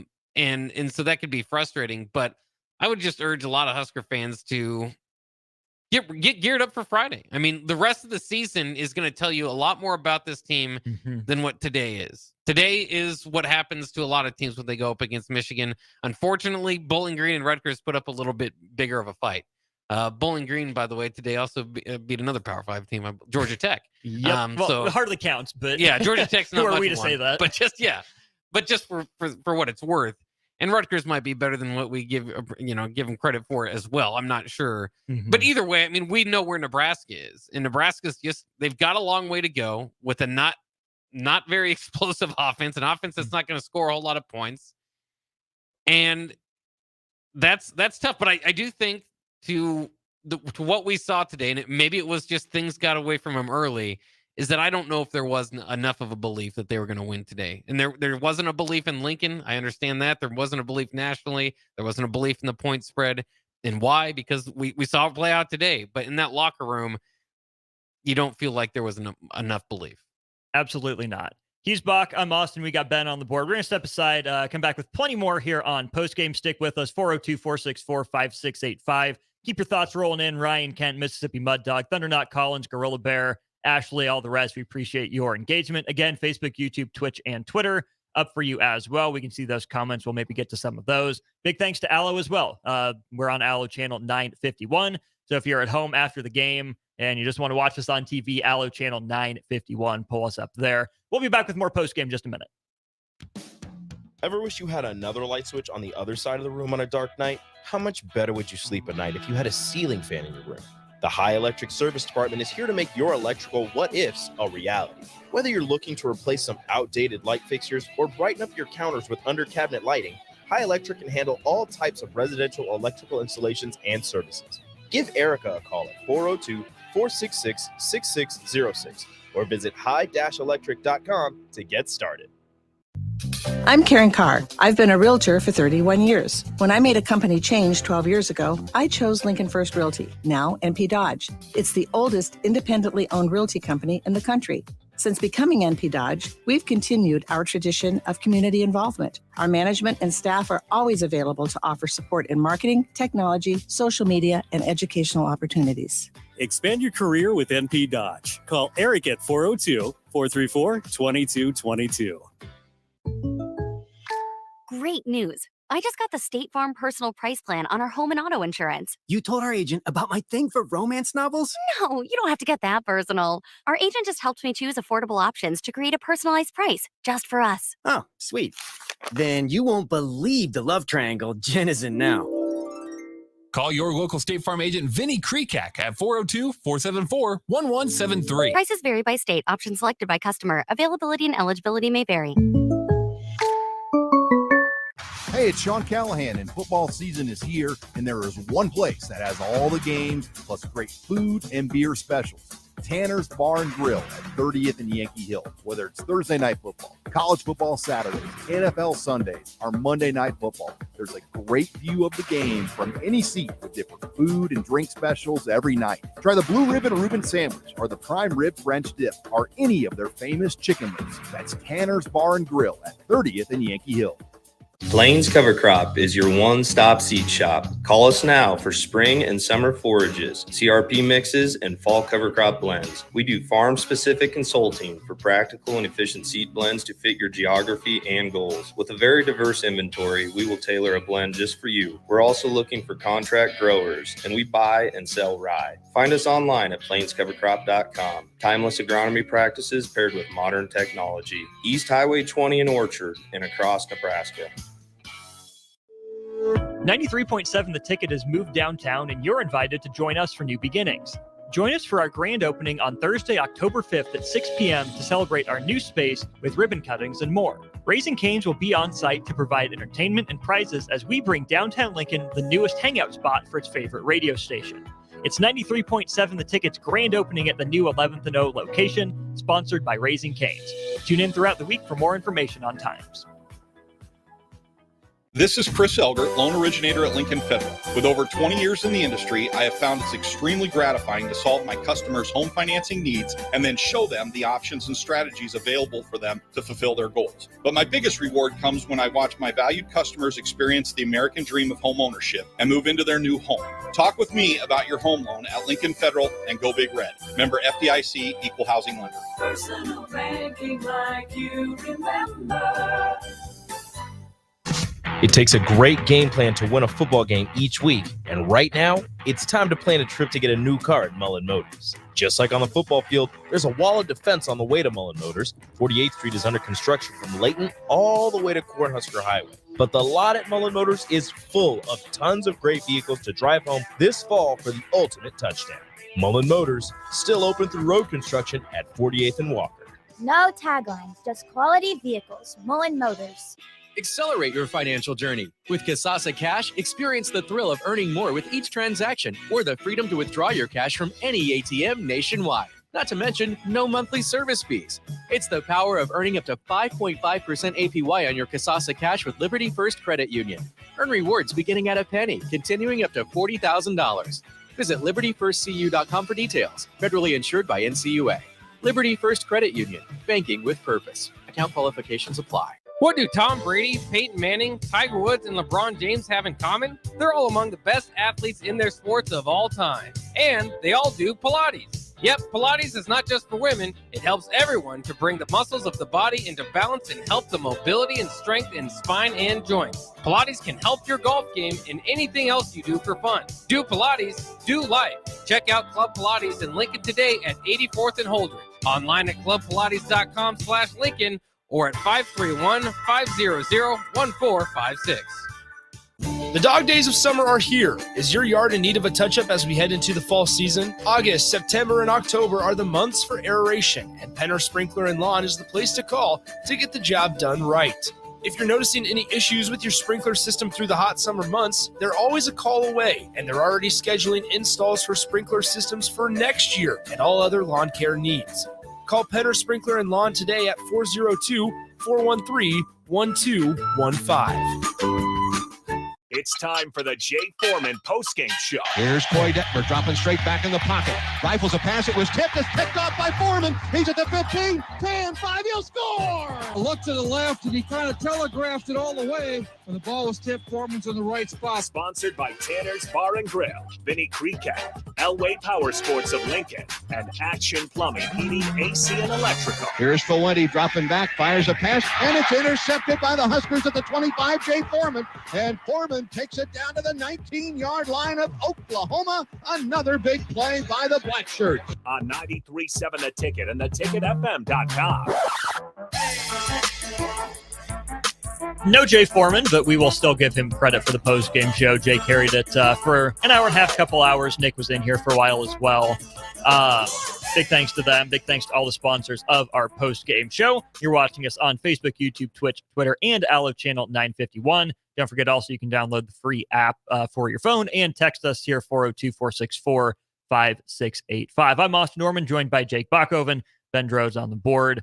Bach, let's just jump back into a text here. Okay. I thought this one was a little depressing, but I get where it's coming from. Gorilla Bear, Nebraska might be the worst Power 5 team.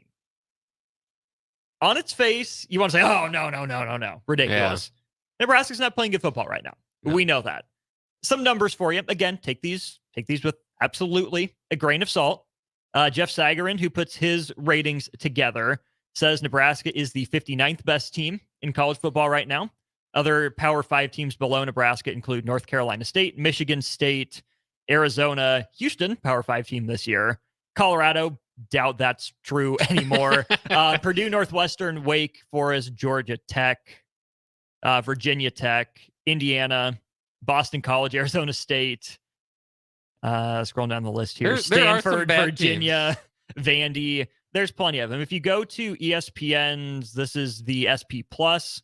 Again, SP Plus has a lot to do with preseason ratings as well. But below Nebraska in the next 10, 15 spots are Oklahoma State, Michigan State, Cal, Baylor, Rutgers, Houston, Georgia Tech, Purdue, Virginia Tech in that mix as well. And then finally, FPI, Football Power Index. A lot of teams below Nebraska. Nebraska is rated one spot behind instead of one spot ahead of Oklahoma State. They're at number 64.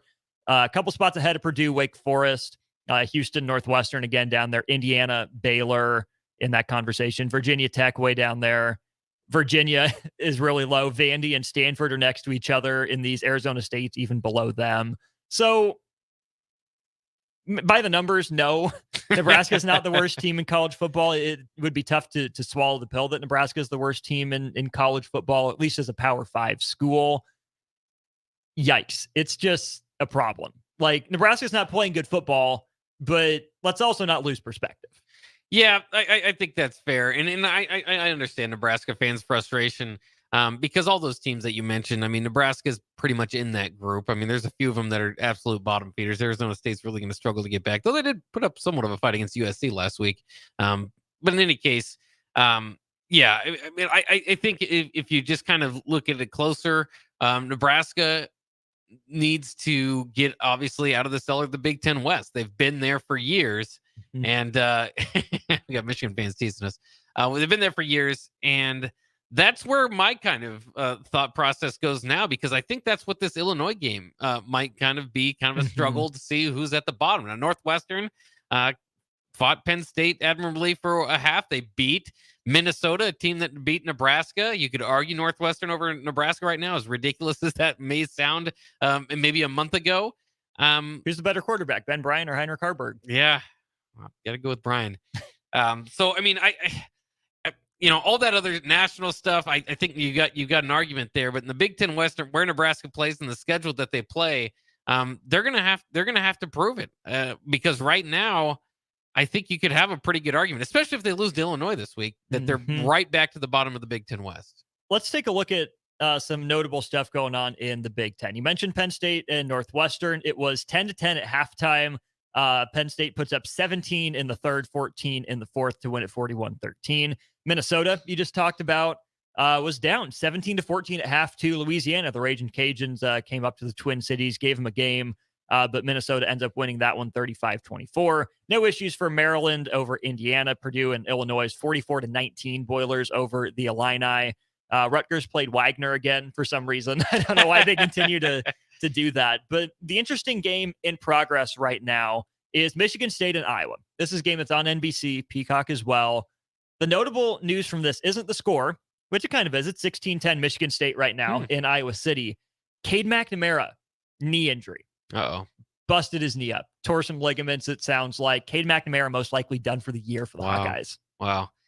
That's an offense that already struggles, as we know. Shut out last week against Penn State. I don't know about their backup situation too well. But Hill is the guy's name, I believe. I remember the name a little bit, but obviously it wasn't good enough to play last year too much, and I think he was on the team last year. So, I mean, that's R.I.P. Brian Ferentz pretty much, as far as the offensive coordinator at Iowa, because I don't see that happening. If they lose to Michigan State, and Michigan State's just a mess right now, that's, again, sometimes we can get ahead of ourselves, like painting the picture that Iowa's just going to be this incredible test by the end of the year. It might not play out that way. Maybe that's going to be a seller for the Big Ten West type of situation as well, because they've been skating by on great defense and special teams overcoming an awful offense for years. And that whole transfer portal to kind of save them this year looks like it's kind of going out the door.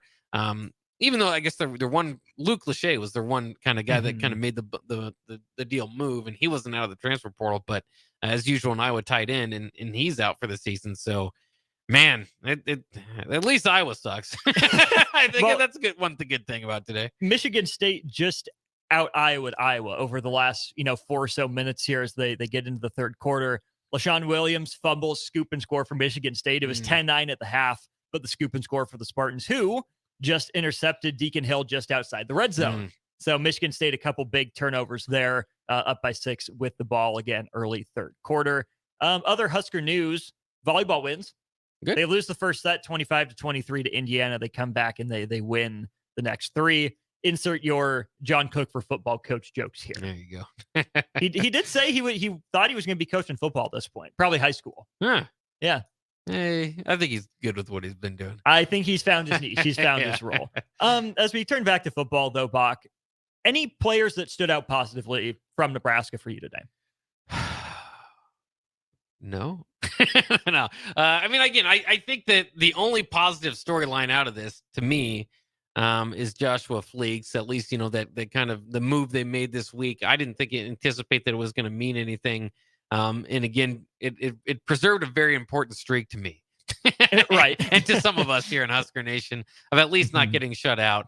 And so, I mean, I do think that does grab your attention, and maybe you kind of think, okay, well, maybe he can be something out of that backfield to get you going there. But I mean, other than that, Billy Kemp had probably one of his better games. I just don't have a whole lot. If you're struggling to come up with names, it tells you everything you need to know. I just don't have a Bushini didn't noticeably mess up. Didn't noticeably mess up. Hang the banner. Hang the banner. That's good on a day like today. I don't know. There's just not a whole lot of other names. Maybe if I went back and looked at the film, Quentin Newsom or somebody would really stand out. But I didn't notice it from what the first watch.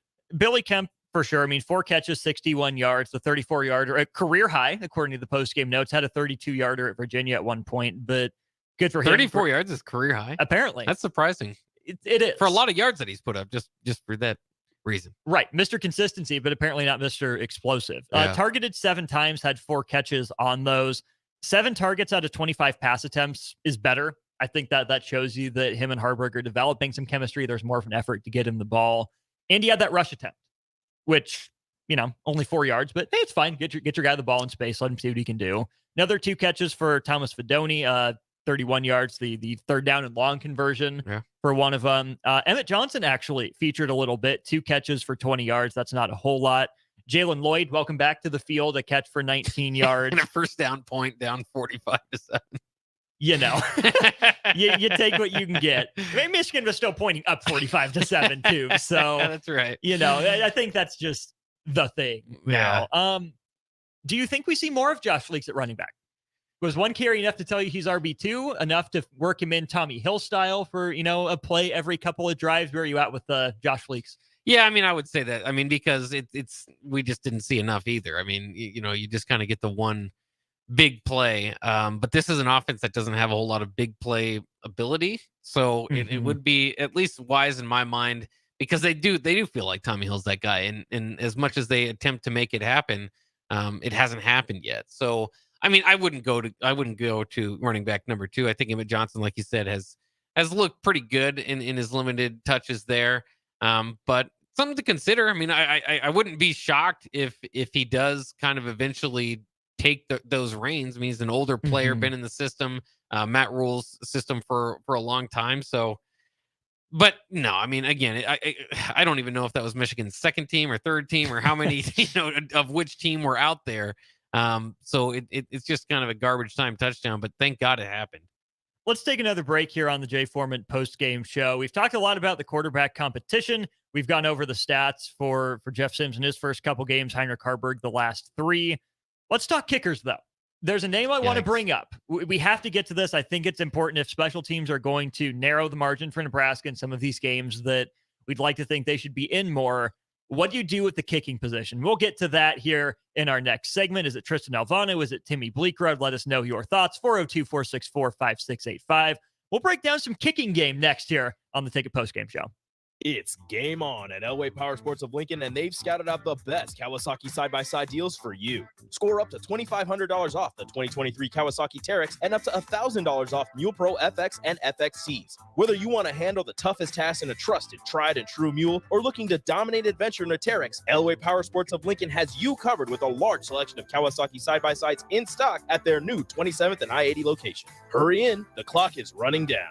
Offer valid through 9/30/2023. Subject to change without notice. Offer available on approved purchases of select new unregistered Kawasaki vehicles. Model and year exclusions apply. Cannot be combined with promotional retail financing rates. Accelerate your financial journey. With Kasasa Cash, experience the thrill of earning more with each transaction or the freedom to withdraw your cash from any ATM nationwide. Not to mention, no monthly service fees. It's the power of earning up to 5.5% APY on your Kasasa Cash with Liberty First Credit Union. Earn rewards beginning at a penny, continuing up to $40,000. Visit libertyfirstcu.com for details. Federally insured by NCUA. Liberty First Credit Union, banking with purpose. Account qualifications apply. If you struggle with joint pain, there's good news. You don't need surgery to get back to full health. South Point Medical and Aesthetics offers breakthrough non-surgical options for treatment of moderate to severe joint pain. Our patients experience little to no downtime from our procedures, and the results are remarkable. They've had 14 years of successful treatments with patients from 35 states because of an effective word-of-mouth traffic. Learn more about how you can get lasting results for joint pain today at southpointmedical.com or call 402-323-8400. Hi, my name is Molly Party. I'm a realtor with MP Dodge Real Estate. I'm a newly licensed agent and considered numerous brokerages before deciding on MP Dodge. I chose the company that gives me the most support in my new career, plus guidance and encouragement along the way. MP Dodge has a unique mentoring program for new agents. It's helped jumpstart my career and has a supportive management team and administrative staff. So if you're contemplating a career in real estate, look no further than MP Dodge. It will be the best decision you make. It takes a great game plan to win a football game each week, and right now, it's time to plan a trip to get a new car at Mullen Motors. Just like on the football field, there's a wall of defense on the way to Mullen Motors. 48th Street is under construction from Layton all the way to Cornhusker Highway. But the lot at Mullen Motors is full of tons of great vehicles to drive home this fall for the ultimate touchdown. Mullen Motors, still open through road construction at 48th and Walker. No taglines, just quality vehicles. Mullen Motors. What do Tom Brady, Peyton Manning, Tiger Woods, and LeBron James have in common? They're all among the best athletes in their sports of all time. And they all do Pilates. Yep, Pilates is not just for women. It helps everyone to bring the muscles of the body into balance and help the mobility and strength in spine and joints. Pilates can help your golf game and anything else you do for fun. Do Pilates, do life. Check out Club Pilates in Lincoln today at 84th and Holdridge. Online at clubpilates.com/Lincoln or at 531-500-1456.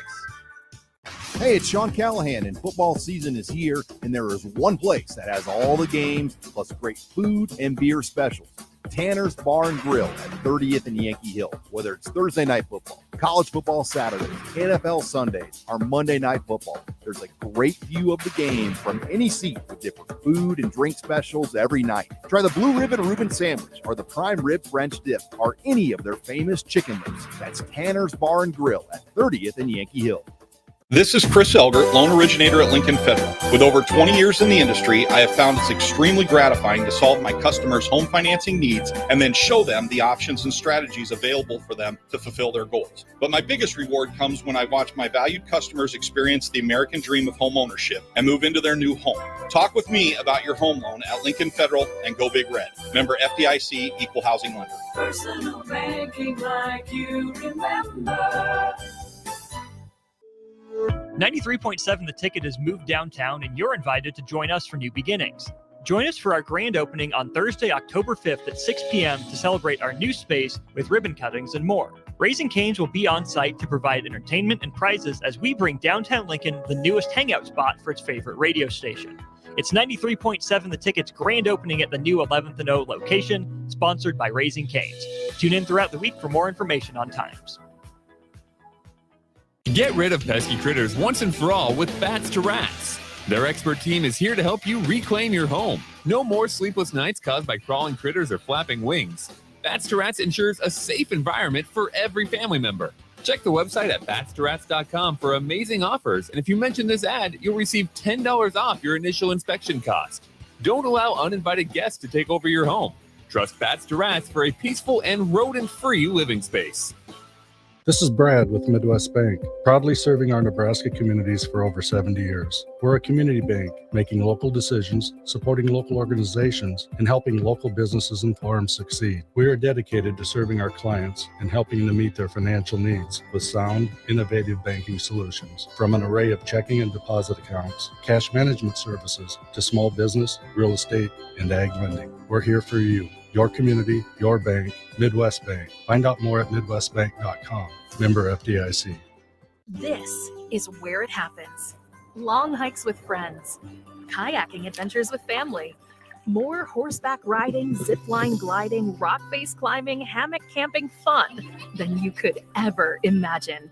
And it's all outdoors, amongst the trees and across the prairie, here beneath Nebraska skies. Plan an outing today at yournebraskaadventure.com. Sponsored by Nebraska Game and Parks, aired with the Nebraska Broadcasters Association and this station. Jay Foreman Postgame Show. Sponsored by Tanner's Bar and Grill, Vinny Krekak, Elway Power Sports of Lincoln, and Action Plumbing, Heating, AC, and Electrical. On 93.7 The Ticket and theticketfm.com. Rolling right along with post-game coverage of Michigan's 45-7 win over Nebraska. I'm Austin Norman, joined by Jake Bachhoven here on air. Bach, we're having the kicking conversation. We're doing it. It's going to happen at some point. Have to do it, yeah. We heard the headlines about Tristan Albano. Ice in his veins, kid's nails, he's money, 47-yarder, walk-off to win the state championship. That happened.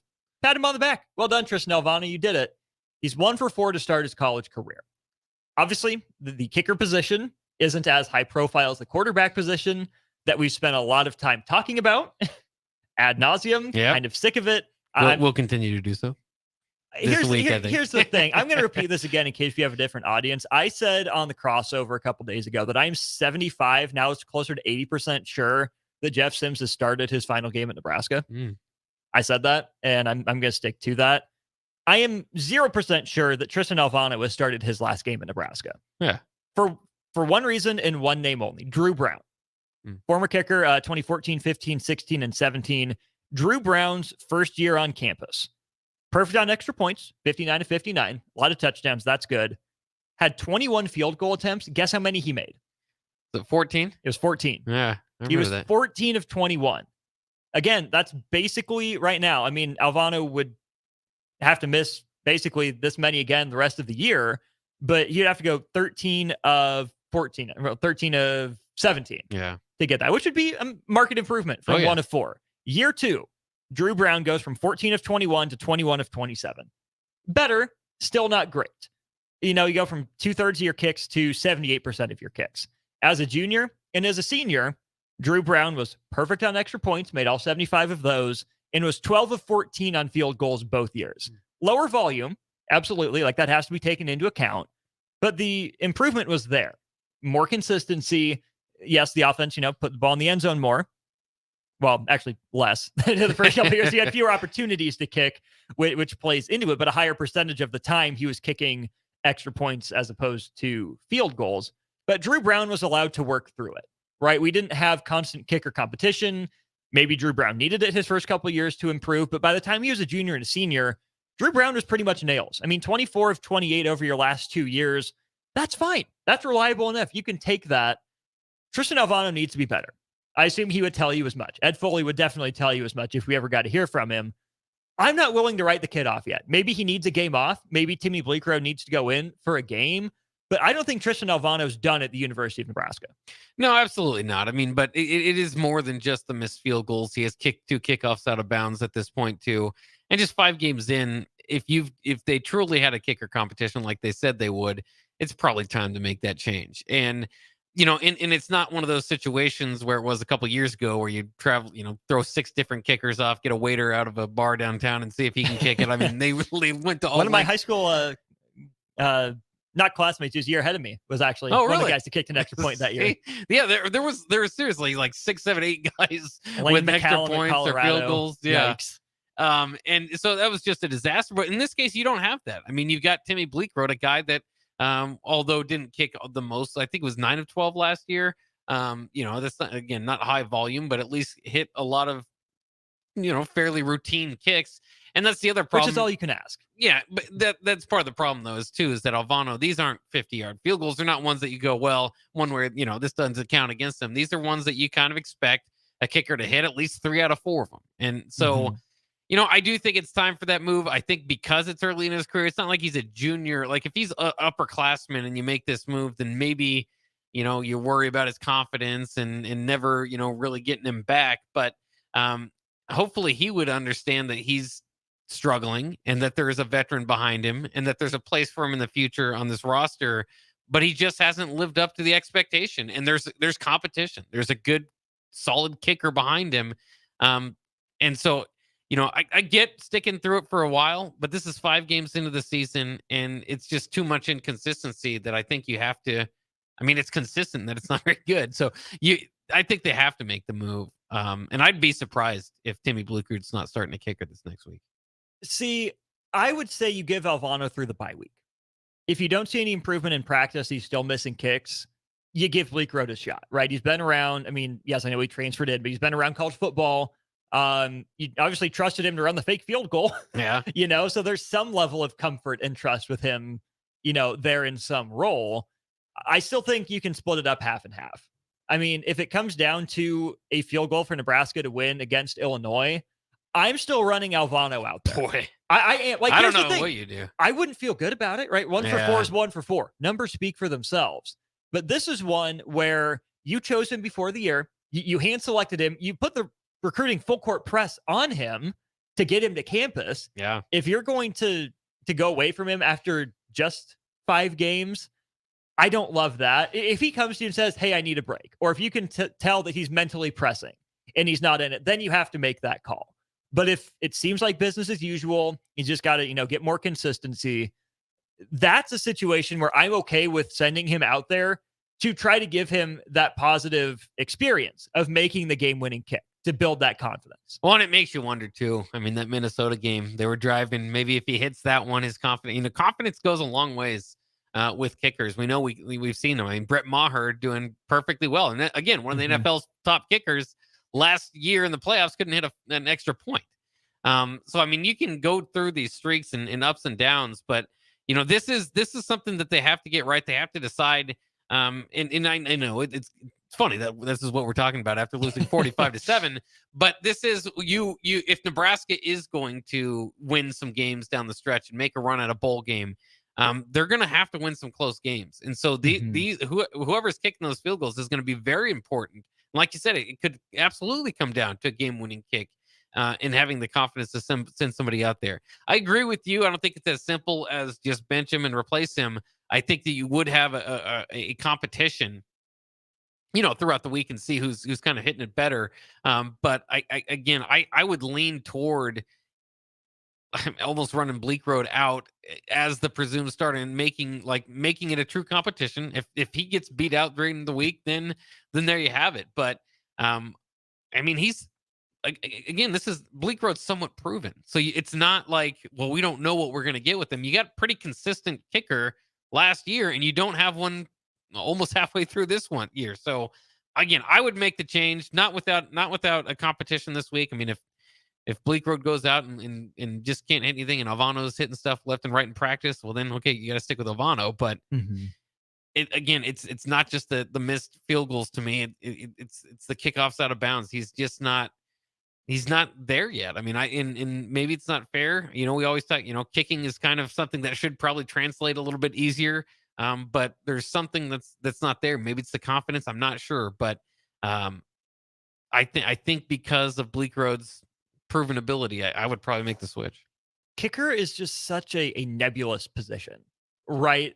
Nobody really knows what goes into kicking except the kicker. Like just put your foot down and swing the other one through. Yeah. That's it. Just do it. Just kick it. Can't be that hard. All of us can kick. Yeah. But it is hard. Once you get down there and you try to kick a field goal yourself, it's tough to get that lift, to get the velocity, to get the angle, to know how the laces interact with the wind, to gauge the wind, almost more like, a golf drive than really anything. Yeah. Before we go to break and hit the top of the hour here, Jeremy says, Drew Brown's a great comparison. However, I've always said that putting a freshman in with a high pressure position is not the recipe for success.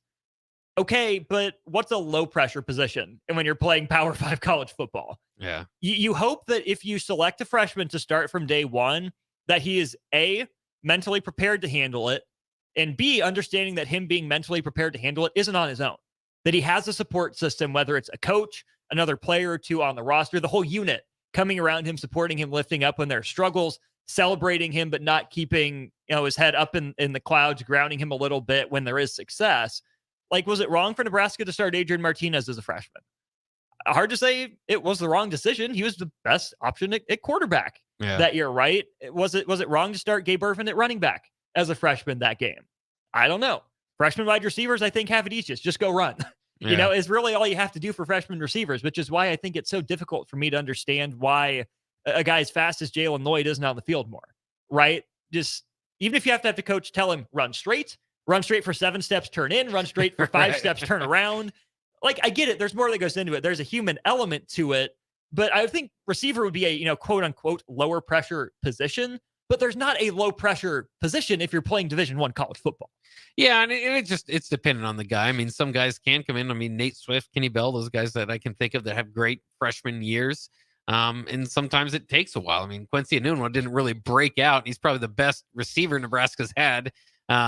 People might argue with me on that, but as far as, you know, going to the NFL and playing for a long time, and I think he had like might have been 1 or 3, something like that, touchdowns going into his senior year, and then broke the Nebraska record with 12. So, you know, sometimes it can, you know, in a single season. So sometimes it can just kind of take everybody at their own time. And it doesn't look like Alvano's ready to me. Now, you could do the deal where, okay, at this point, Bleak Road from 40 yards in, we trust you a little bit more. And then if you need a long one, Alvano's still kind of your strength kicker. So you could still see a juggling of that position as well. But again, this isn't something, and I don't think Scott Frost ever took special teams serious enough. But you don't think? I got a hunch. But I this isn't a small detail. This seriously could determine whether you're going to a bowl game or not. You've got to fight your butt off to make it that way, because right now I don't presume this team to go to a bowl game, but it could come down to just that detail in fixing this kicker position. So whether it is Bleak Road or pushing the right buttons with Alvano, that's something that needs to be fixed because it's hurting the team. Gorilla Bear, are we ever going to talk about Matt Rule's record versus the top 25? Since you brought it up, yes. Let's take a break, go to the top of the hour. Bach and Austin with you here on 93.7 The Ticket's post-game coverage of Nebraska's 45-7 loss to Michigan. Let's get into that top 25 record. Does it mean something? Does it mean nothing? What can we take away from it? We'll do that as we kick off the next portion of our post-game coverage here on 93.7 The Ticket. This is Lincoln's home for sports talk on the FM dial. The home of Kansas City Royals baseball. KNTK FM Firth, 93.7 The Ticket. It takes a great game plan to win a football game each week, and right now, it's time to plan a trip to get a new car at Mullen Motors. Just like on the football field, there's a wall of defense on the way to Mullen Motors. 48th Street is under construction from Layton all the way to Cornhusker Highway. But the lot at Mullen Motors is full of tons of great vehicles to drive home this fall for the ultimate touchdown. Mullen Motors, still open through road construction at 48th and Walker. No taglines, just quality vehicles. Mullen Motors. Accelerate your financial journey. With Kasasa Cash, experience the thrill of earning more with each transaction or the freedom to withdraw your cash from any ATM nationwide. Not to mention, no monthly service fees. It's the power of earning up to 5.5% APY on your Kasasa Cash with Liberty First Credit Union. This is Lincoln's home for sports talk on the FM dial. Also online at theticketfm.com. for details. Federally insured by NCUA. Liberty First Credit Union. Banking with purpose. Account qualifications apply. If you struggle with joint pain, there's good news. You don't need surgery to get back to full health. South Point Medical and Aesthetics offers breakthrough non-surgical options for treatment of moderate to severe joint pain. Our patients experience little to no downtime from our procedures, and the results are remarkable. They've had 14 years of successful treatments with patients from 35 states because of an effective word-of-mouth traffic. Learn more about how you can get lasting results for joint pain today at southpointmedical.com or call 402-323-8400. College football in Lincoln, America. The time has come. Start your game day off right with the A1 Automotive Ticket Tailgate pregame show. Join the Ticket crew as they bring you all the coverage you need to get you ready for the action. It's the A1 Automotive Ticket Tailgate pregame show, powered by Sunbelt Rentals. Ben Bleicher with Professional Realty Group of BHHS Ambassador, Select Plumbing, Jimmy John's, Lincoln Wall-to-Wall Wine and Spirits, Fleet Feet, Bure's Cheese Spread, on 93.7 The Ticket and theticketfm.com. Belmont Chiropractic and Novotny Nutrition and Wellness specialize in getting rid of people's pain quickly and permanently. For 31 years, they've been extremely successful with advanced techniques in pain relief using spinal adjustments and decompression, detoxification, diet and lifestyle modification, and more. They are fully equipped to handle the most seasonal athlete, weekend warrior, car accidents, strains, sprains, and more. Is there anywhere you're experiencing pain on your body, or are you fighting decreased energy and depression?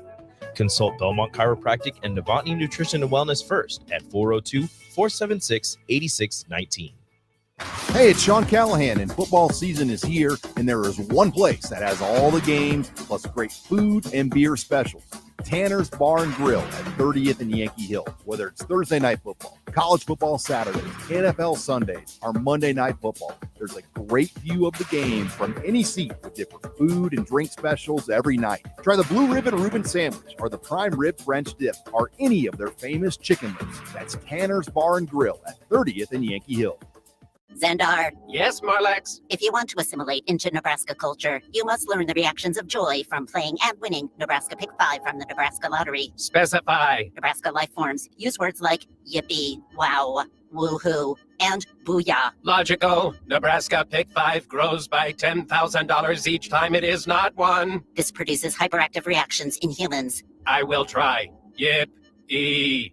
Needs more work. Nebraska Pick 5 top prize odds 1 in 658,000. This is Bud Seinhorst, President and CEO of LIBA, the Lincoln Independent Business Association. Join us every Saturday from 9 to 10 a.m. on 93.7 The Ticket for the LIBA Business Hour, as we discuss local business and highlight those who are thriving in the Lincoln area. It's the LIBA Business Hour, Saturdays from 9 to 10 a.m. on 93.7 The Ticket and theticketfm.com. It's game on at Elway Power Sports of Lincoln, and they've scouted out the best Kawasaki side-by-side deals for you. Score up to $2,500 off the 2023 Kawasaki Terex and up to $1,000 off Mule Pro FX and FXCs. Whether you want to handle the toughest task in a trusted, tried and true mule or looking to dominate adventure in a Terex, Elway Power Sports of Lincoln has you covered with a large selection of Kawasaki side-by-sides in stock at their new 27th and I-80 location. Hurry in, the clock is running down. Offer valid from 9/30/2023. Subject to change without notice. Offer available on approved purchases of select new unregistered Kawasaki vehicles. Model and year exclusions apply. Cannot be combined with promotional retail financing rates. Action Plumbing, Heating, Air, and Electric is the call I make when I have a need for plumbing services. Whether it's for my home or office, if I need a repair to a water heater, softener, or even my garbage disposal, I know I can count on Action to help. In one simple call, their amazing customer service team promptly schedules a service call, often getting to my needs within a day. Action delivers honest, quality services we can count on. To learn more, visit actionlincoln.com. September is National Literacy Month, a time to encourage the young people in your life to go to the library, pick up a good book, and explore new worlds. I'm Jenny Benson, president of the Nebraska State Education Association. By getting books in the hands of kids, we can engage these young readers in their learning and help them see how school, community, and the world beyond are connected. Sponsored by the Nebraska State Education Association, aired by the Nebraska Broadcasters Association and this station. This is Chris Elder, loan originator at Lincoln Federal. With over 20 years in the industry, I have found it's extremely gratifying to solve my customers' home financing needs and then show them the options and strategies available for them to fulfill their goals. But my biggest reward comes when I watch my valued customers experience the American dream of home ownership and move into their new home. Talk with me about your home loan at Lincoln Federal and Go Big Red. Member FDIC, Equal Housing Lender. Personal banking like you remember. Jay Foreman Postgame Show. Sponsored by Tanner's Bar and Grill, Vinny Kreekak, Elway Power Sports of Lincoln, and Action Plumbing, Heating, AC, and Electrical. On 93.7 The Ticket and theticketfm.com. We got people calling for our jobs out here. We're not even the ones coaching. Chill. Pipe it down. If you think we're that bad, just tune out. Actually, don't, though. 402-464-5685. If you've got any thoughts on Nebraska losing 45-7 to Michigan, Austin Norman, Jake Bachhoven with you, probably for the next half an hour or so. So get some of those thoughts in here quick. We'll get to them. Gorilla Bear, are we ever going to talk about Matt Rule's record versus the top 25? Let's have that conversation. Bach, I don't have the exact numbers pulled up in front of me. It's a lot of math. I wasn't a math major. I was a journalism major. They didn't teach us very much math, so I'm not going to do the math. All I know is it's not pretty. There's only been a win or two in that time. But here's where context is important. The number of games any coach plays against top 25 teams will be, at most a quarter of their total games, probably closer to 15% if you're in a really tough conference, or maybe 10%, right? Maybe some teams only get one a year, one crack at a team a year. I think that was true for Matt Rule, especially in the American Conference at Temple, a program with no history, no tradition, that he had to build from the get-go, that you don't have many opportunities against top 25 teams. That context, I think, is really important to keep in mind. Not many opportunities at Temple, more opportunities at Baylor that weren't pretty all the time, right? Especially years 1 and 2. Year 3, they were more competitive in those games. And again, it's not about competing. It's about winning. You got to get over the hump eventually. I get it. But it's still a very small sample size of the total games he's coached.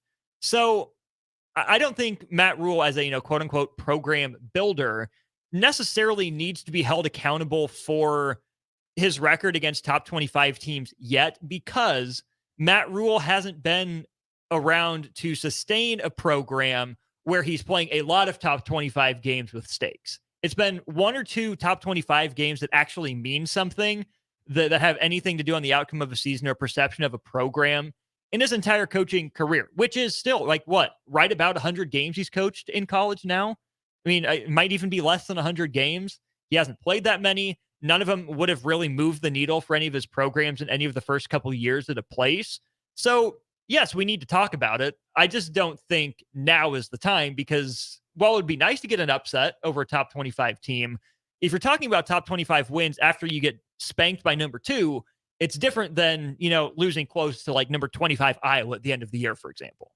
Yeah, it's and I do have the numbers. At least preseason, he was 2-16. That's 11% of winning percentage in those games. Obviously, out of 90 games coached, something like that. And I believe Colorado was ranked, and now Michigan was ranked, so it should be 2-18 now. It's not good. Obviously that's 10%. But again, as like you said, as the program builder, that's kind of the numbers that maybe you would expect to be working with as he builds the program.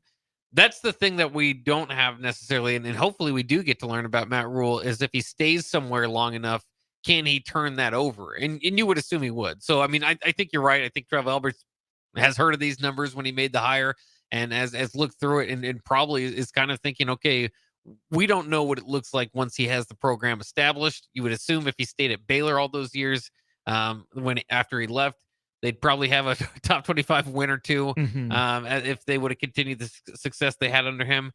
So it is a bit of a concern. I will say it. I mean, there are parts of the resume that aren't overwhelmingly great, and that is one that you'd like to be able to get up for the big games. But this is not a game that he was I mean, he was, what was the 17.5 point spread? This isn't time to pile onto that stat.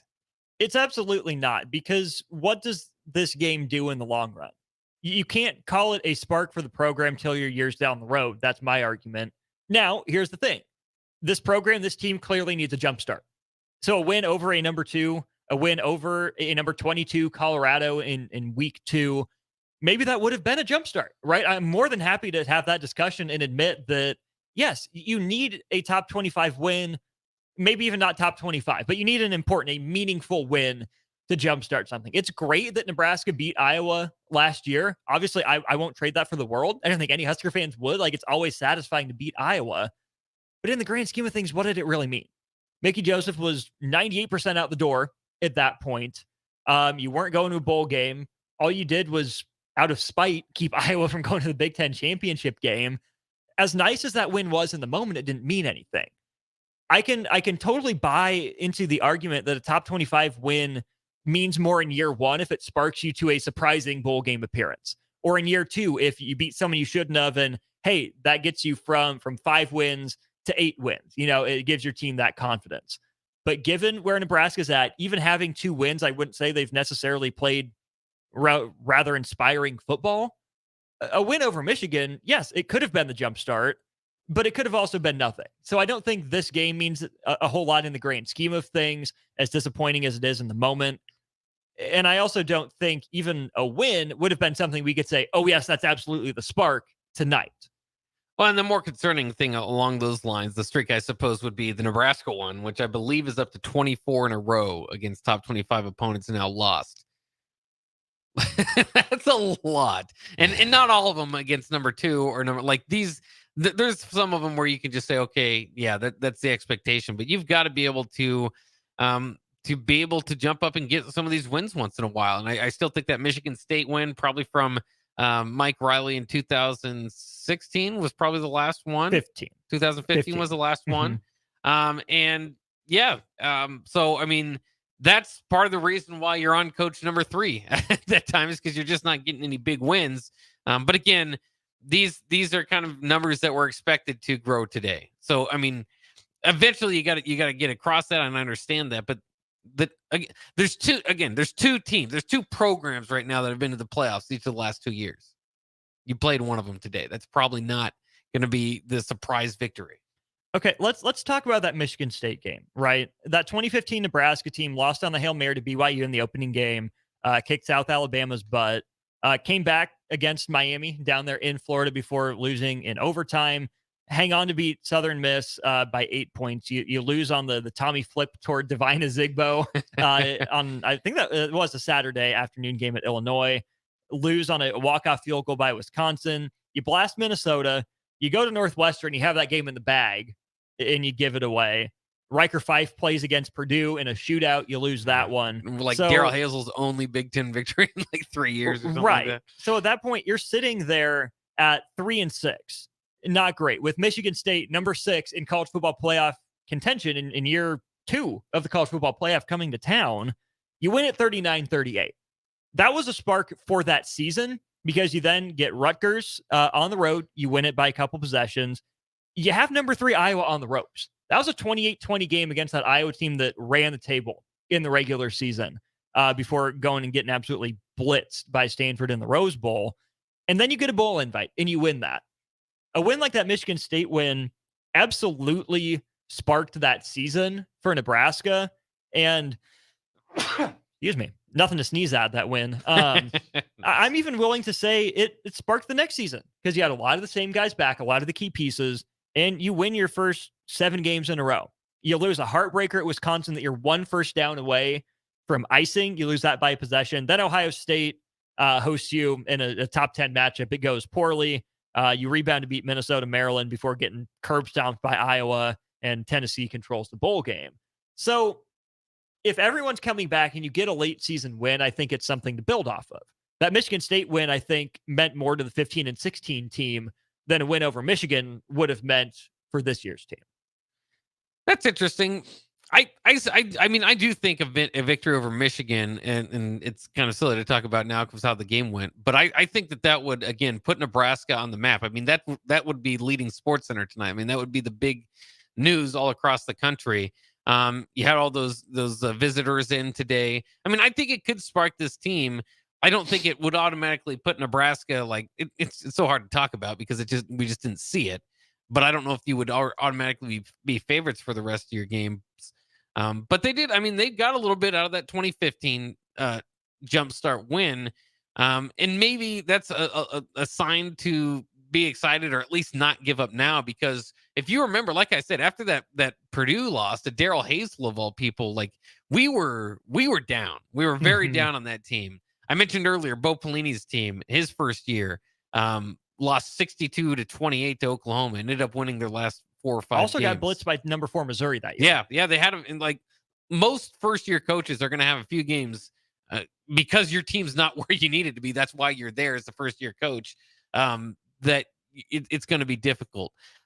All that to be said, I when I think about those playmakers on those teams that Mike Riley inherited, you had the Malik Collins and I believe Nick Gary was still around. You at least had Tommy Armstrong. You know, you obviously with Bo Pelini's first teams, you had Dominic Sue and just a lot more talent.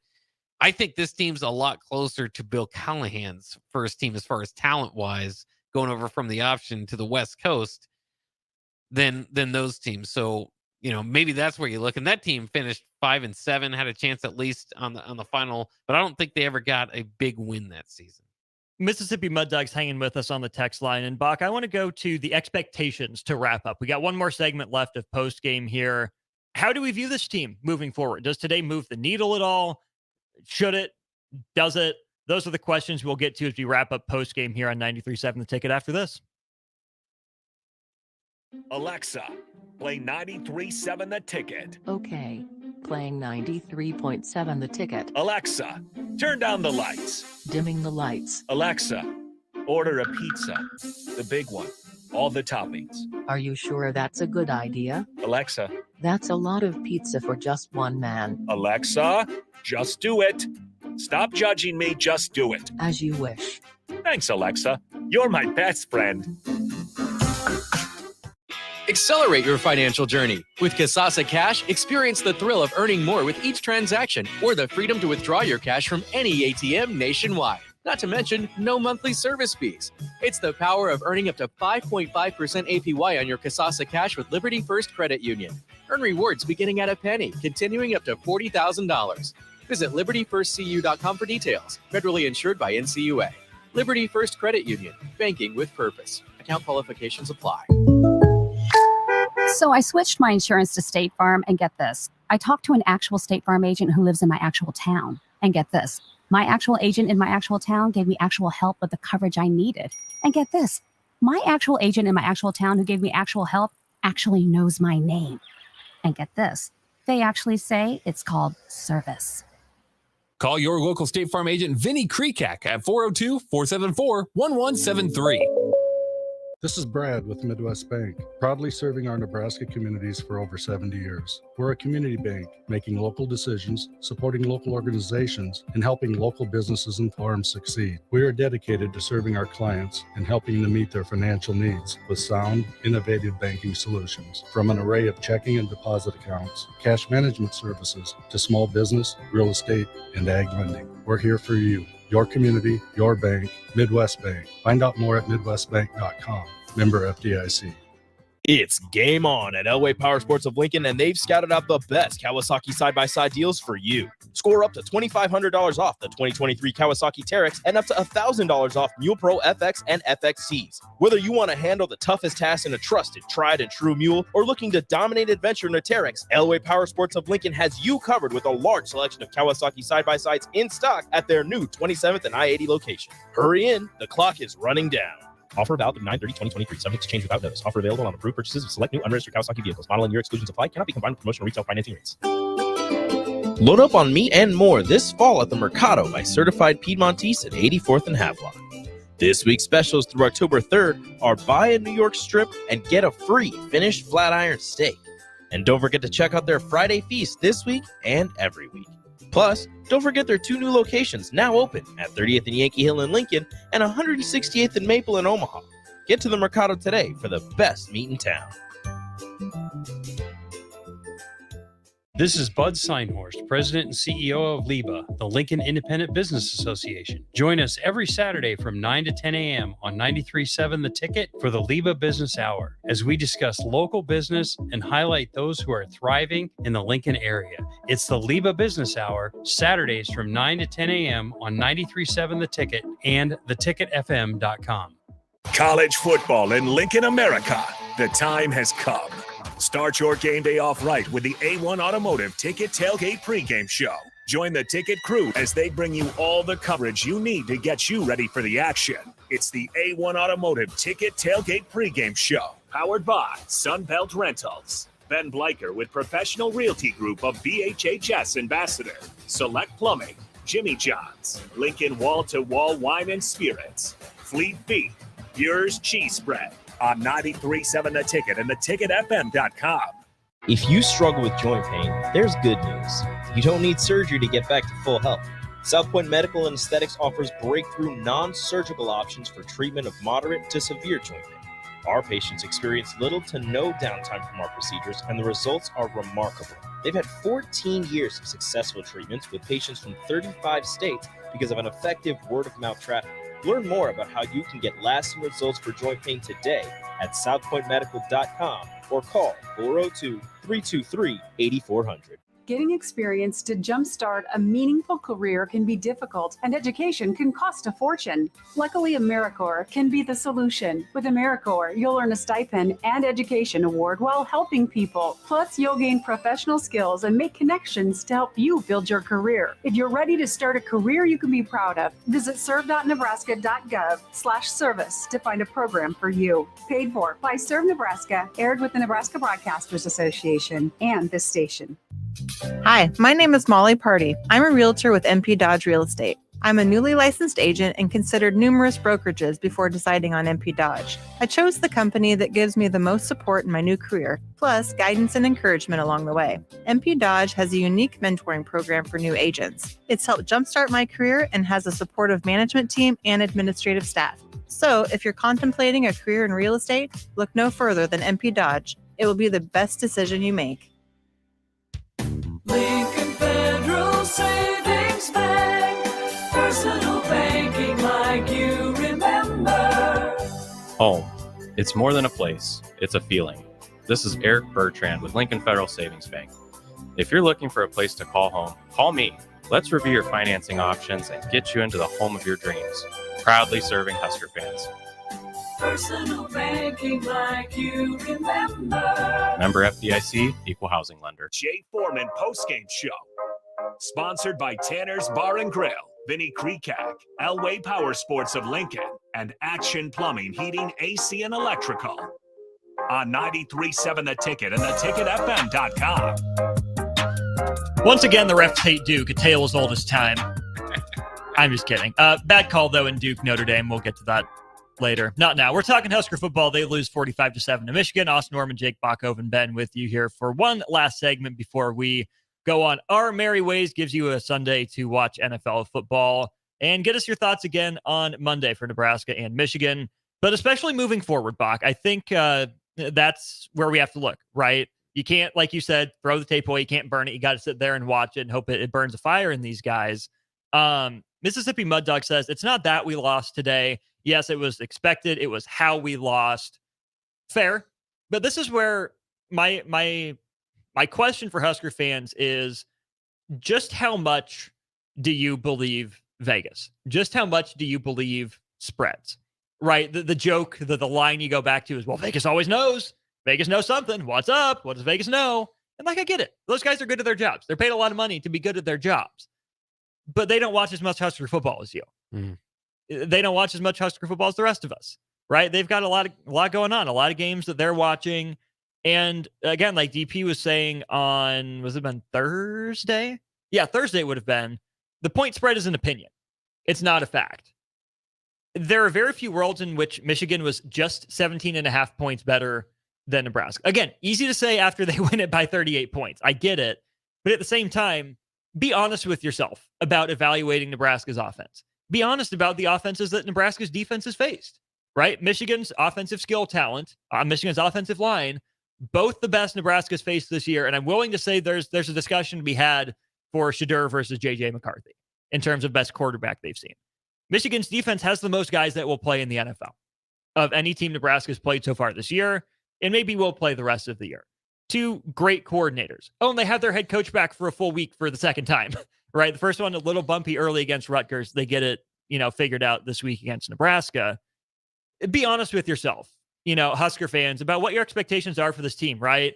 Don't be sheep. Don't just say, oh, point spread is gospel. There's no way Michigan was, 38 points better. I'm with Jay. No one should be 38 points better than Nebraska at any point in time, unless there's a special fluke miracle type of season. But 48 or 45-7 was always within the realm of possibility. This game wasn't just preordained to be a close game, right? Nebraska was always going to have to work to make it a game like that. Michigan outworked Nebraska. Michigan, cared more than Nebraska.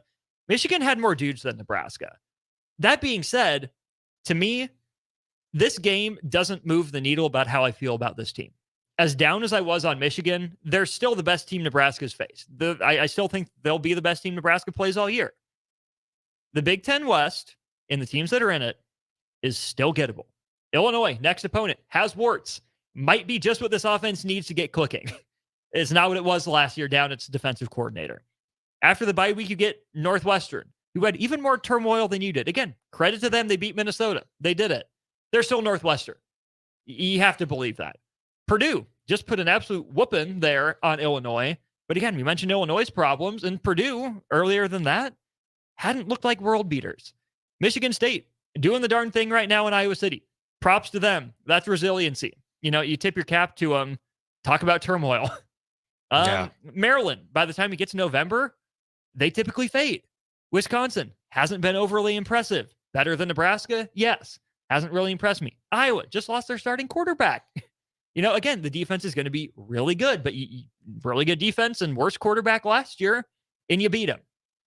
There's still games out there for Nebraska to win. They just have to prove they can do it. To me, like I said, I didn't learn anything about Nebraska here today. Friday's going to be a big tell-all. Yeah, I mean, and again, I think that's where this Friday is where the season can kind of swing, because if you lose to Illinois, you're really up against it as far as making a run for a bowl game. If you beat them, all of a sudden, you're kind of back in the mix. You kind of got momentum going for a winnable stretch against Northwestern, Purdue, and Michigan State. But I suppose I would change. I guess what changed for me today is that Nebraska's defense isn't where maybe I thought they were, or at least hoped they were, going into this game, because Michigan did end up with 45, but I think they could have scored 60, if they wanted to, perhaps today. And I just didn't think that I thought this defense maybe had taken a step forward, and maybe, it's just, they were seemingly overwhelmed. Obviously didn't have several of their top playmakers in. So there can be some built-in excuses there, but this is a defense. We can't act like this is a great defense now that it's given up 45 and 36 to two of its three Power 5 opponents. And that doesn't mean I don't think that they can still overwhelm some of the worse off offenses in the Big Ten West. I think they're going to still try to win some lower scoring games, but I guess it's been the way all along that you knew you would have to lean on the defense, and the offense isn't going to provide you much. I have a little less faith in leaning in the defense. You don't have a choice. It's clearly the better side of the ball. But I will say that I was disappointed enough in the defense today that it does lower my expectations for them a little bit moving forward.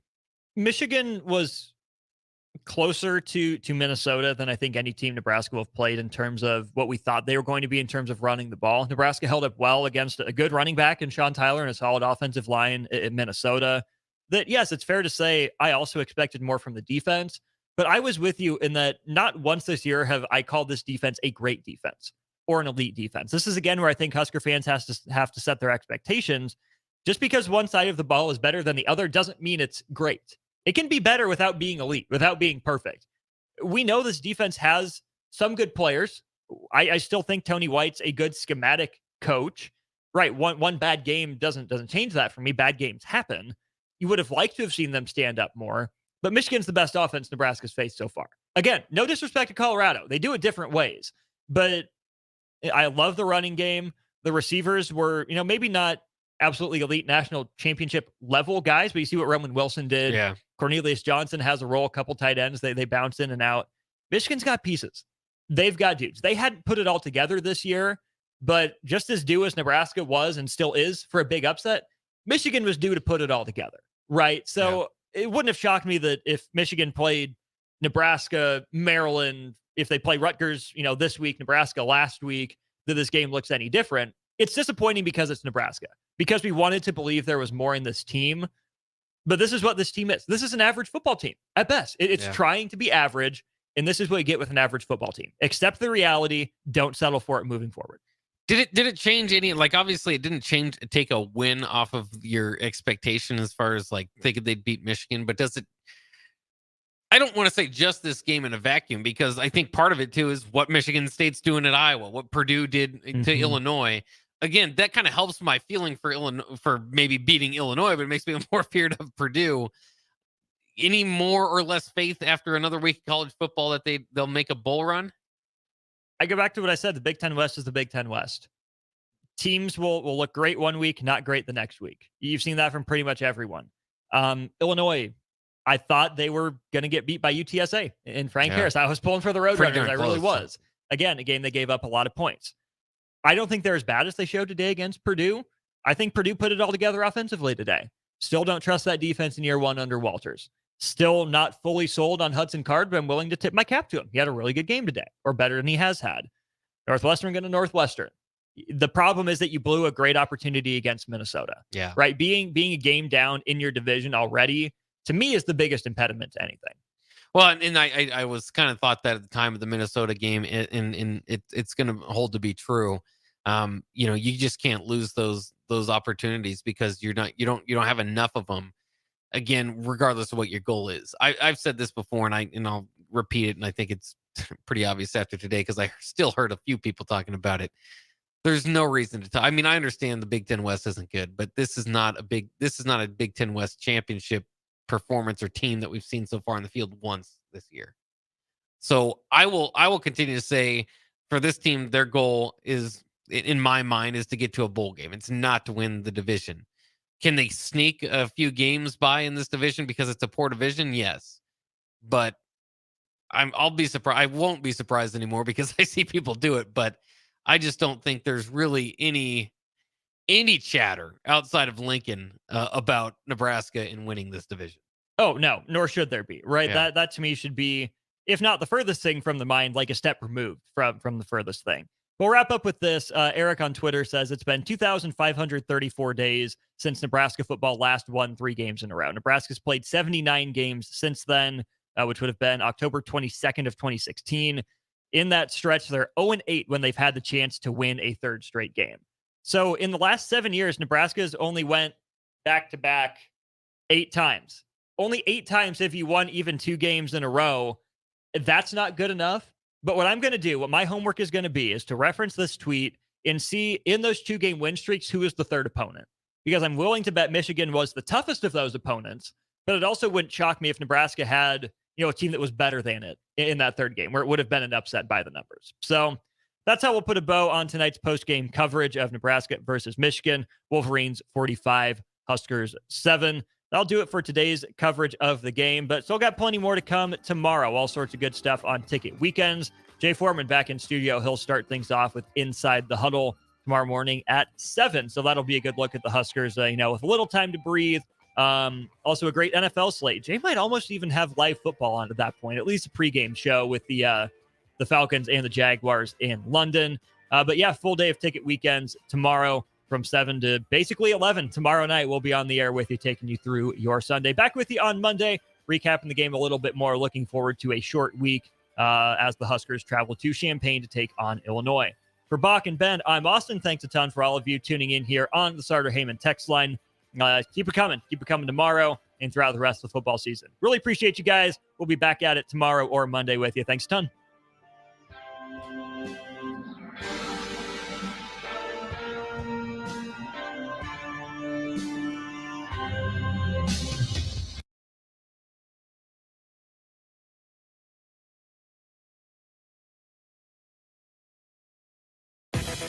If your car has sent you to the sidelines, Eustace Body Shop can help. With gold-class certified technicians, OEM parts, and free loaner cars, Eustace Body Shop is your best choice this Husker season. And with 6 locations across central and eastern Nebraska, we've got you covered, whether you're rooting at home or you're headed to Memorial Stadium. Get a free online quote at EustaceBodyShop.com, and let's get you back in the game. The most recommended Eustace Body Shop. That's who we are. This is Bud Seinhorst, President and CEO of LIBA, the Lincoln Independent Business Association. Join us every Saturday from 9 to 10 a.m. on 93.7 The Ticket for the LIBA Business Hour, as we discuss local business and highlight those who are thriving in the Lincoln area. It's the LIBA Business Hour, Saturdays from 9 to 10 a.m. on 93.7 The Ticket and theticketfm.com. Getting experience to jumpstart a meaningful career can be difficult, and education can cost a fortune. Luckily, AmeriCorps can be the solution. With AmeriCorps, you'll earn a stipend and education award while helping people. Plus, you'll gain professional skills and make connections to help you build your career. If you're ready to start a career you can be proud of, visit serve.nebraska.gov/service to find a program for you. Paid for by Serve Nebraska, aired with the Nebraska Broadcasters Association and this station. Babe, pack your bags. We're going to Vegas. Vegas? We just got the estimate from the wedding caterer, and we're going to have to elope. Actually, Members Owned Credit Union is offering no-fee home equity lines of credit. We can borrow what we need with equity from the house. Wait, so we can keep the bacon-wrapped dates for the cocktail hour? We can keep the bacon-wrapped dates. From wedding bells to trekking the globe and everything in between. Capture your dreams your way with a no-fee Members Owned Credit Union home equity line of credit. Learn more at membersownedheloc.org. Limitations may apply. Equal housing lender. Load up on meat and more this fall at the Mercado by Certified Piedmontese at 84th and Havelock. This week's specials through October 3rd are buy a New York strip and get a free finished flat iron steak. And don't forget to check out their Friday feast this week and every week. Plus, don't forget their 2 new locations now open at 30th and Yankee Hill in Lincoln and 168th and Maple in Omaha. Get to the Mercado today for the best meat in town.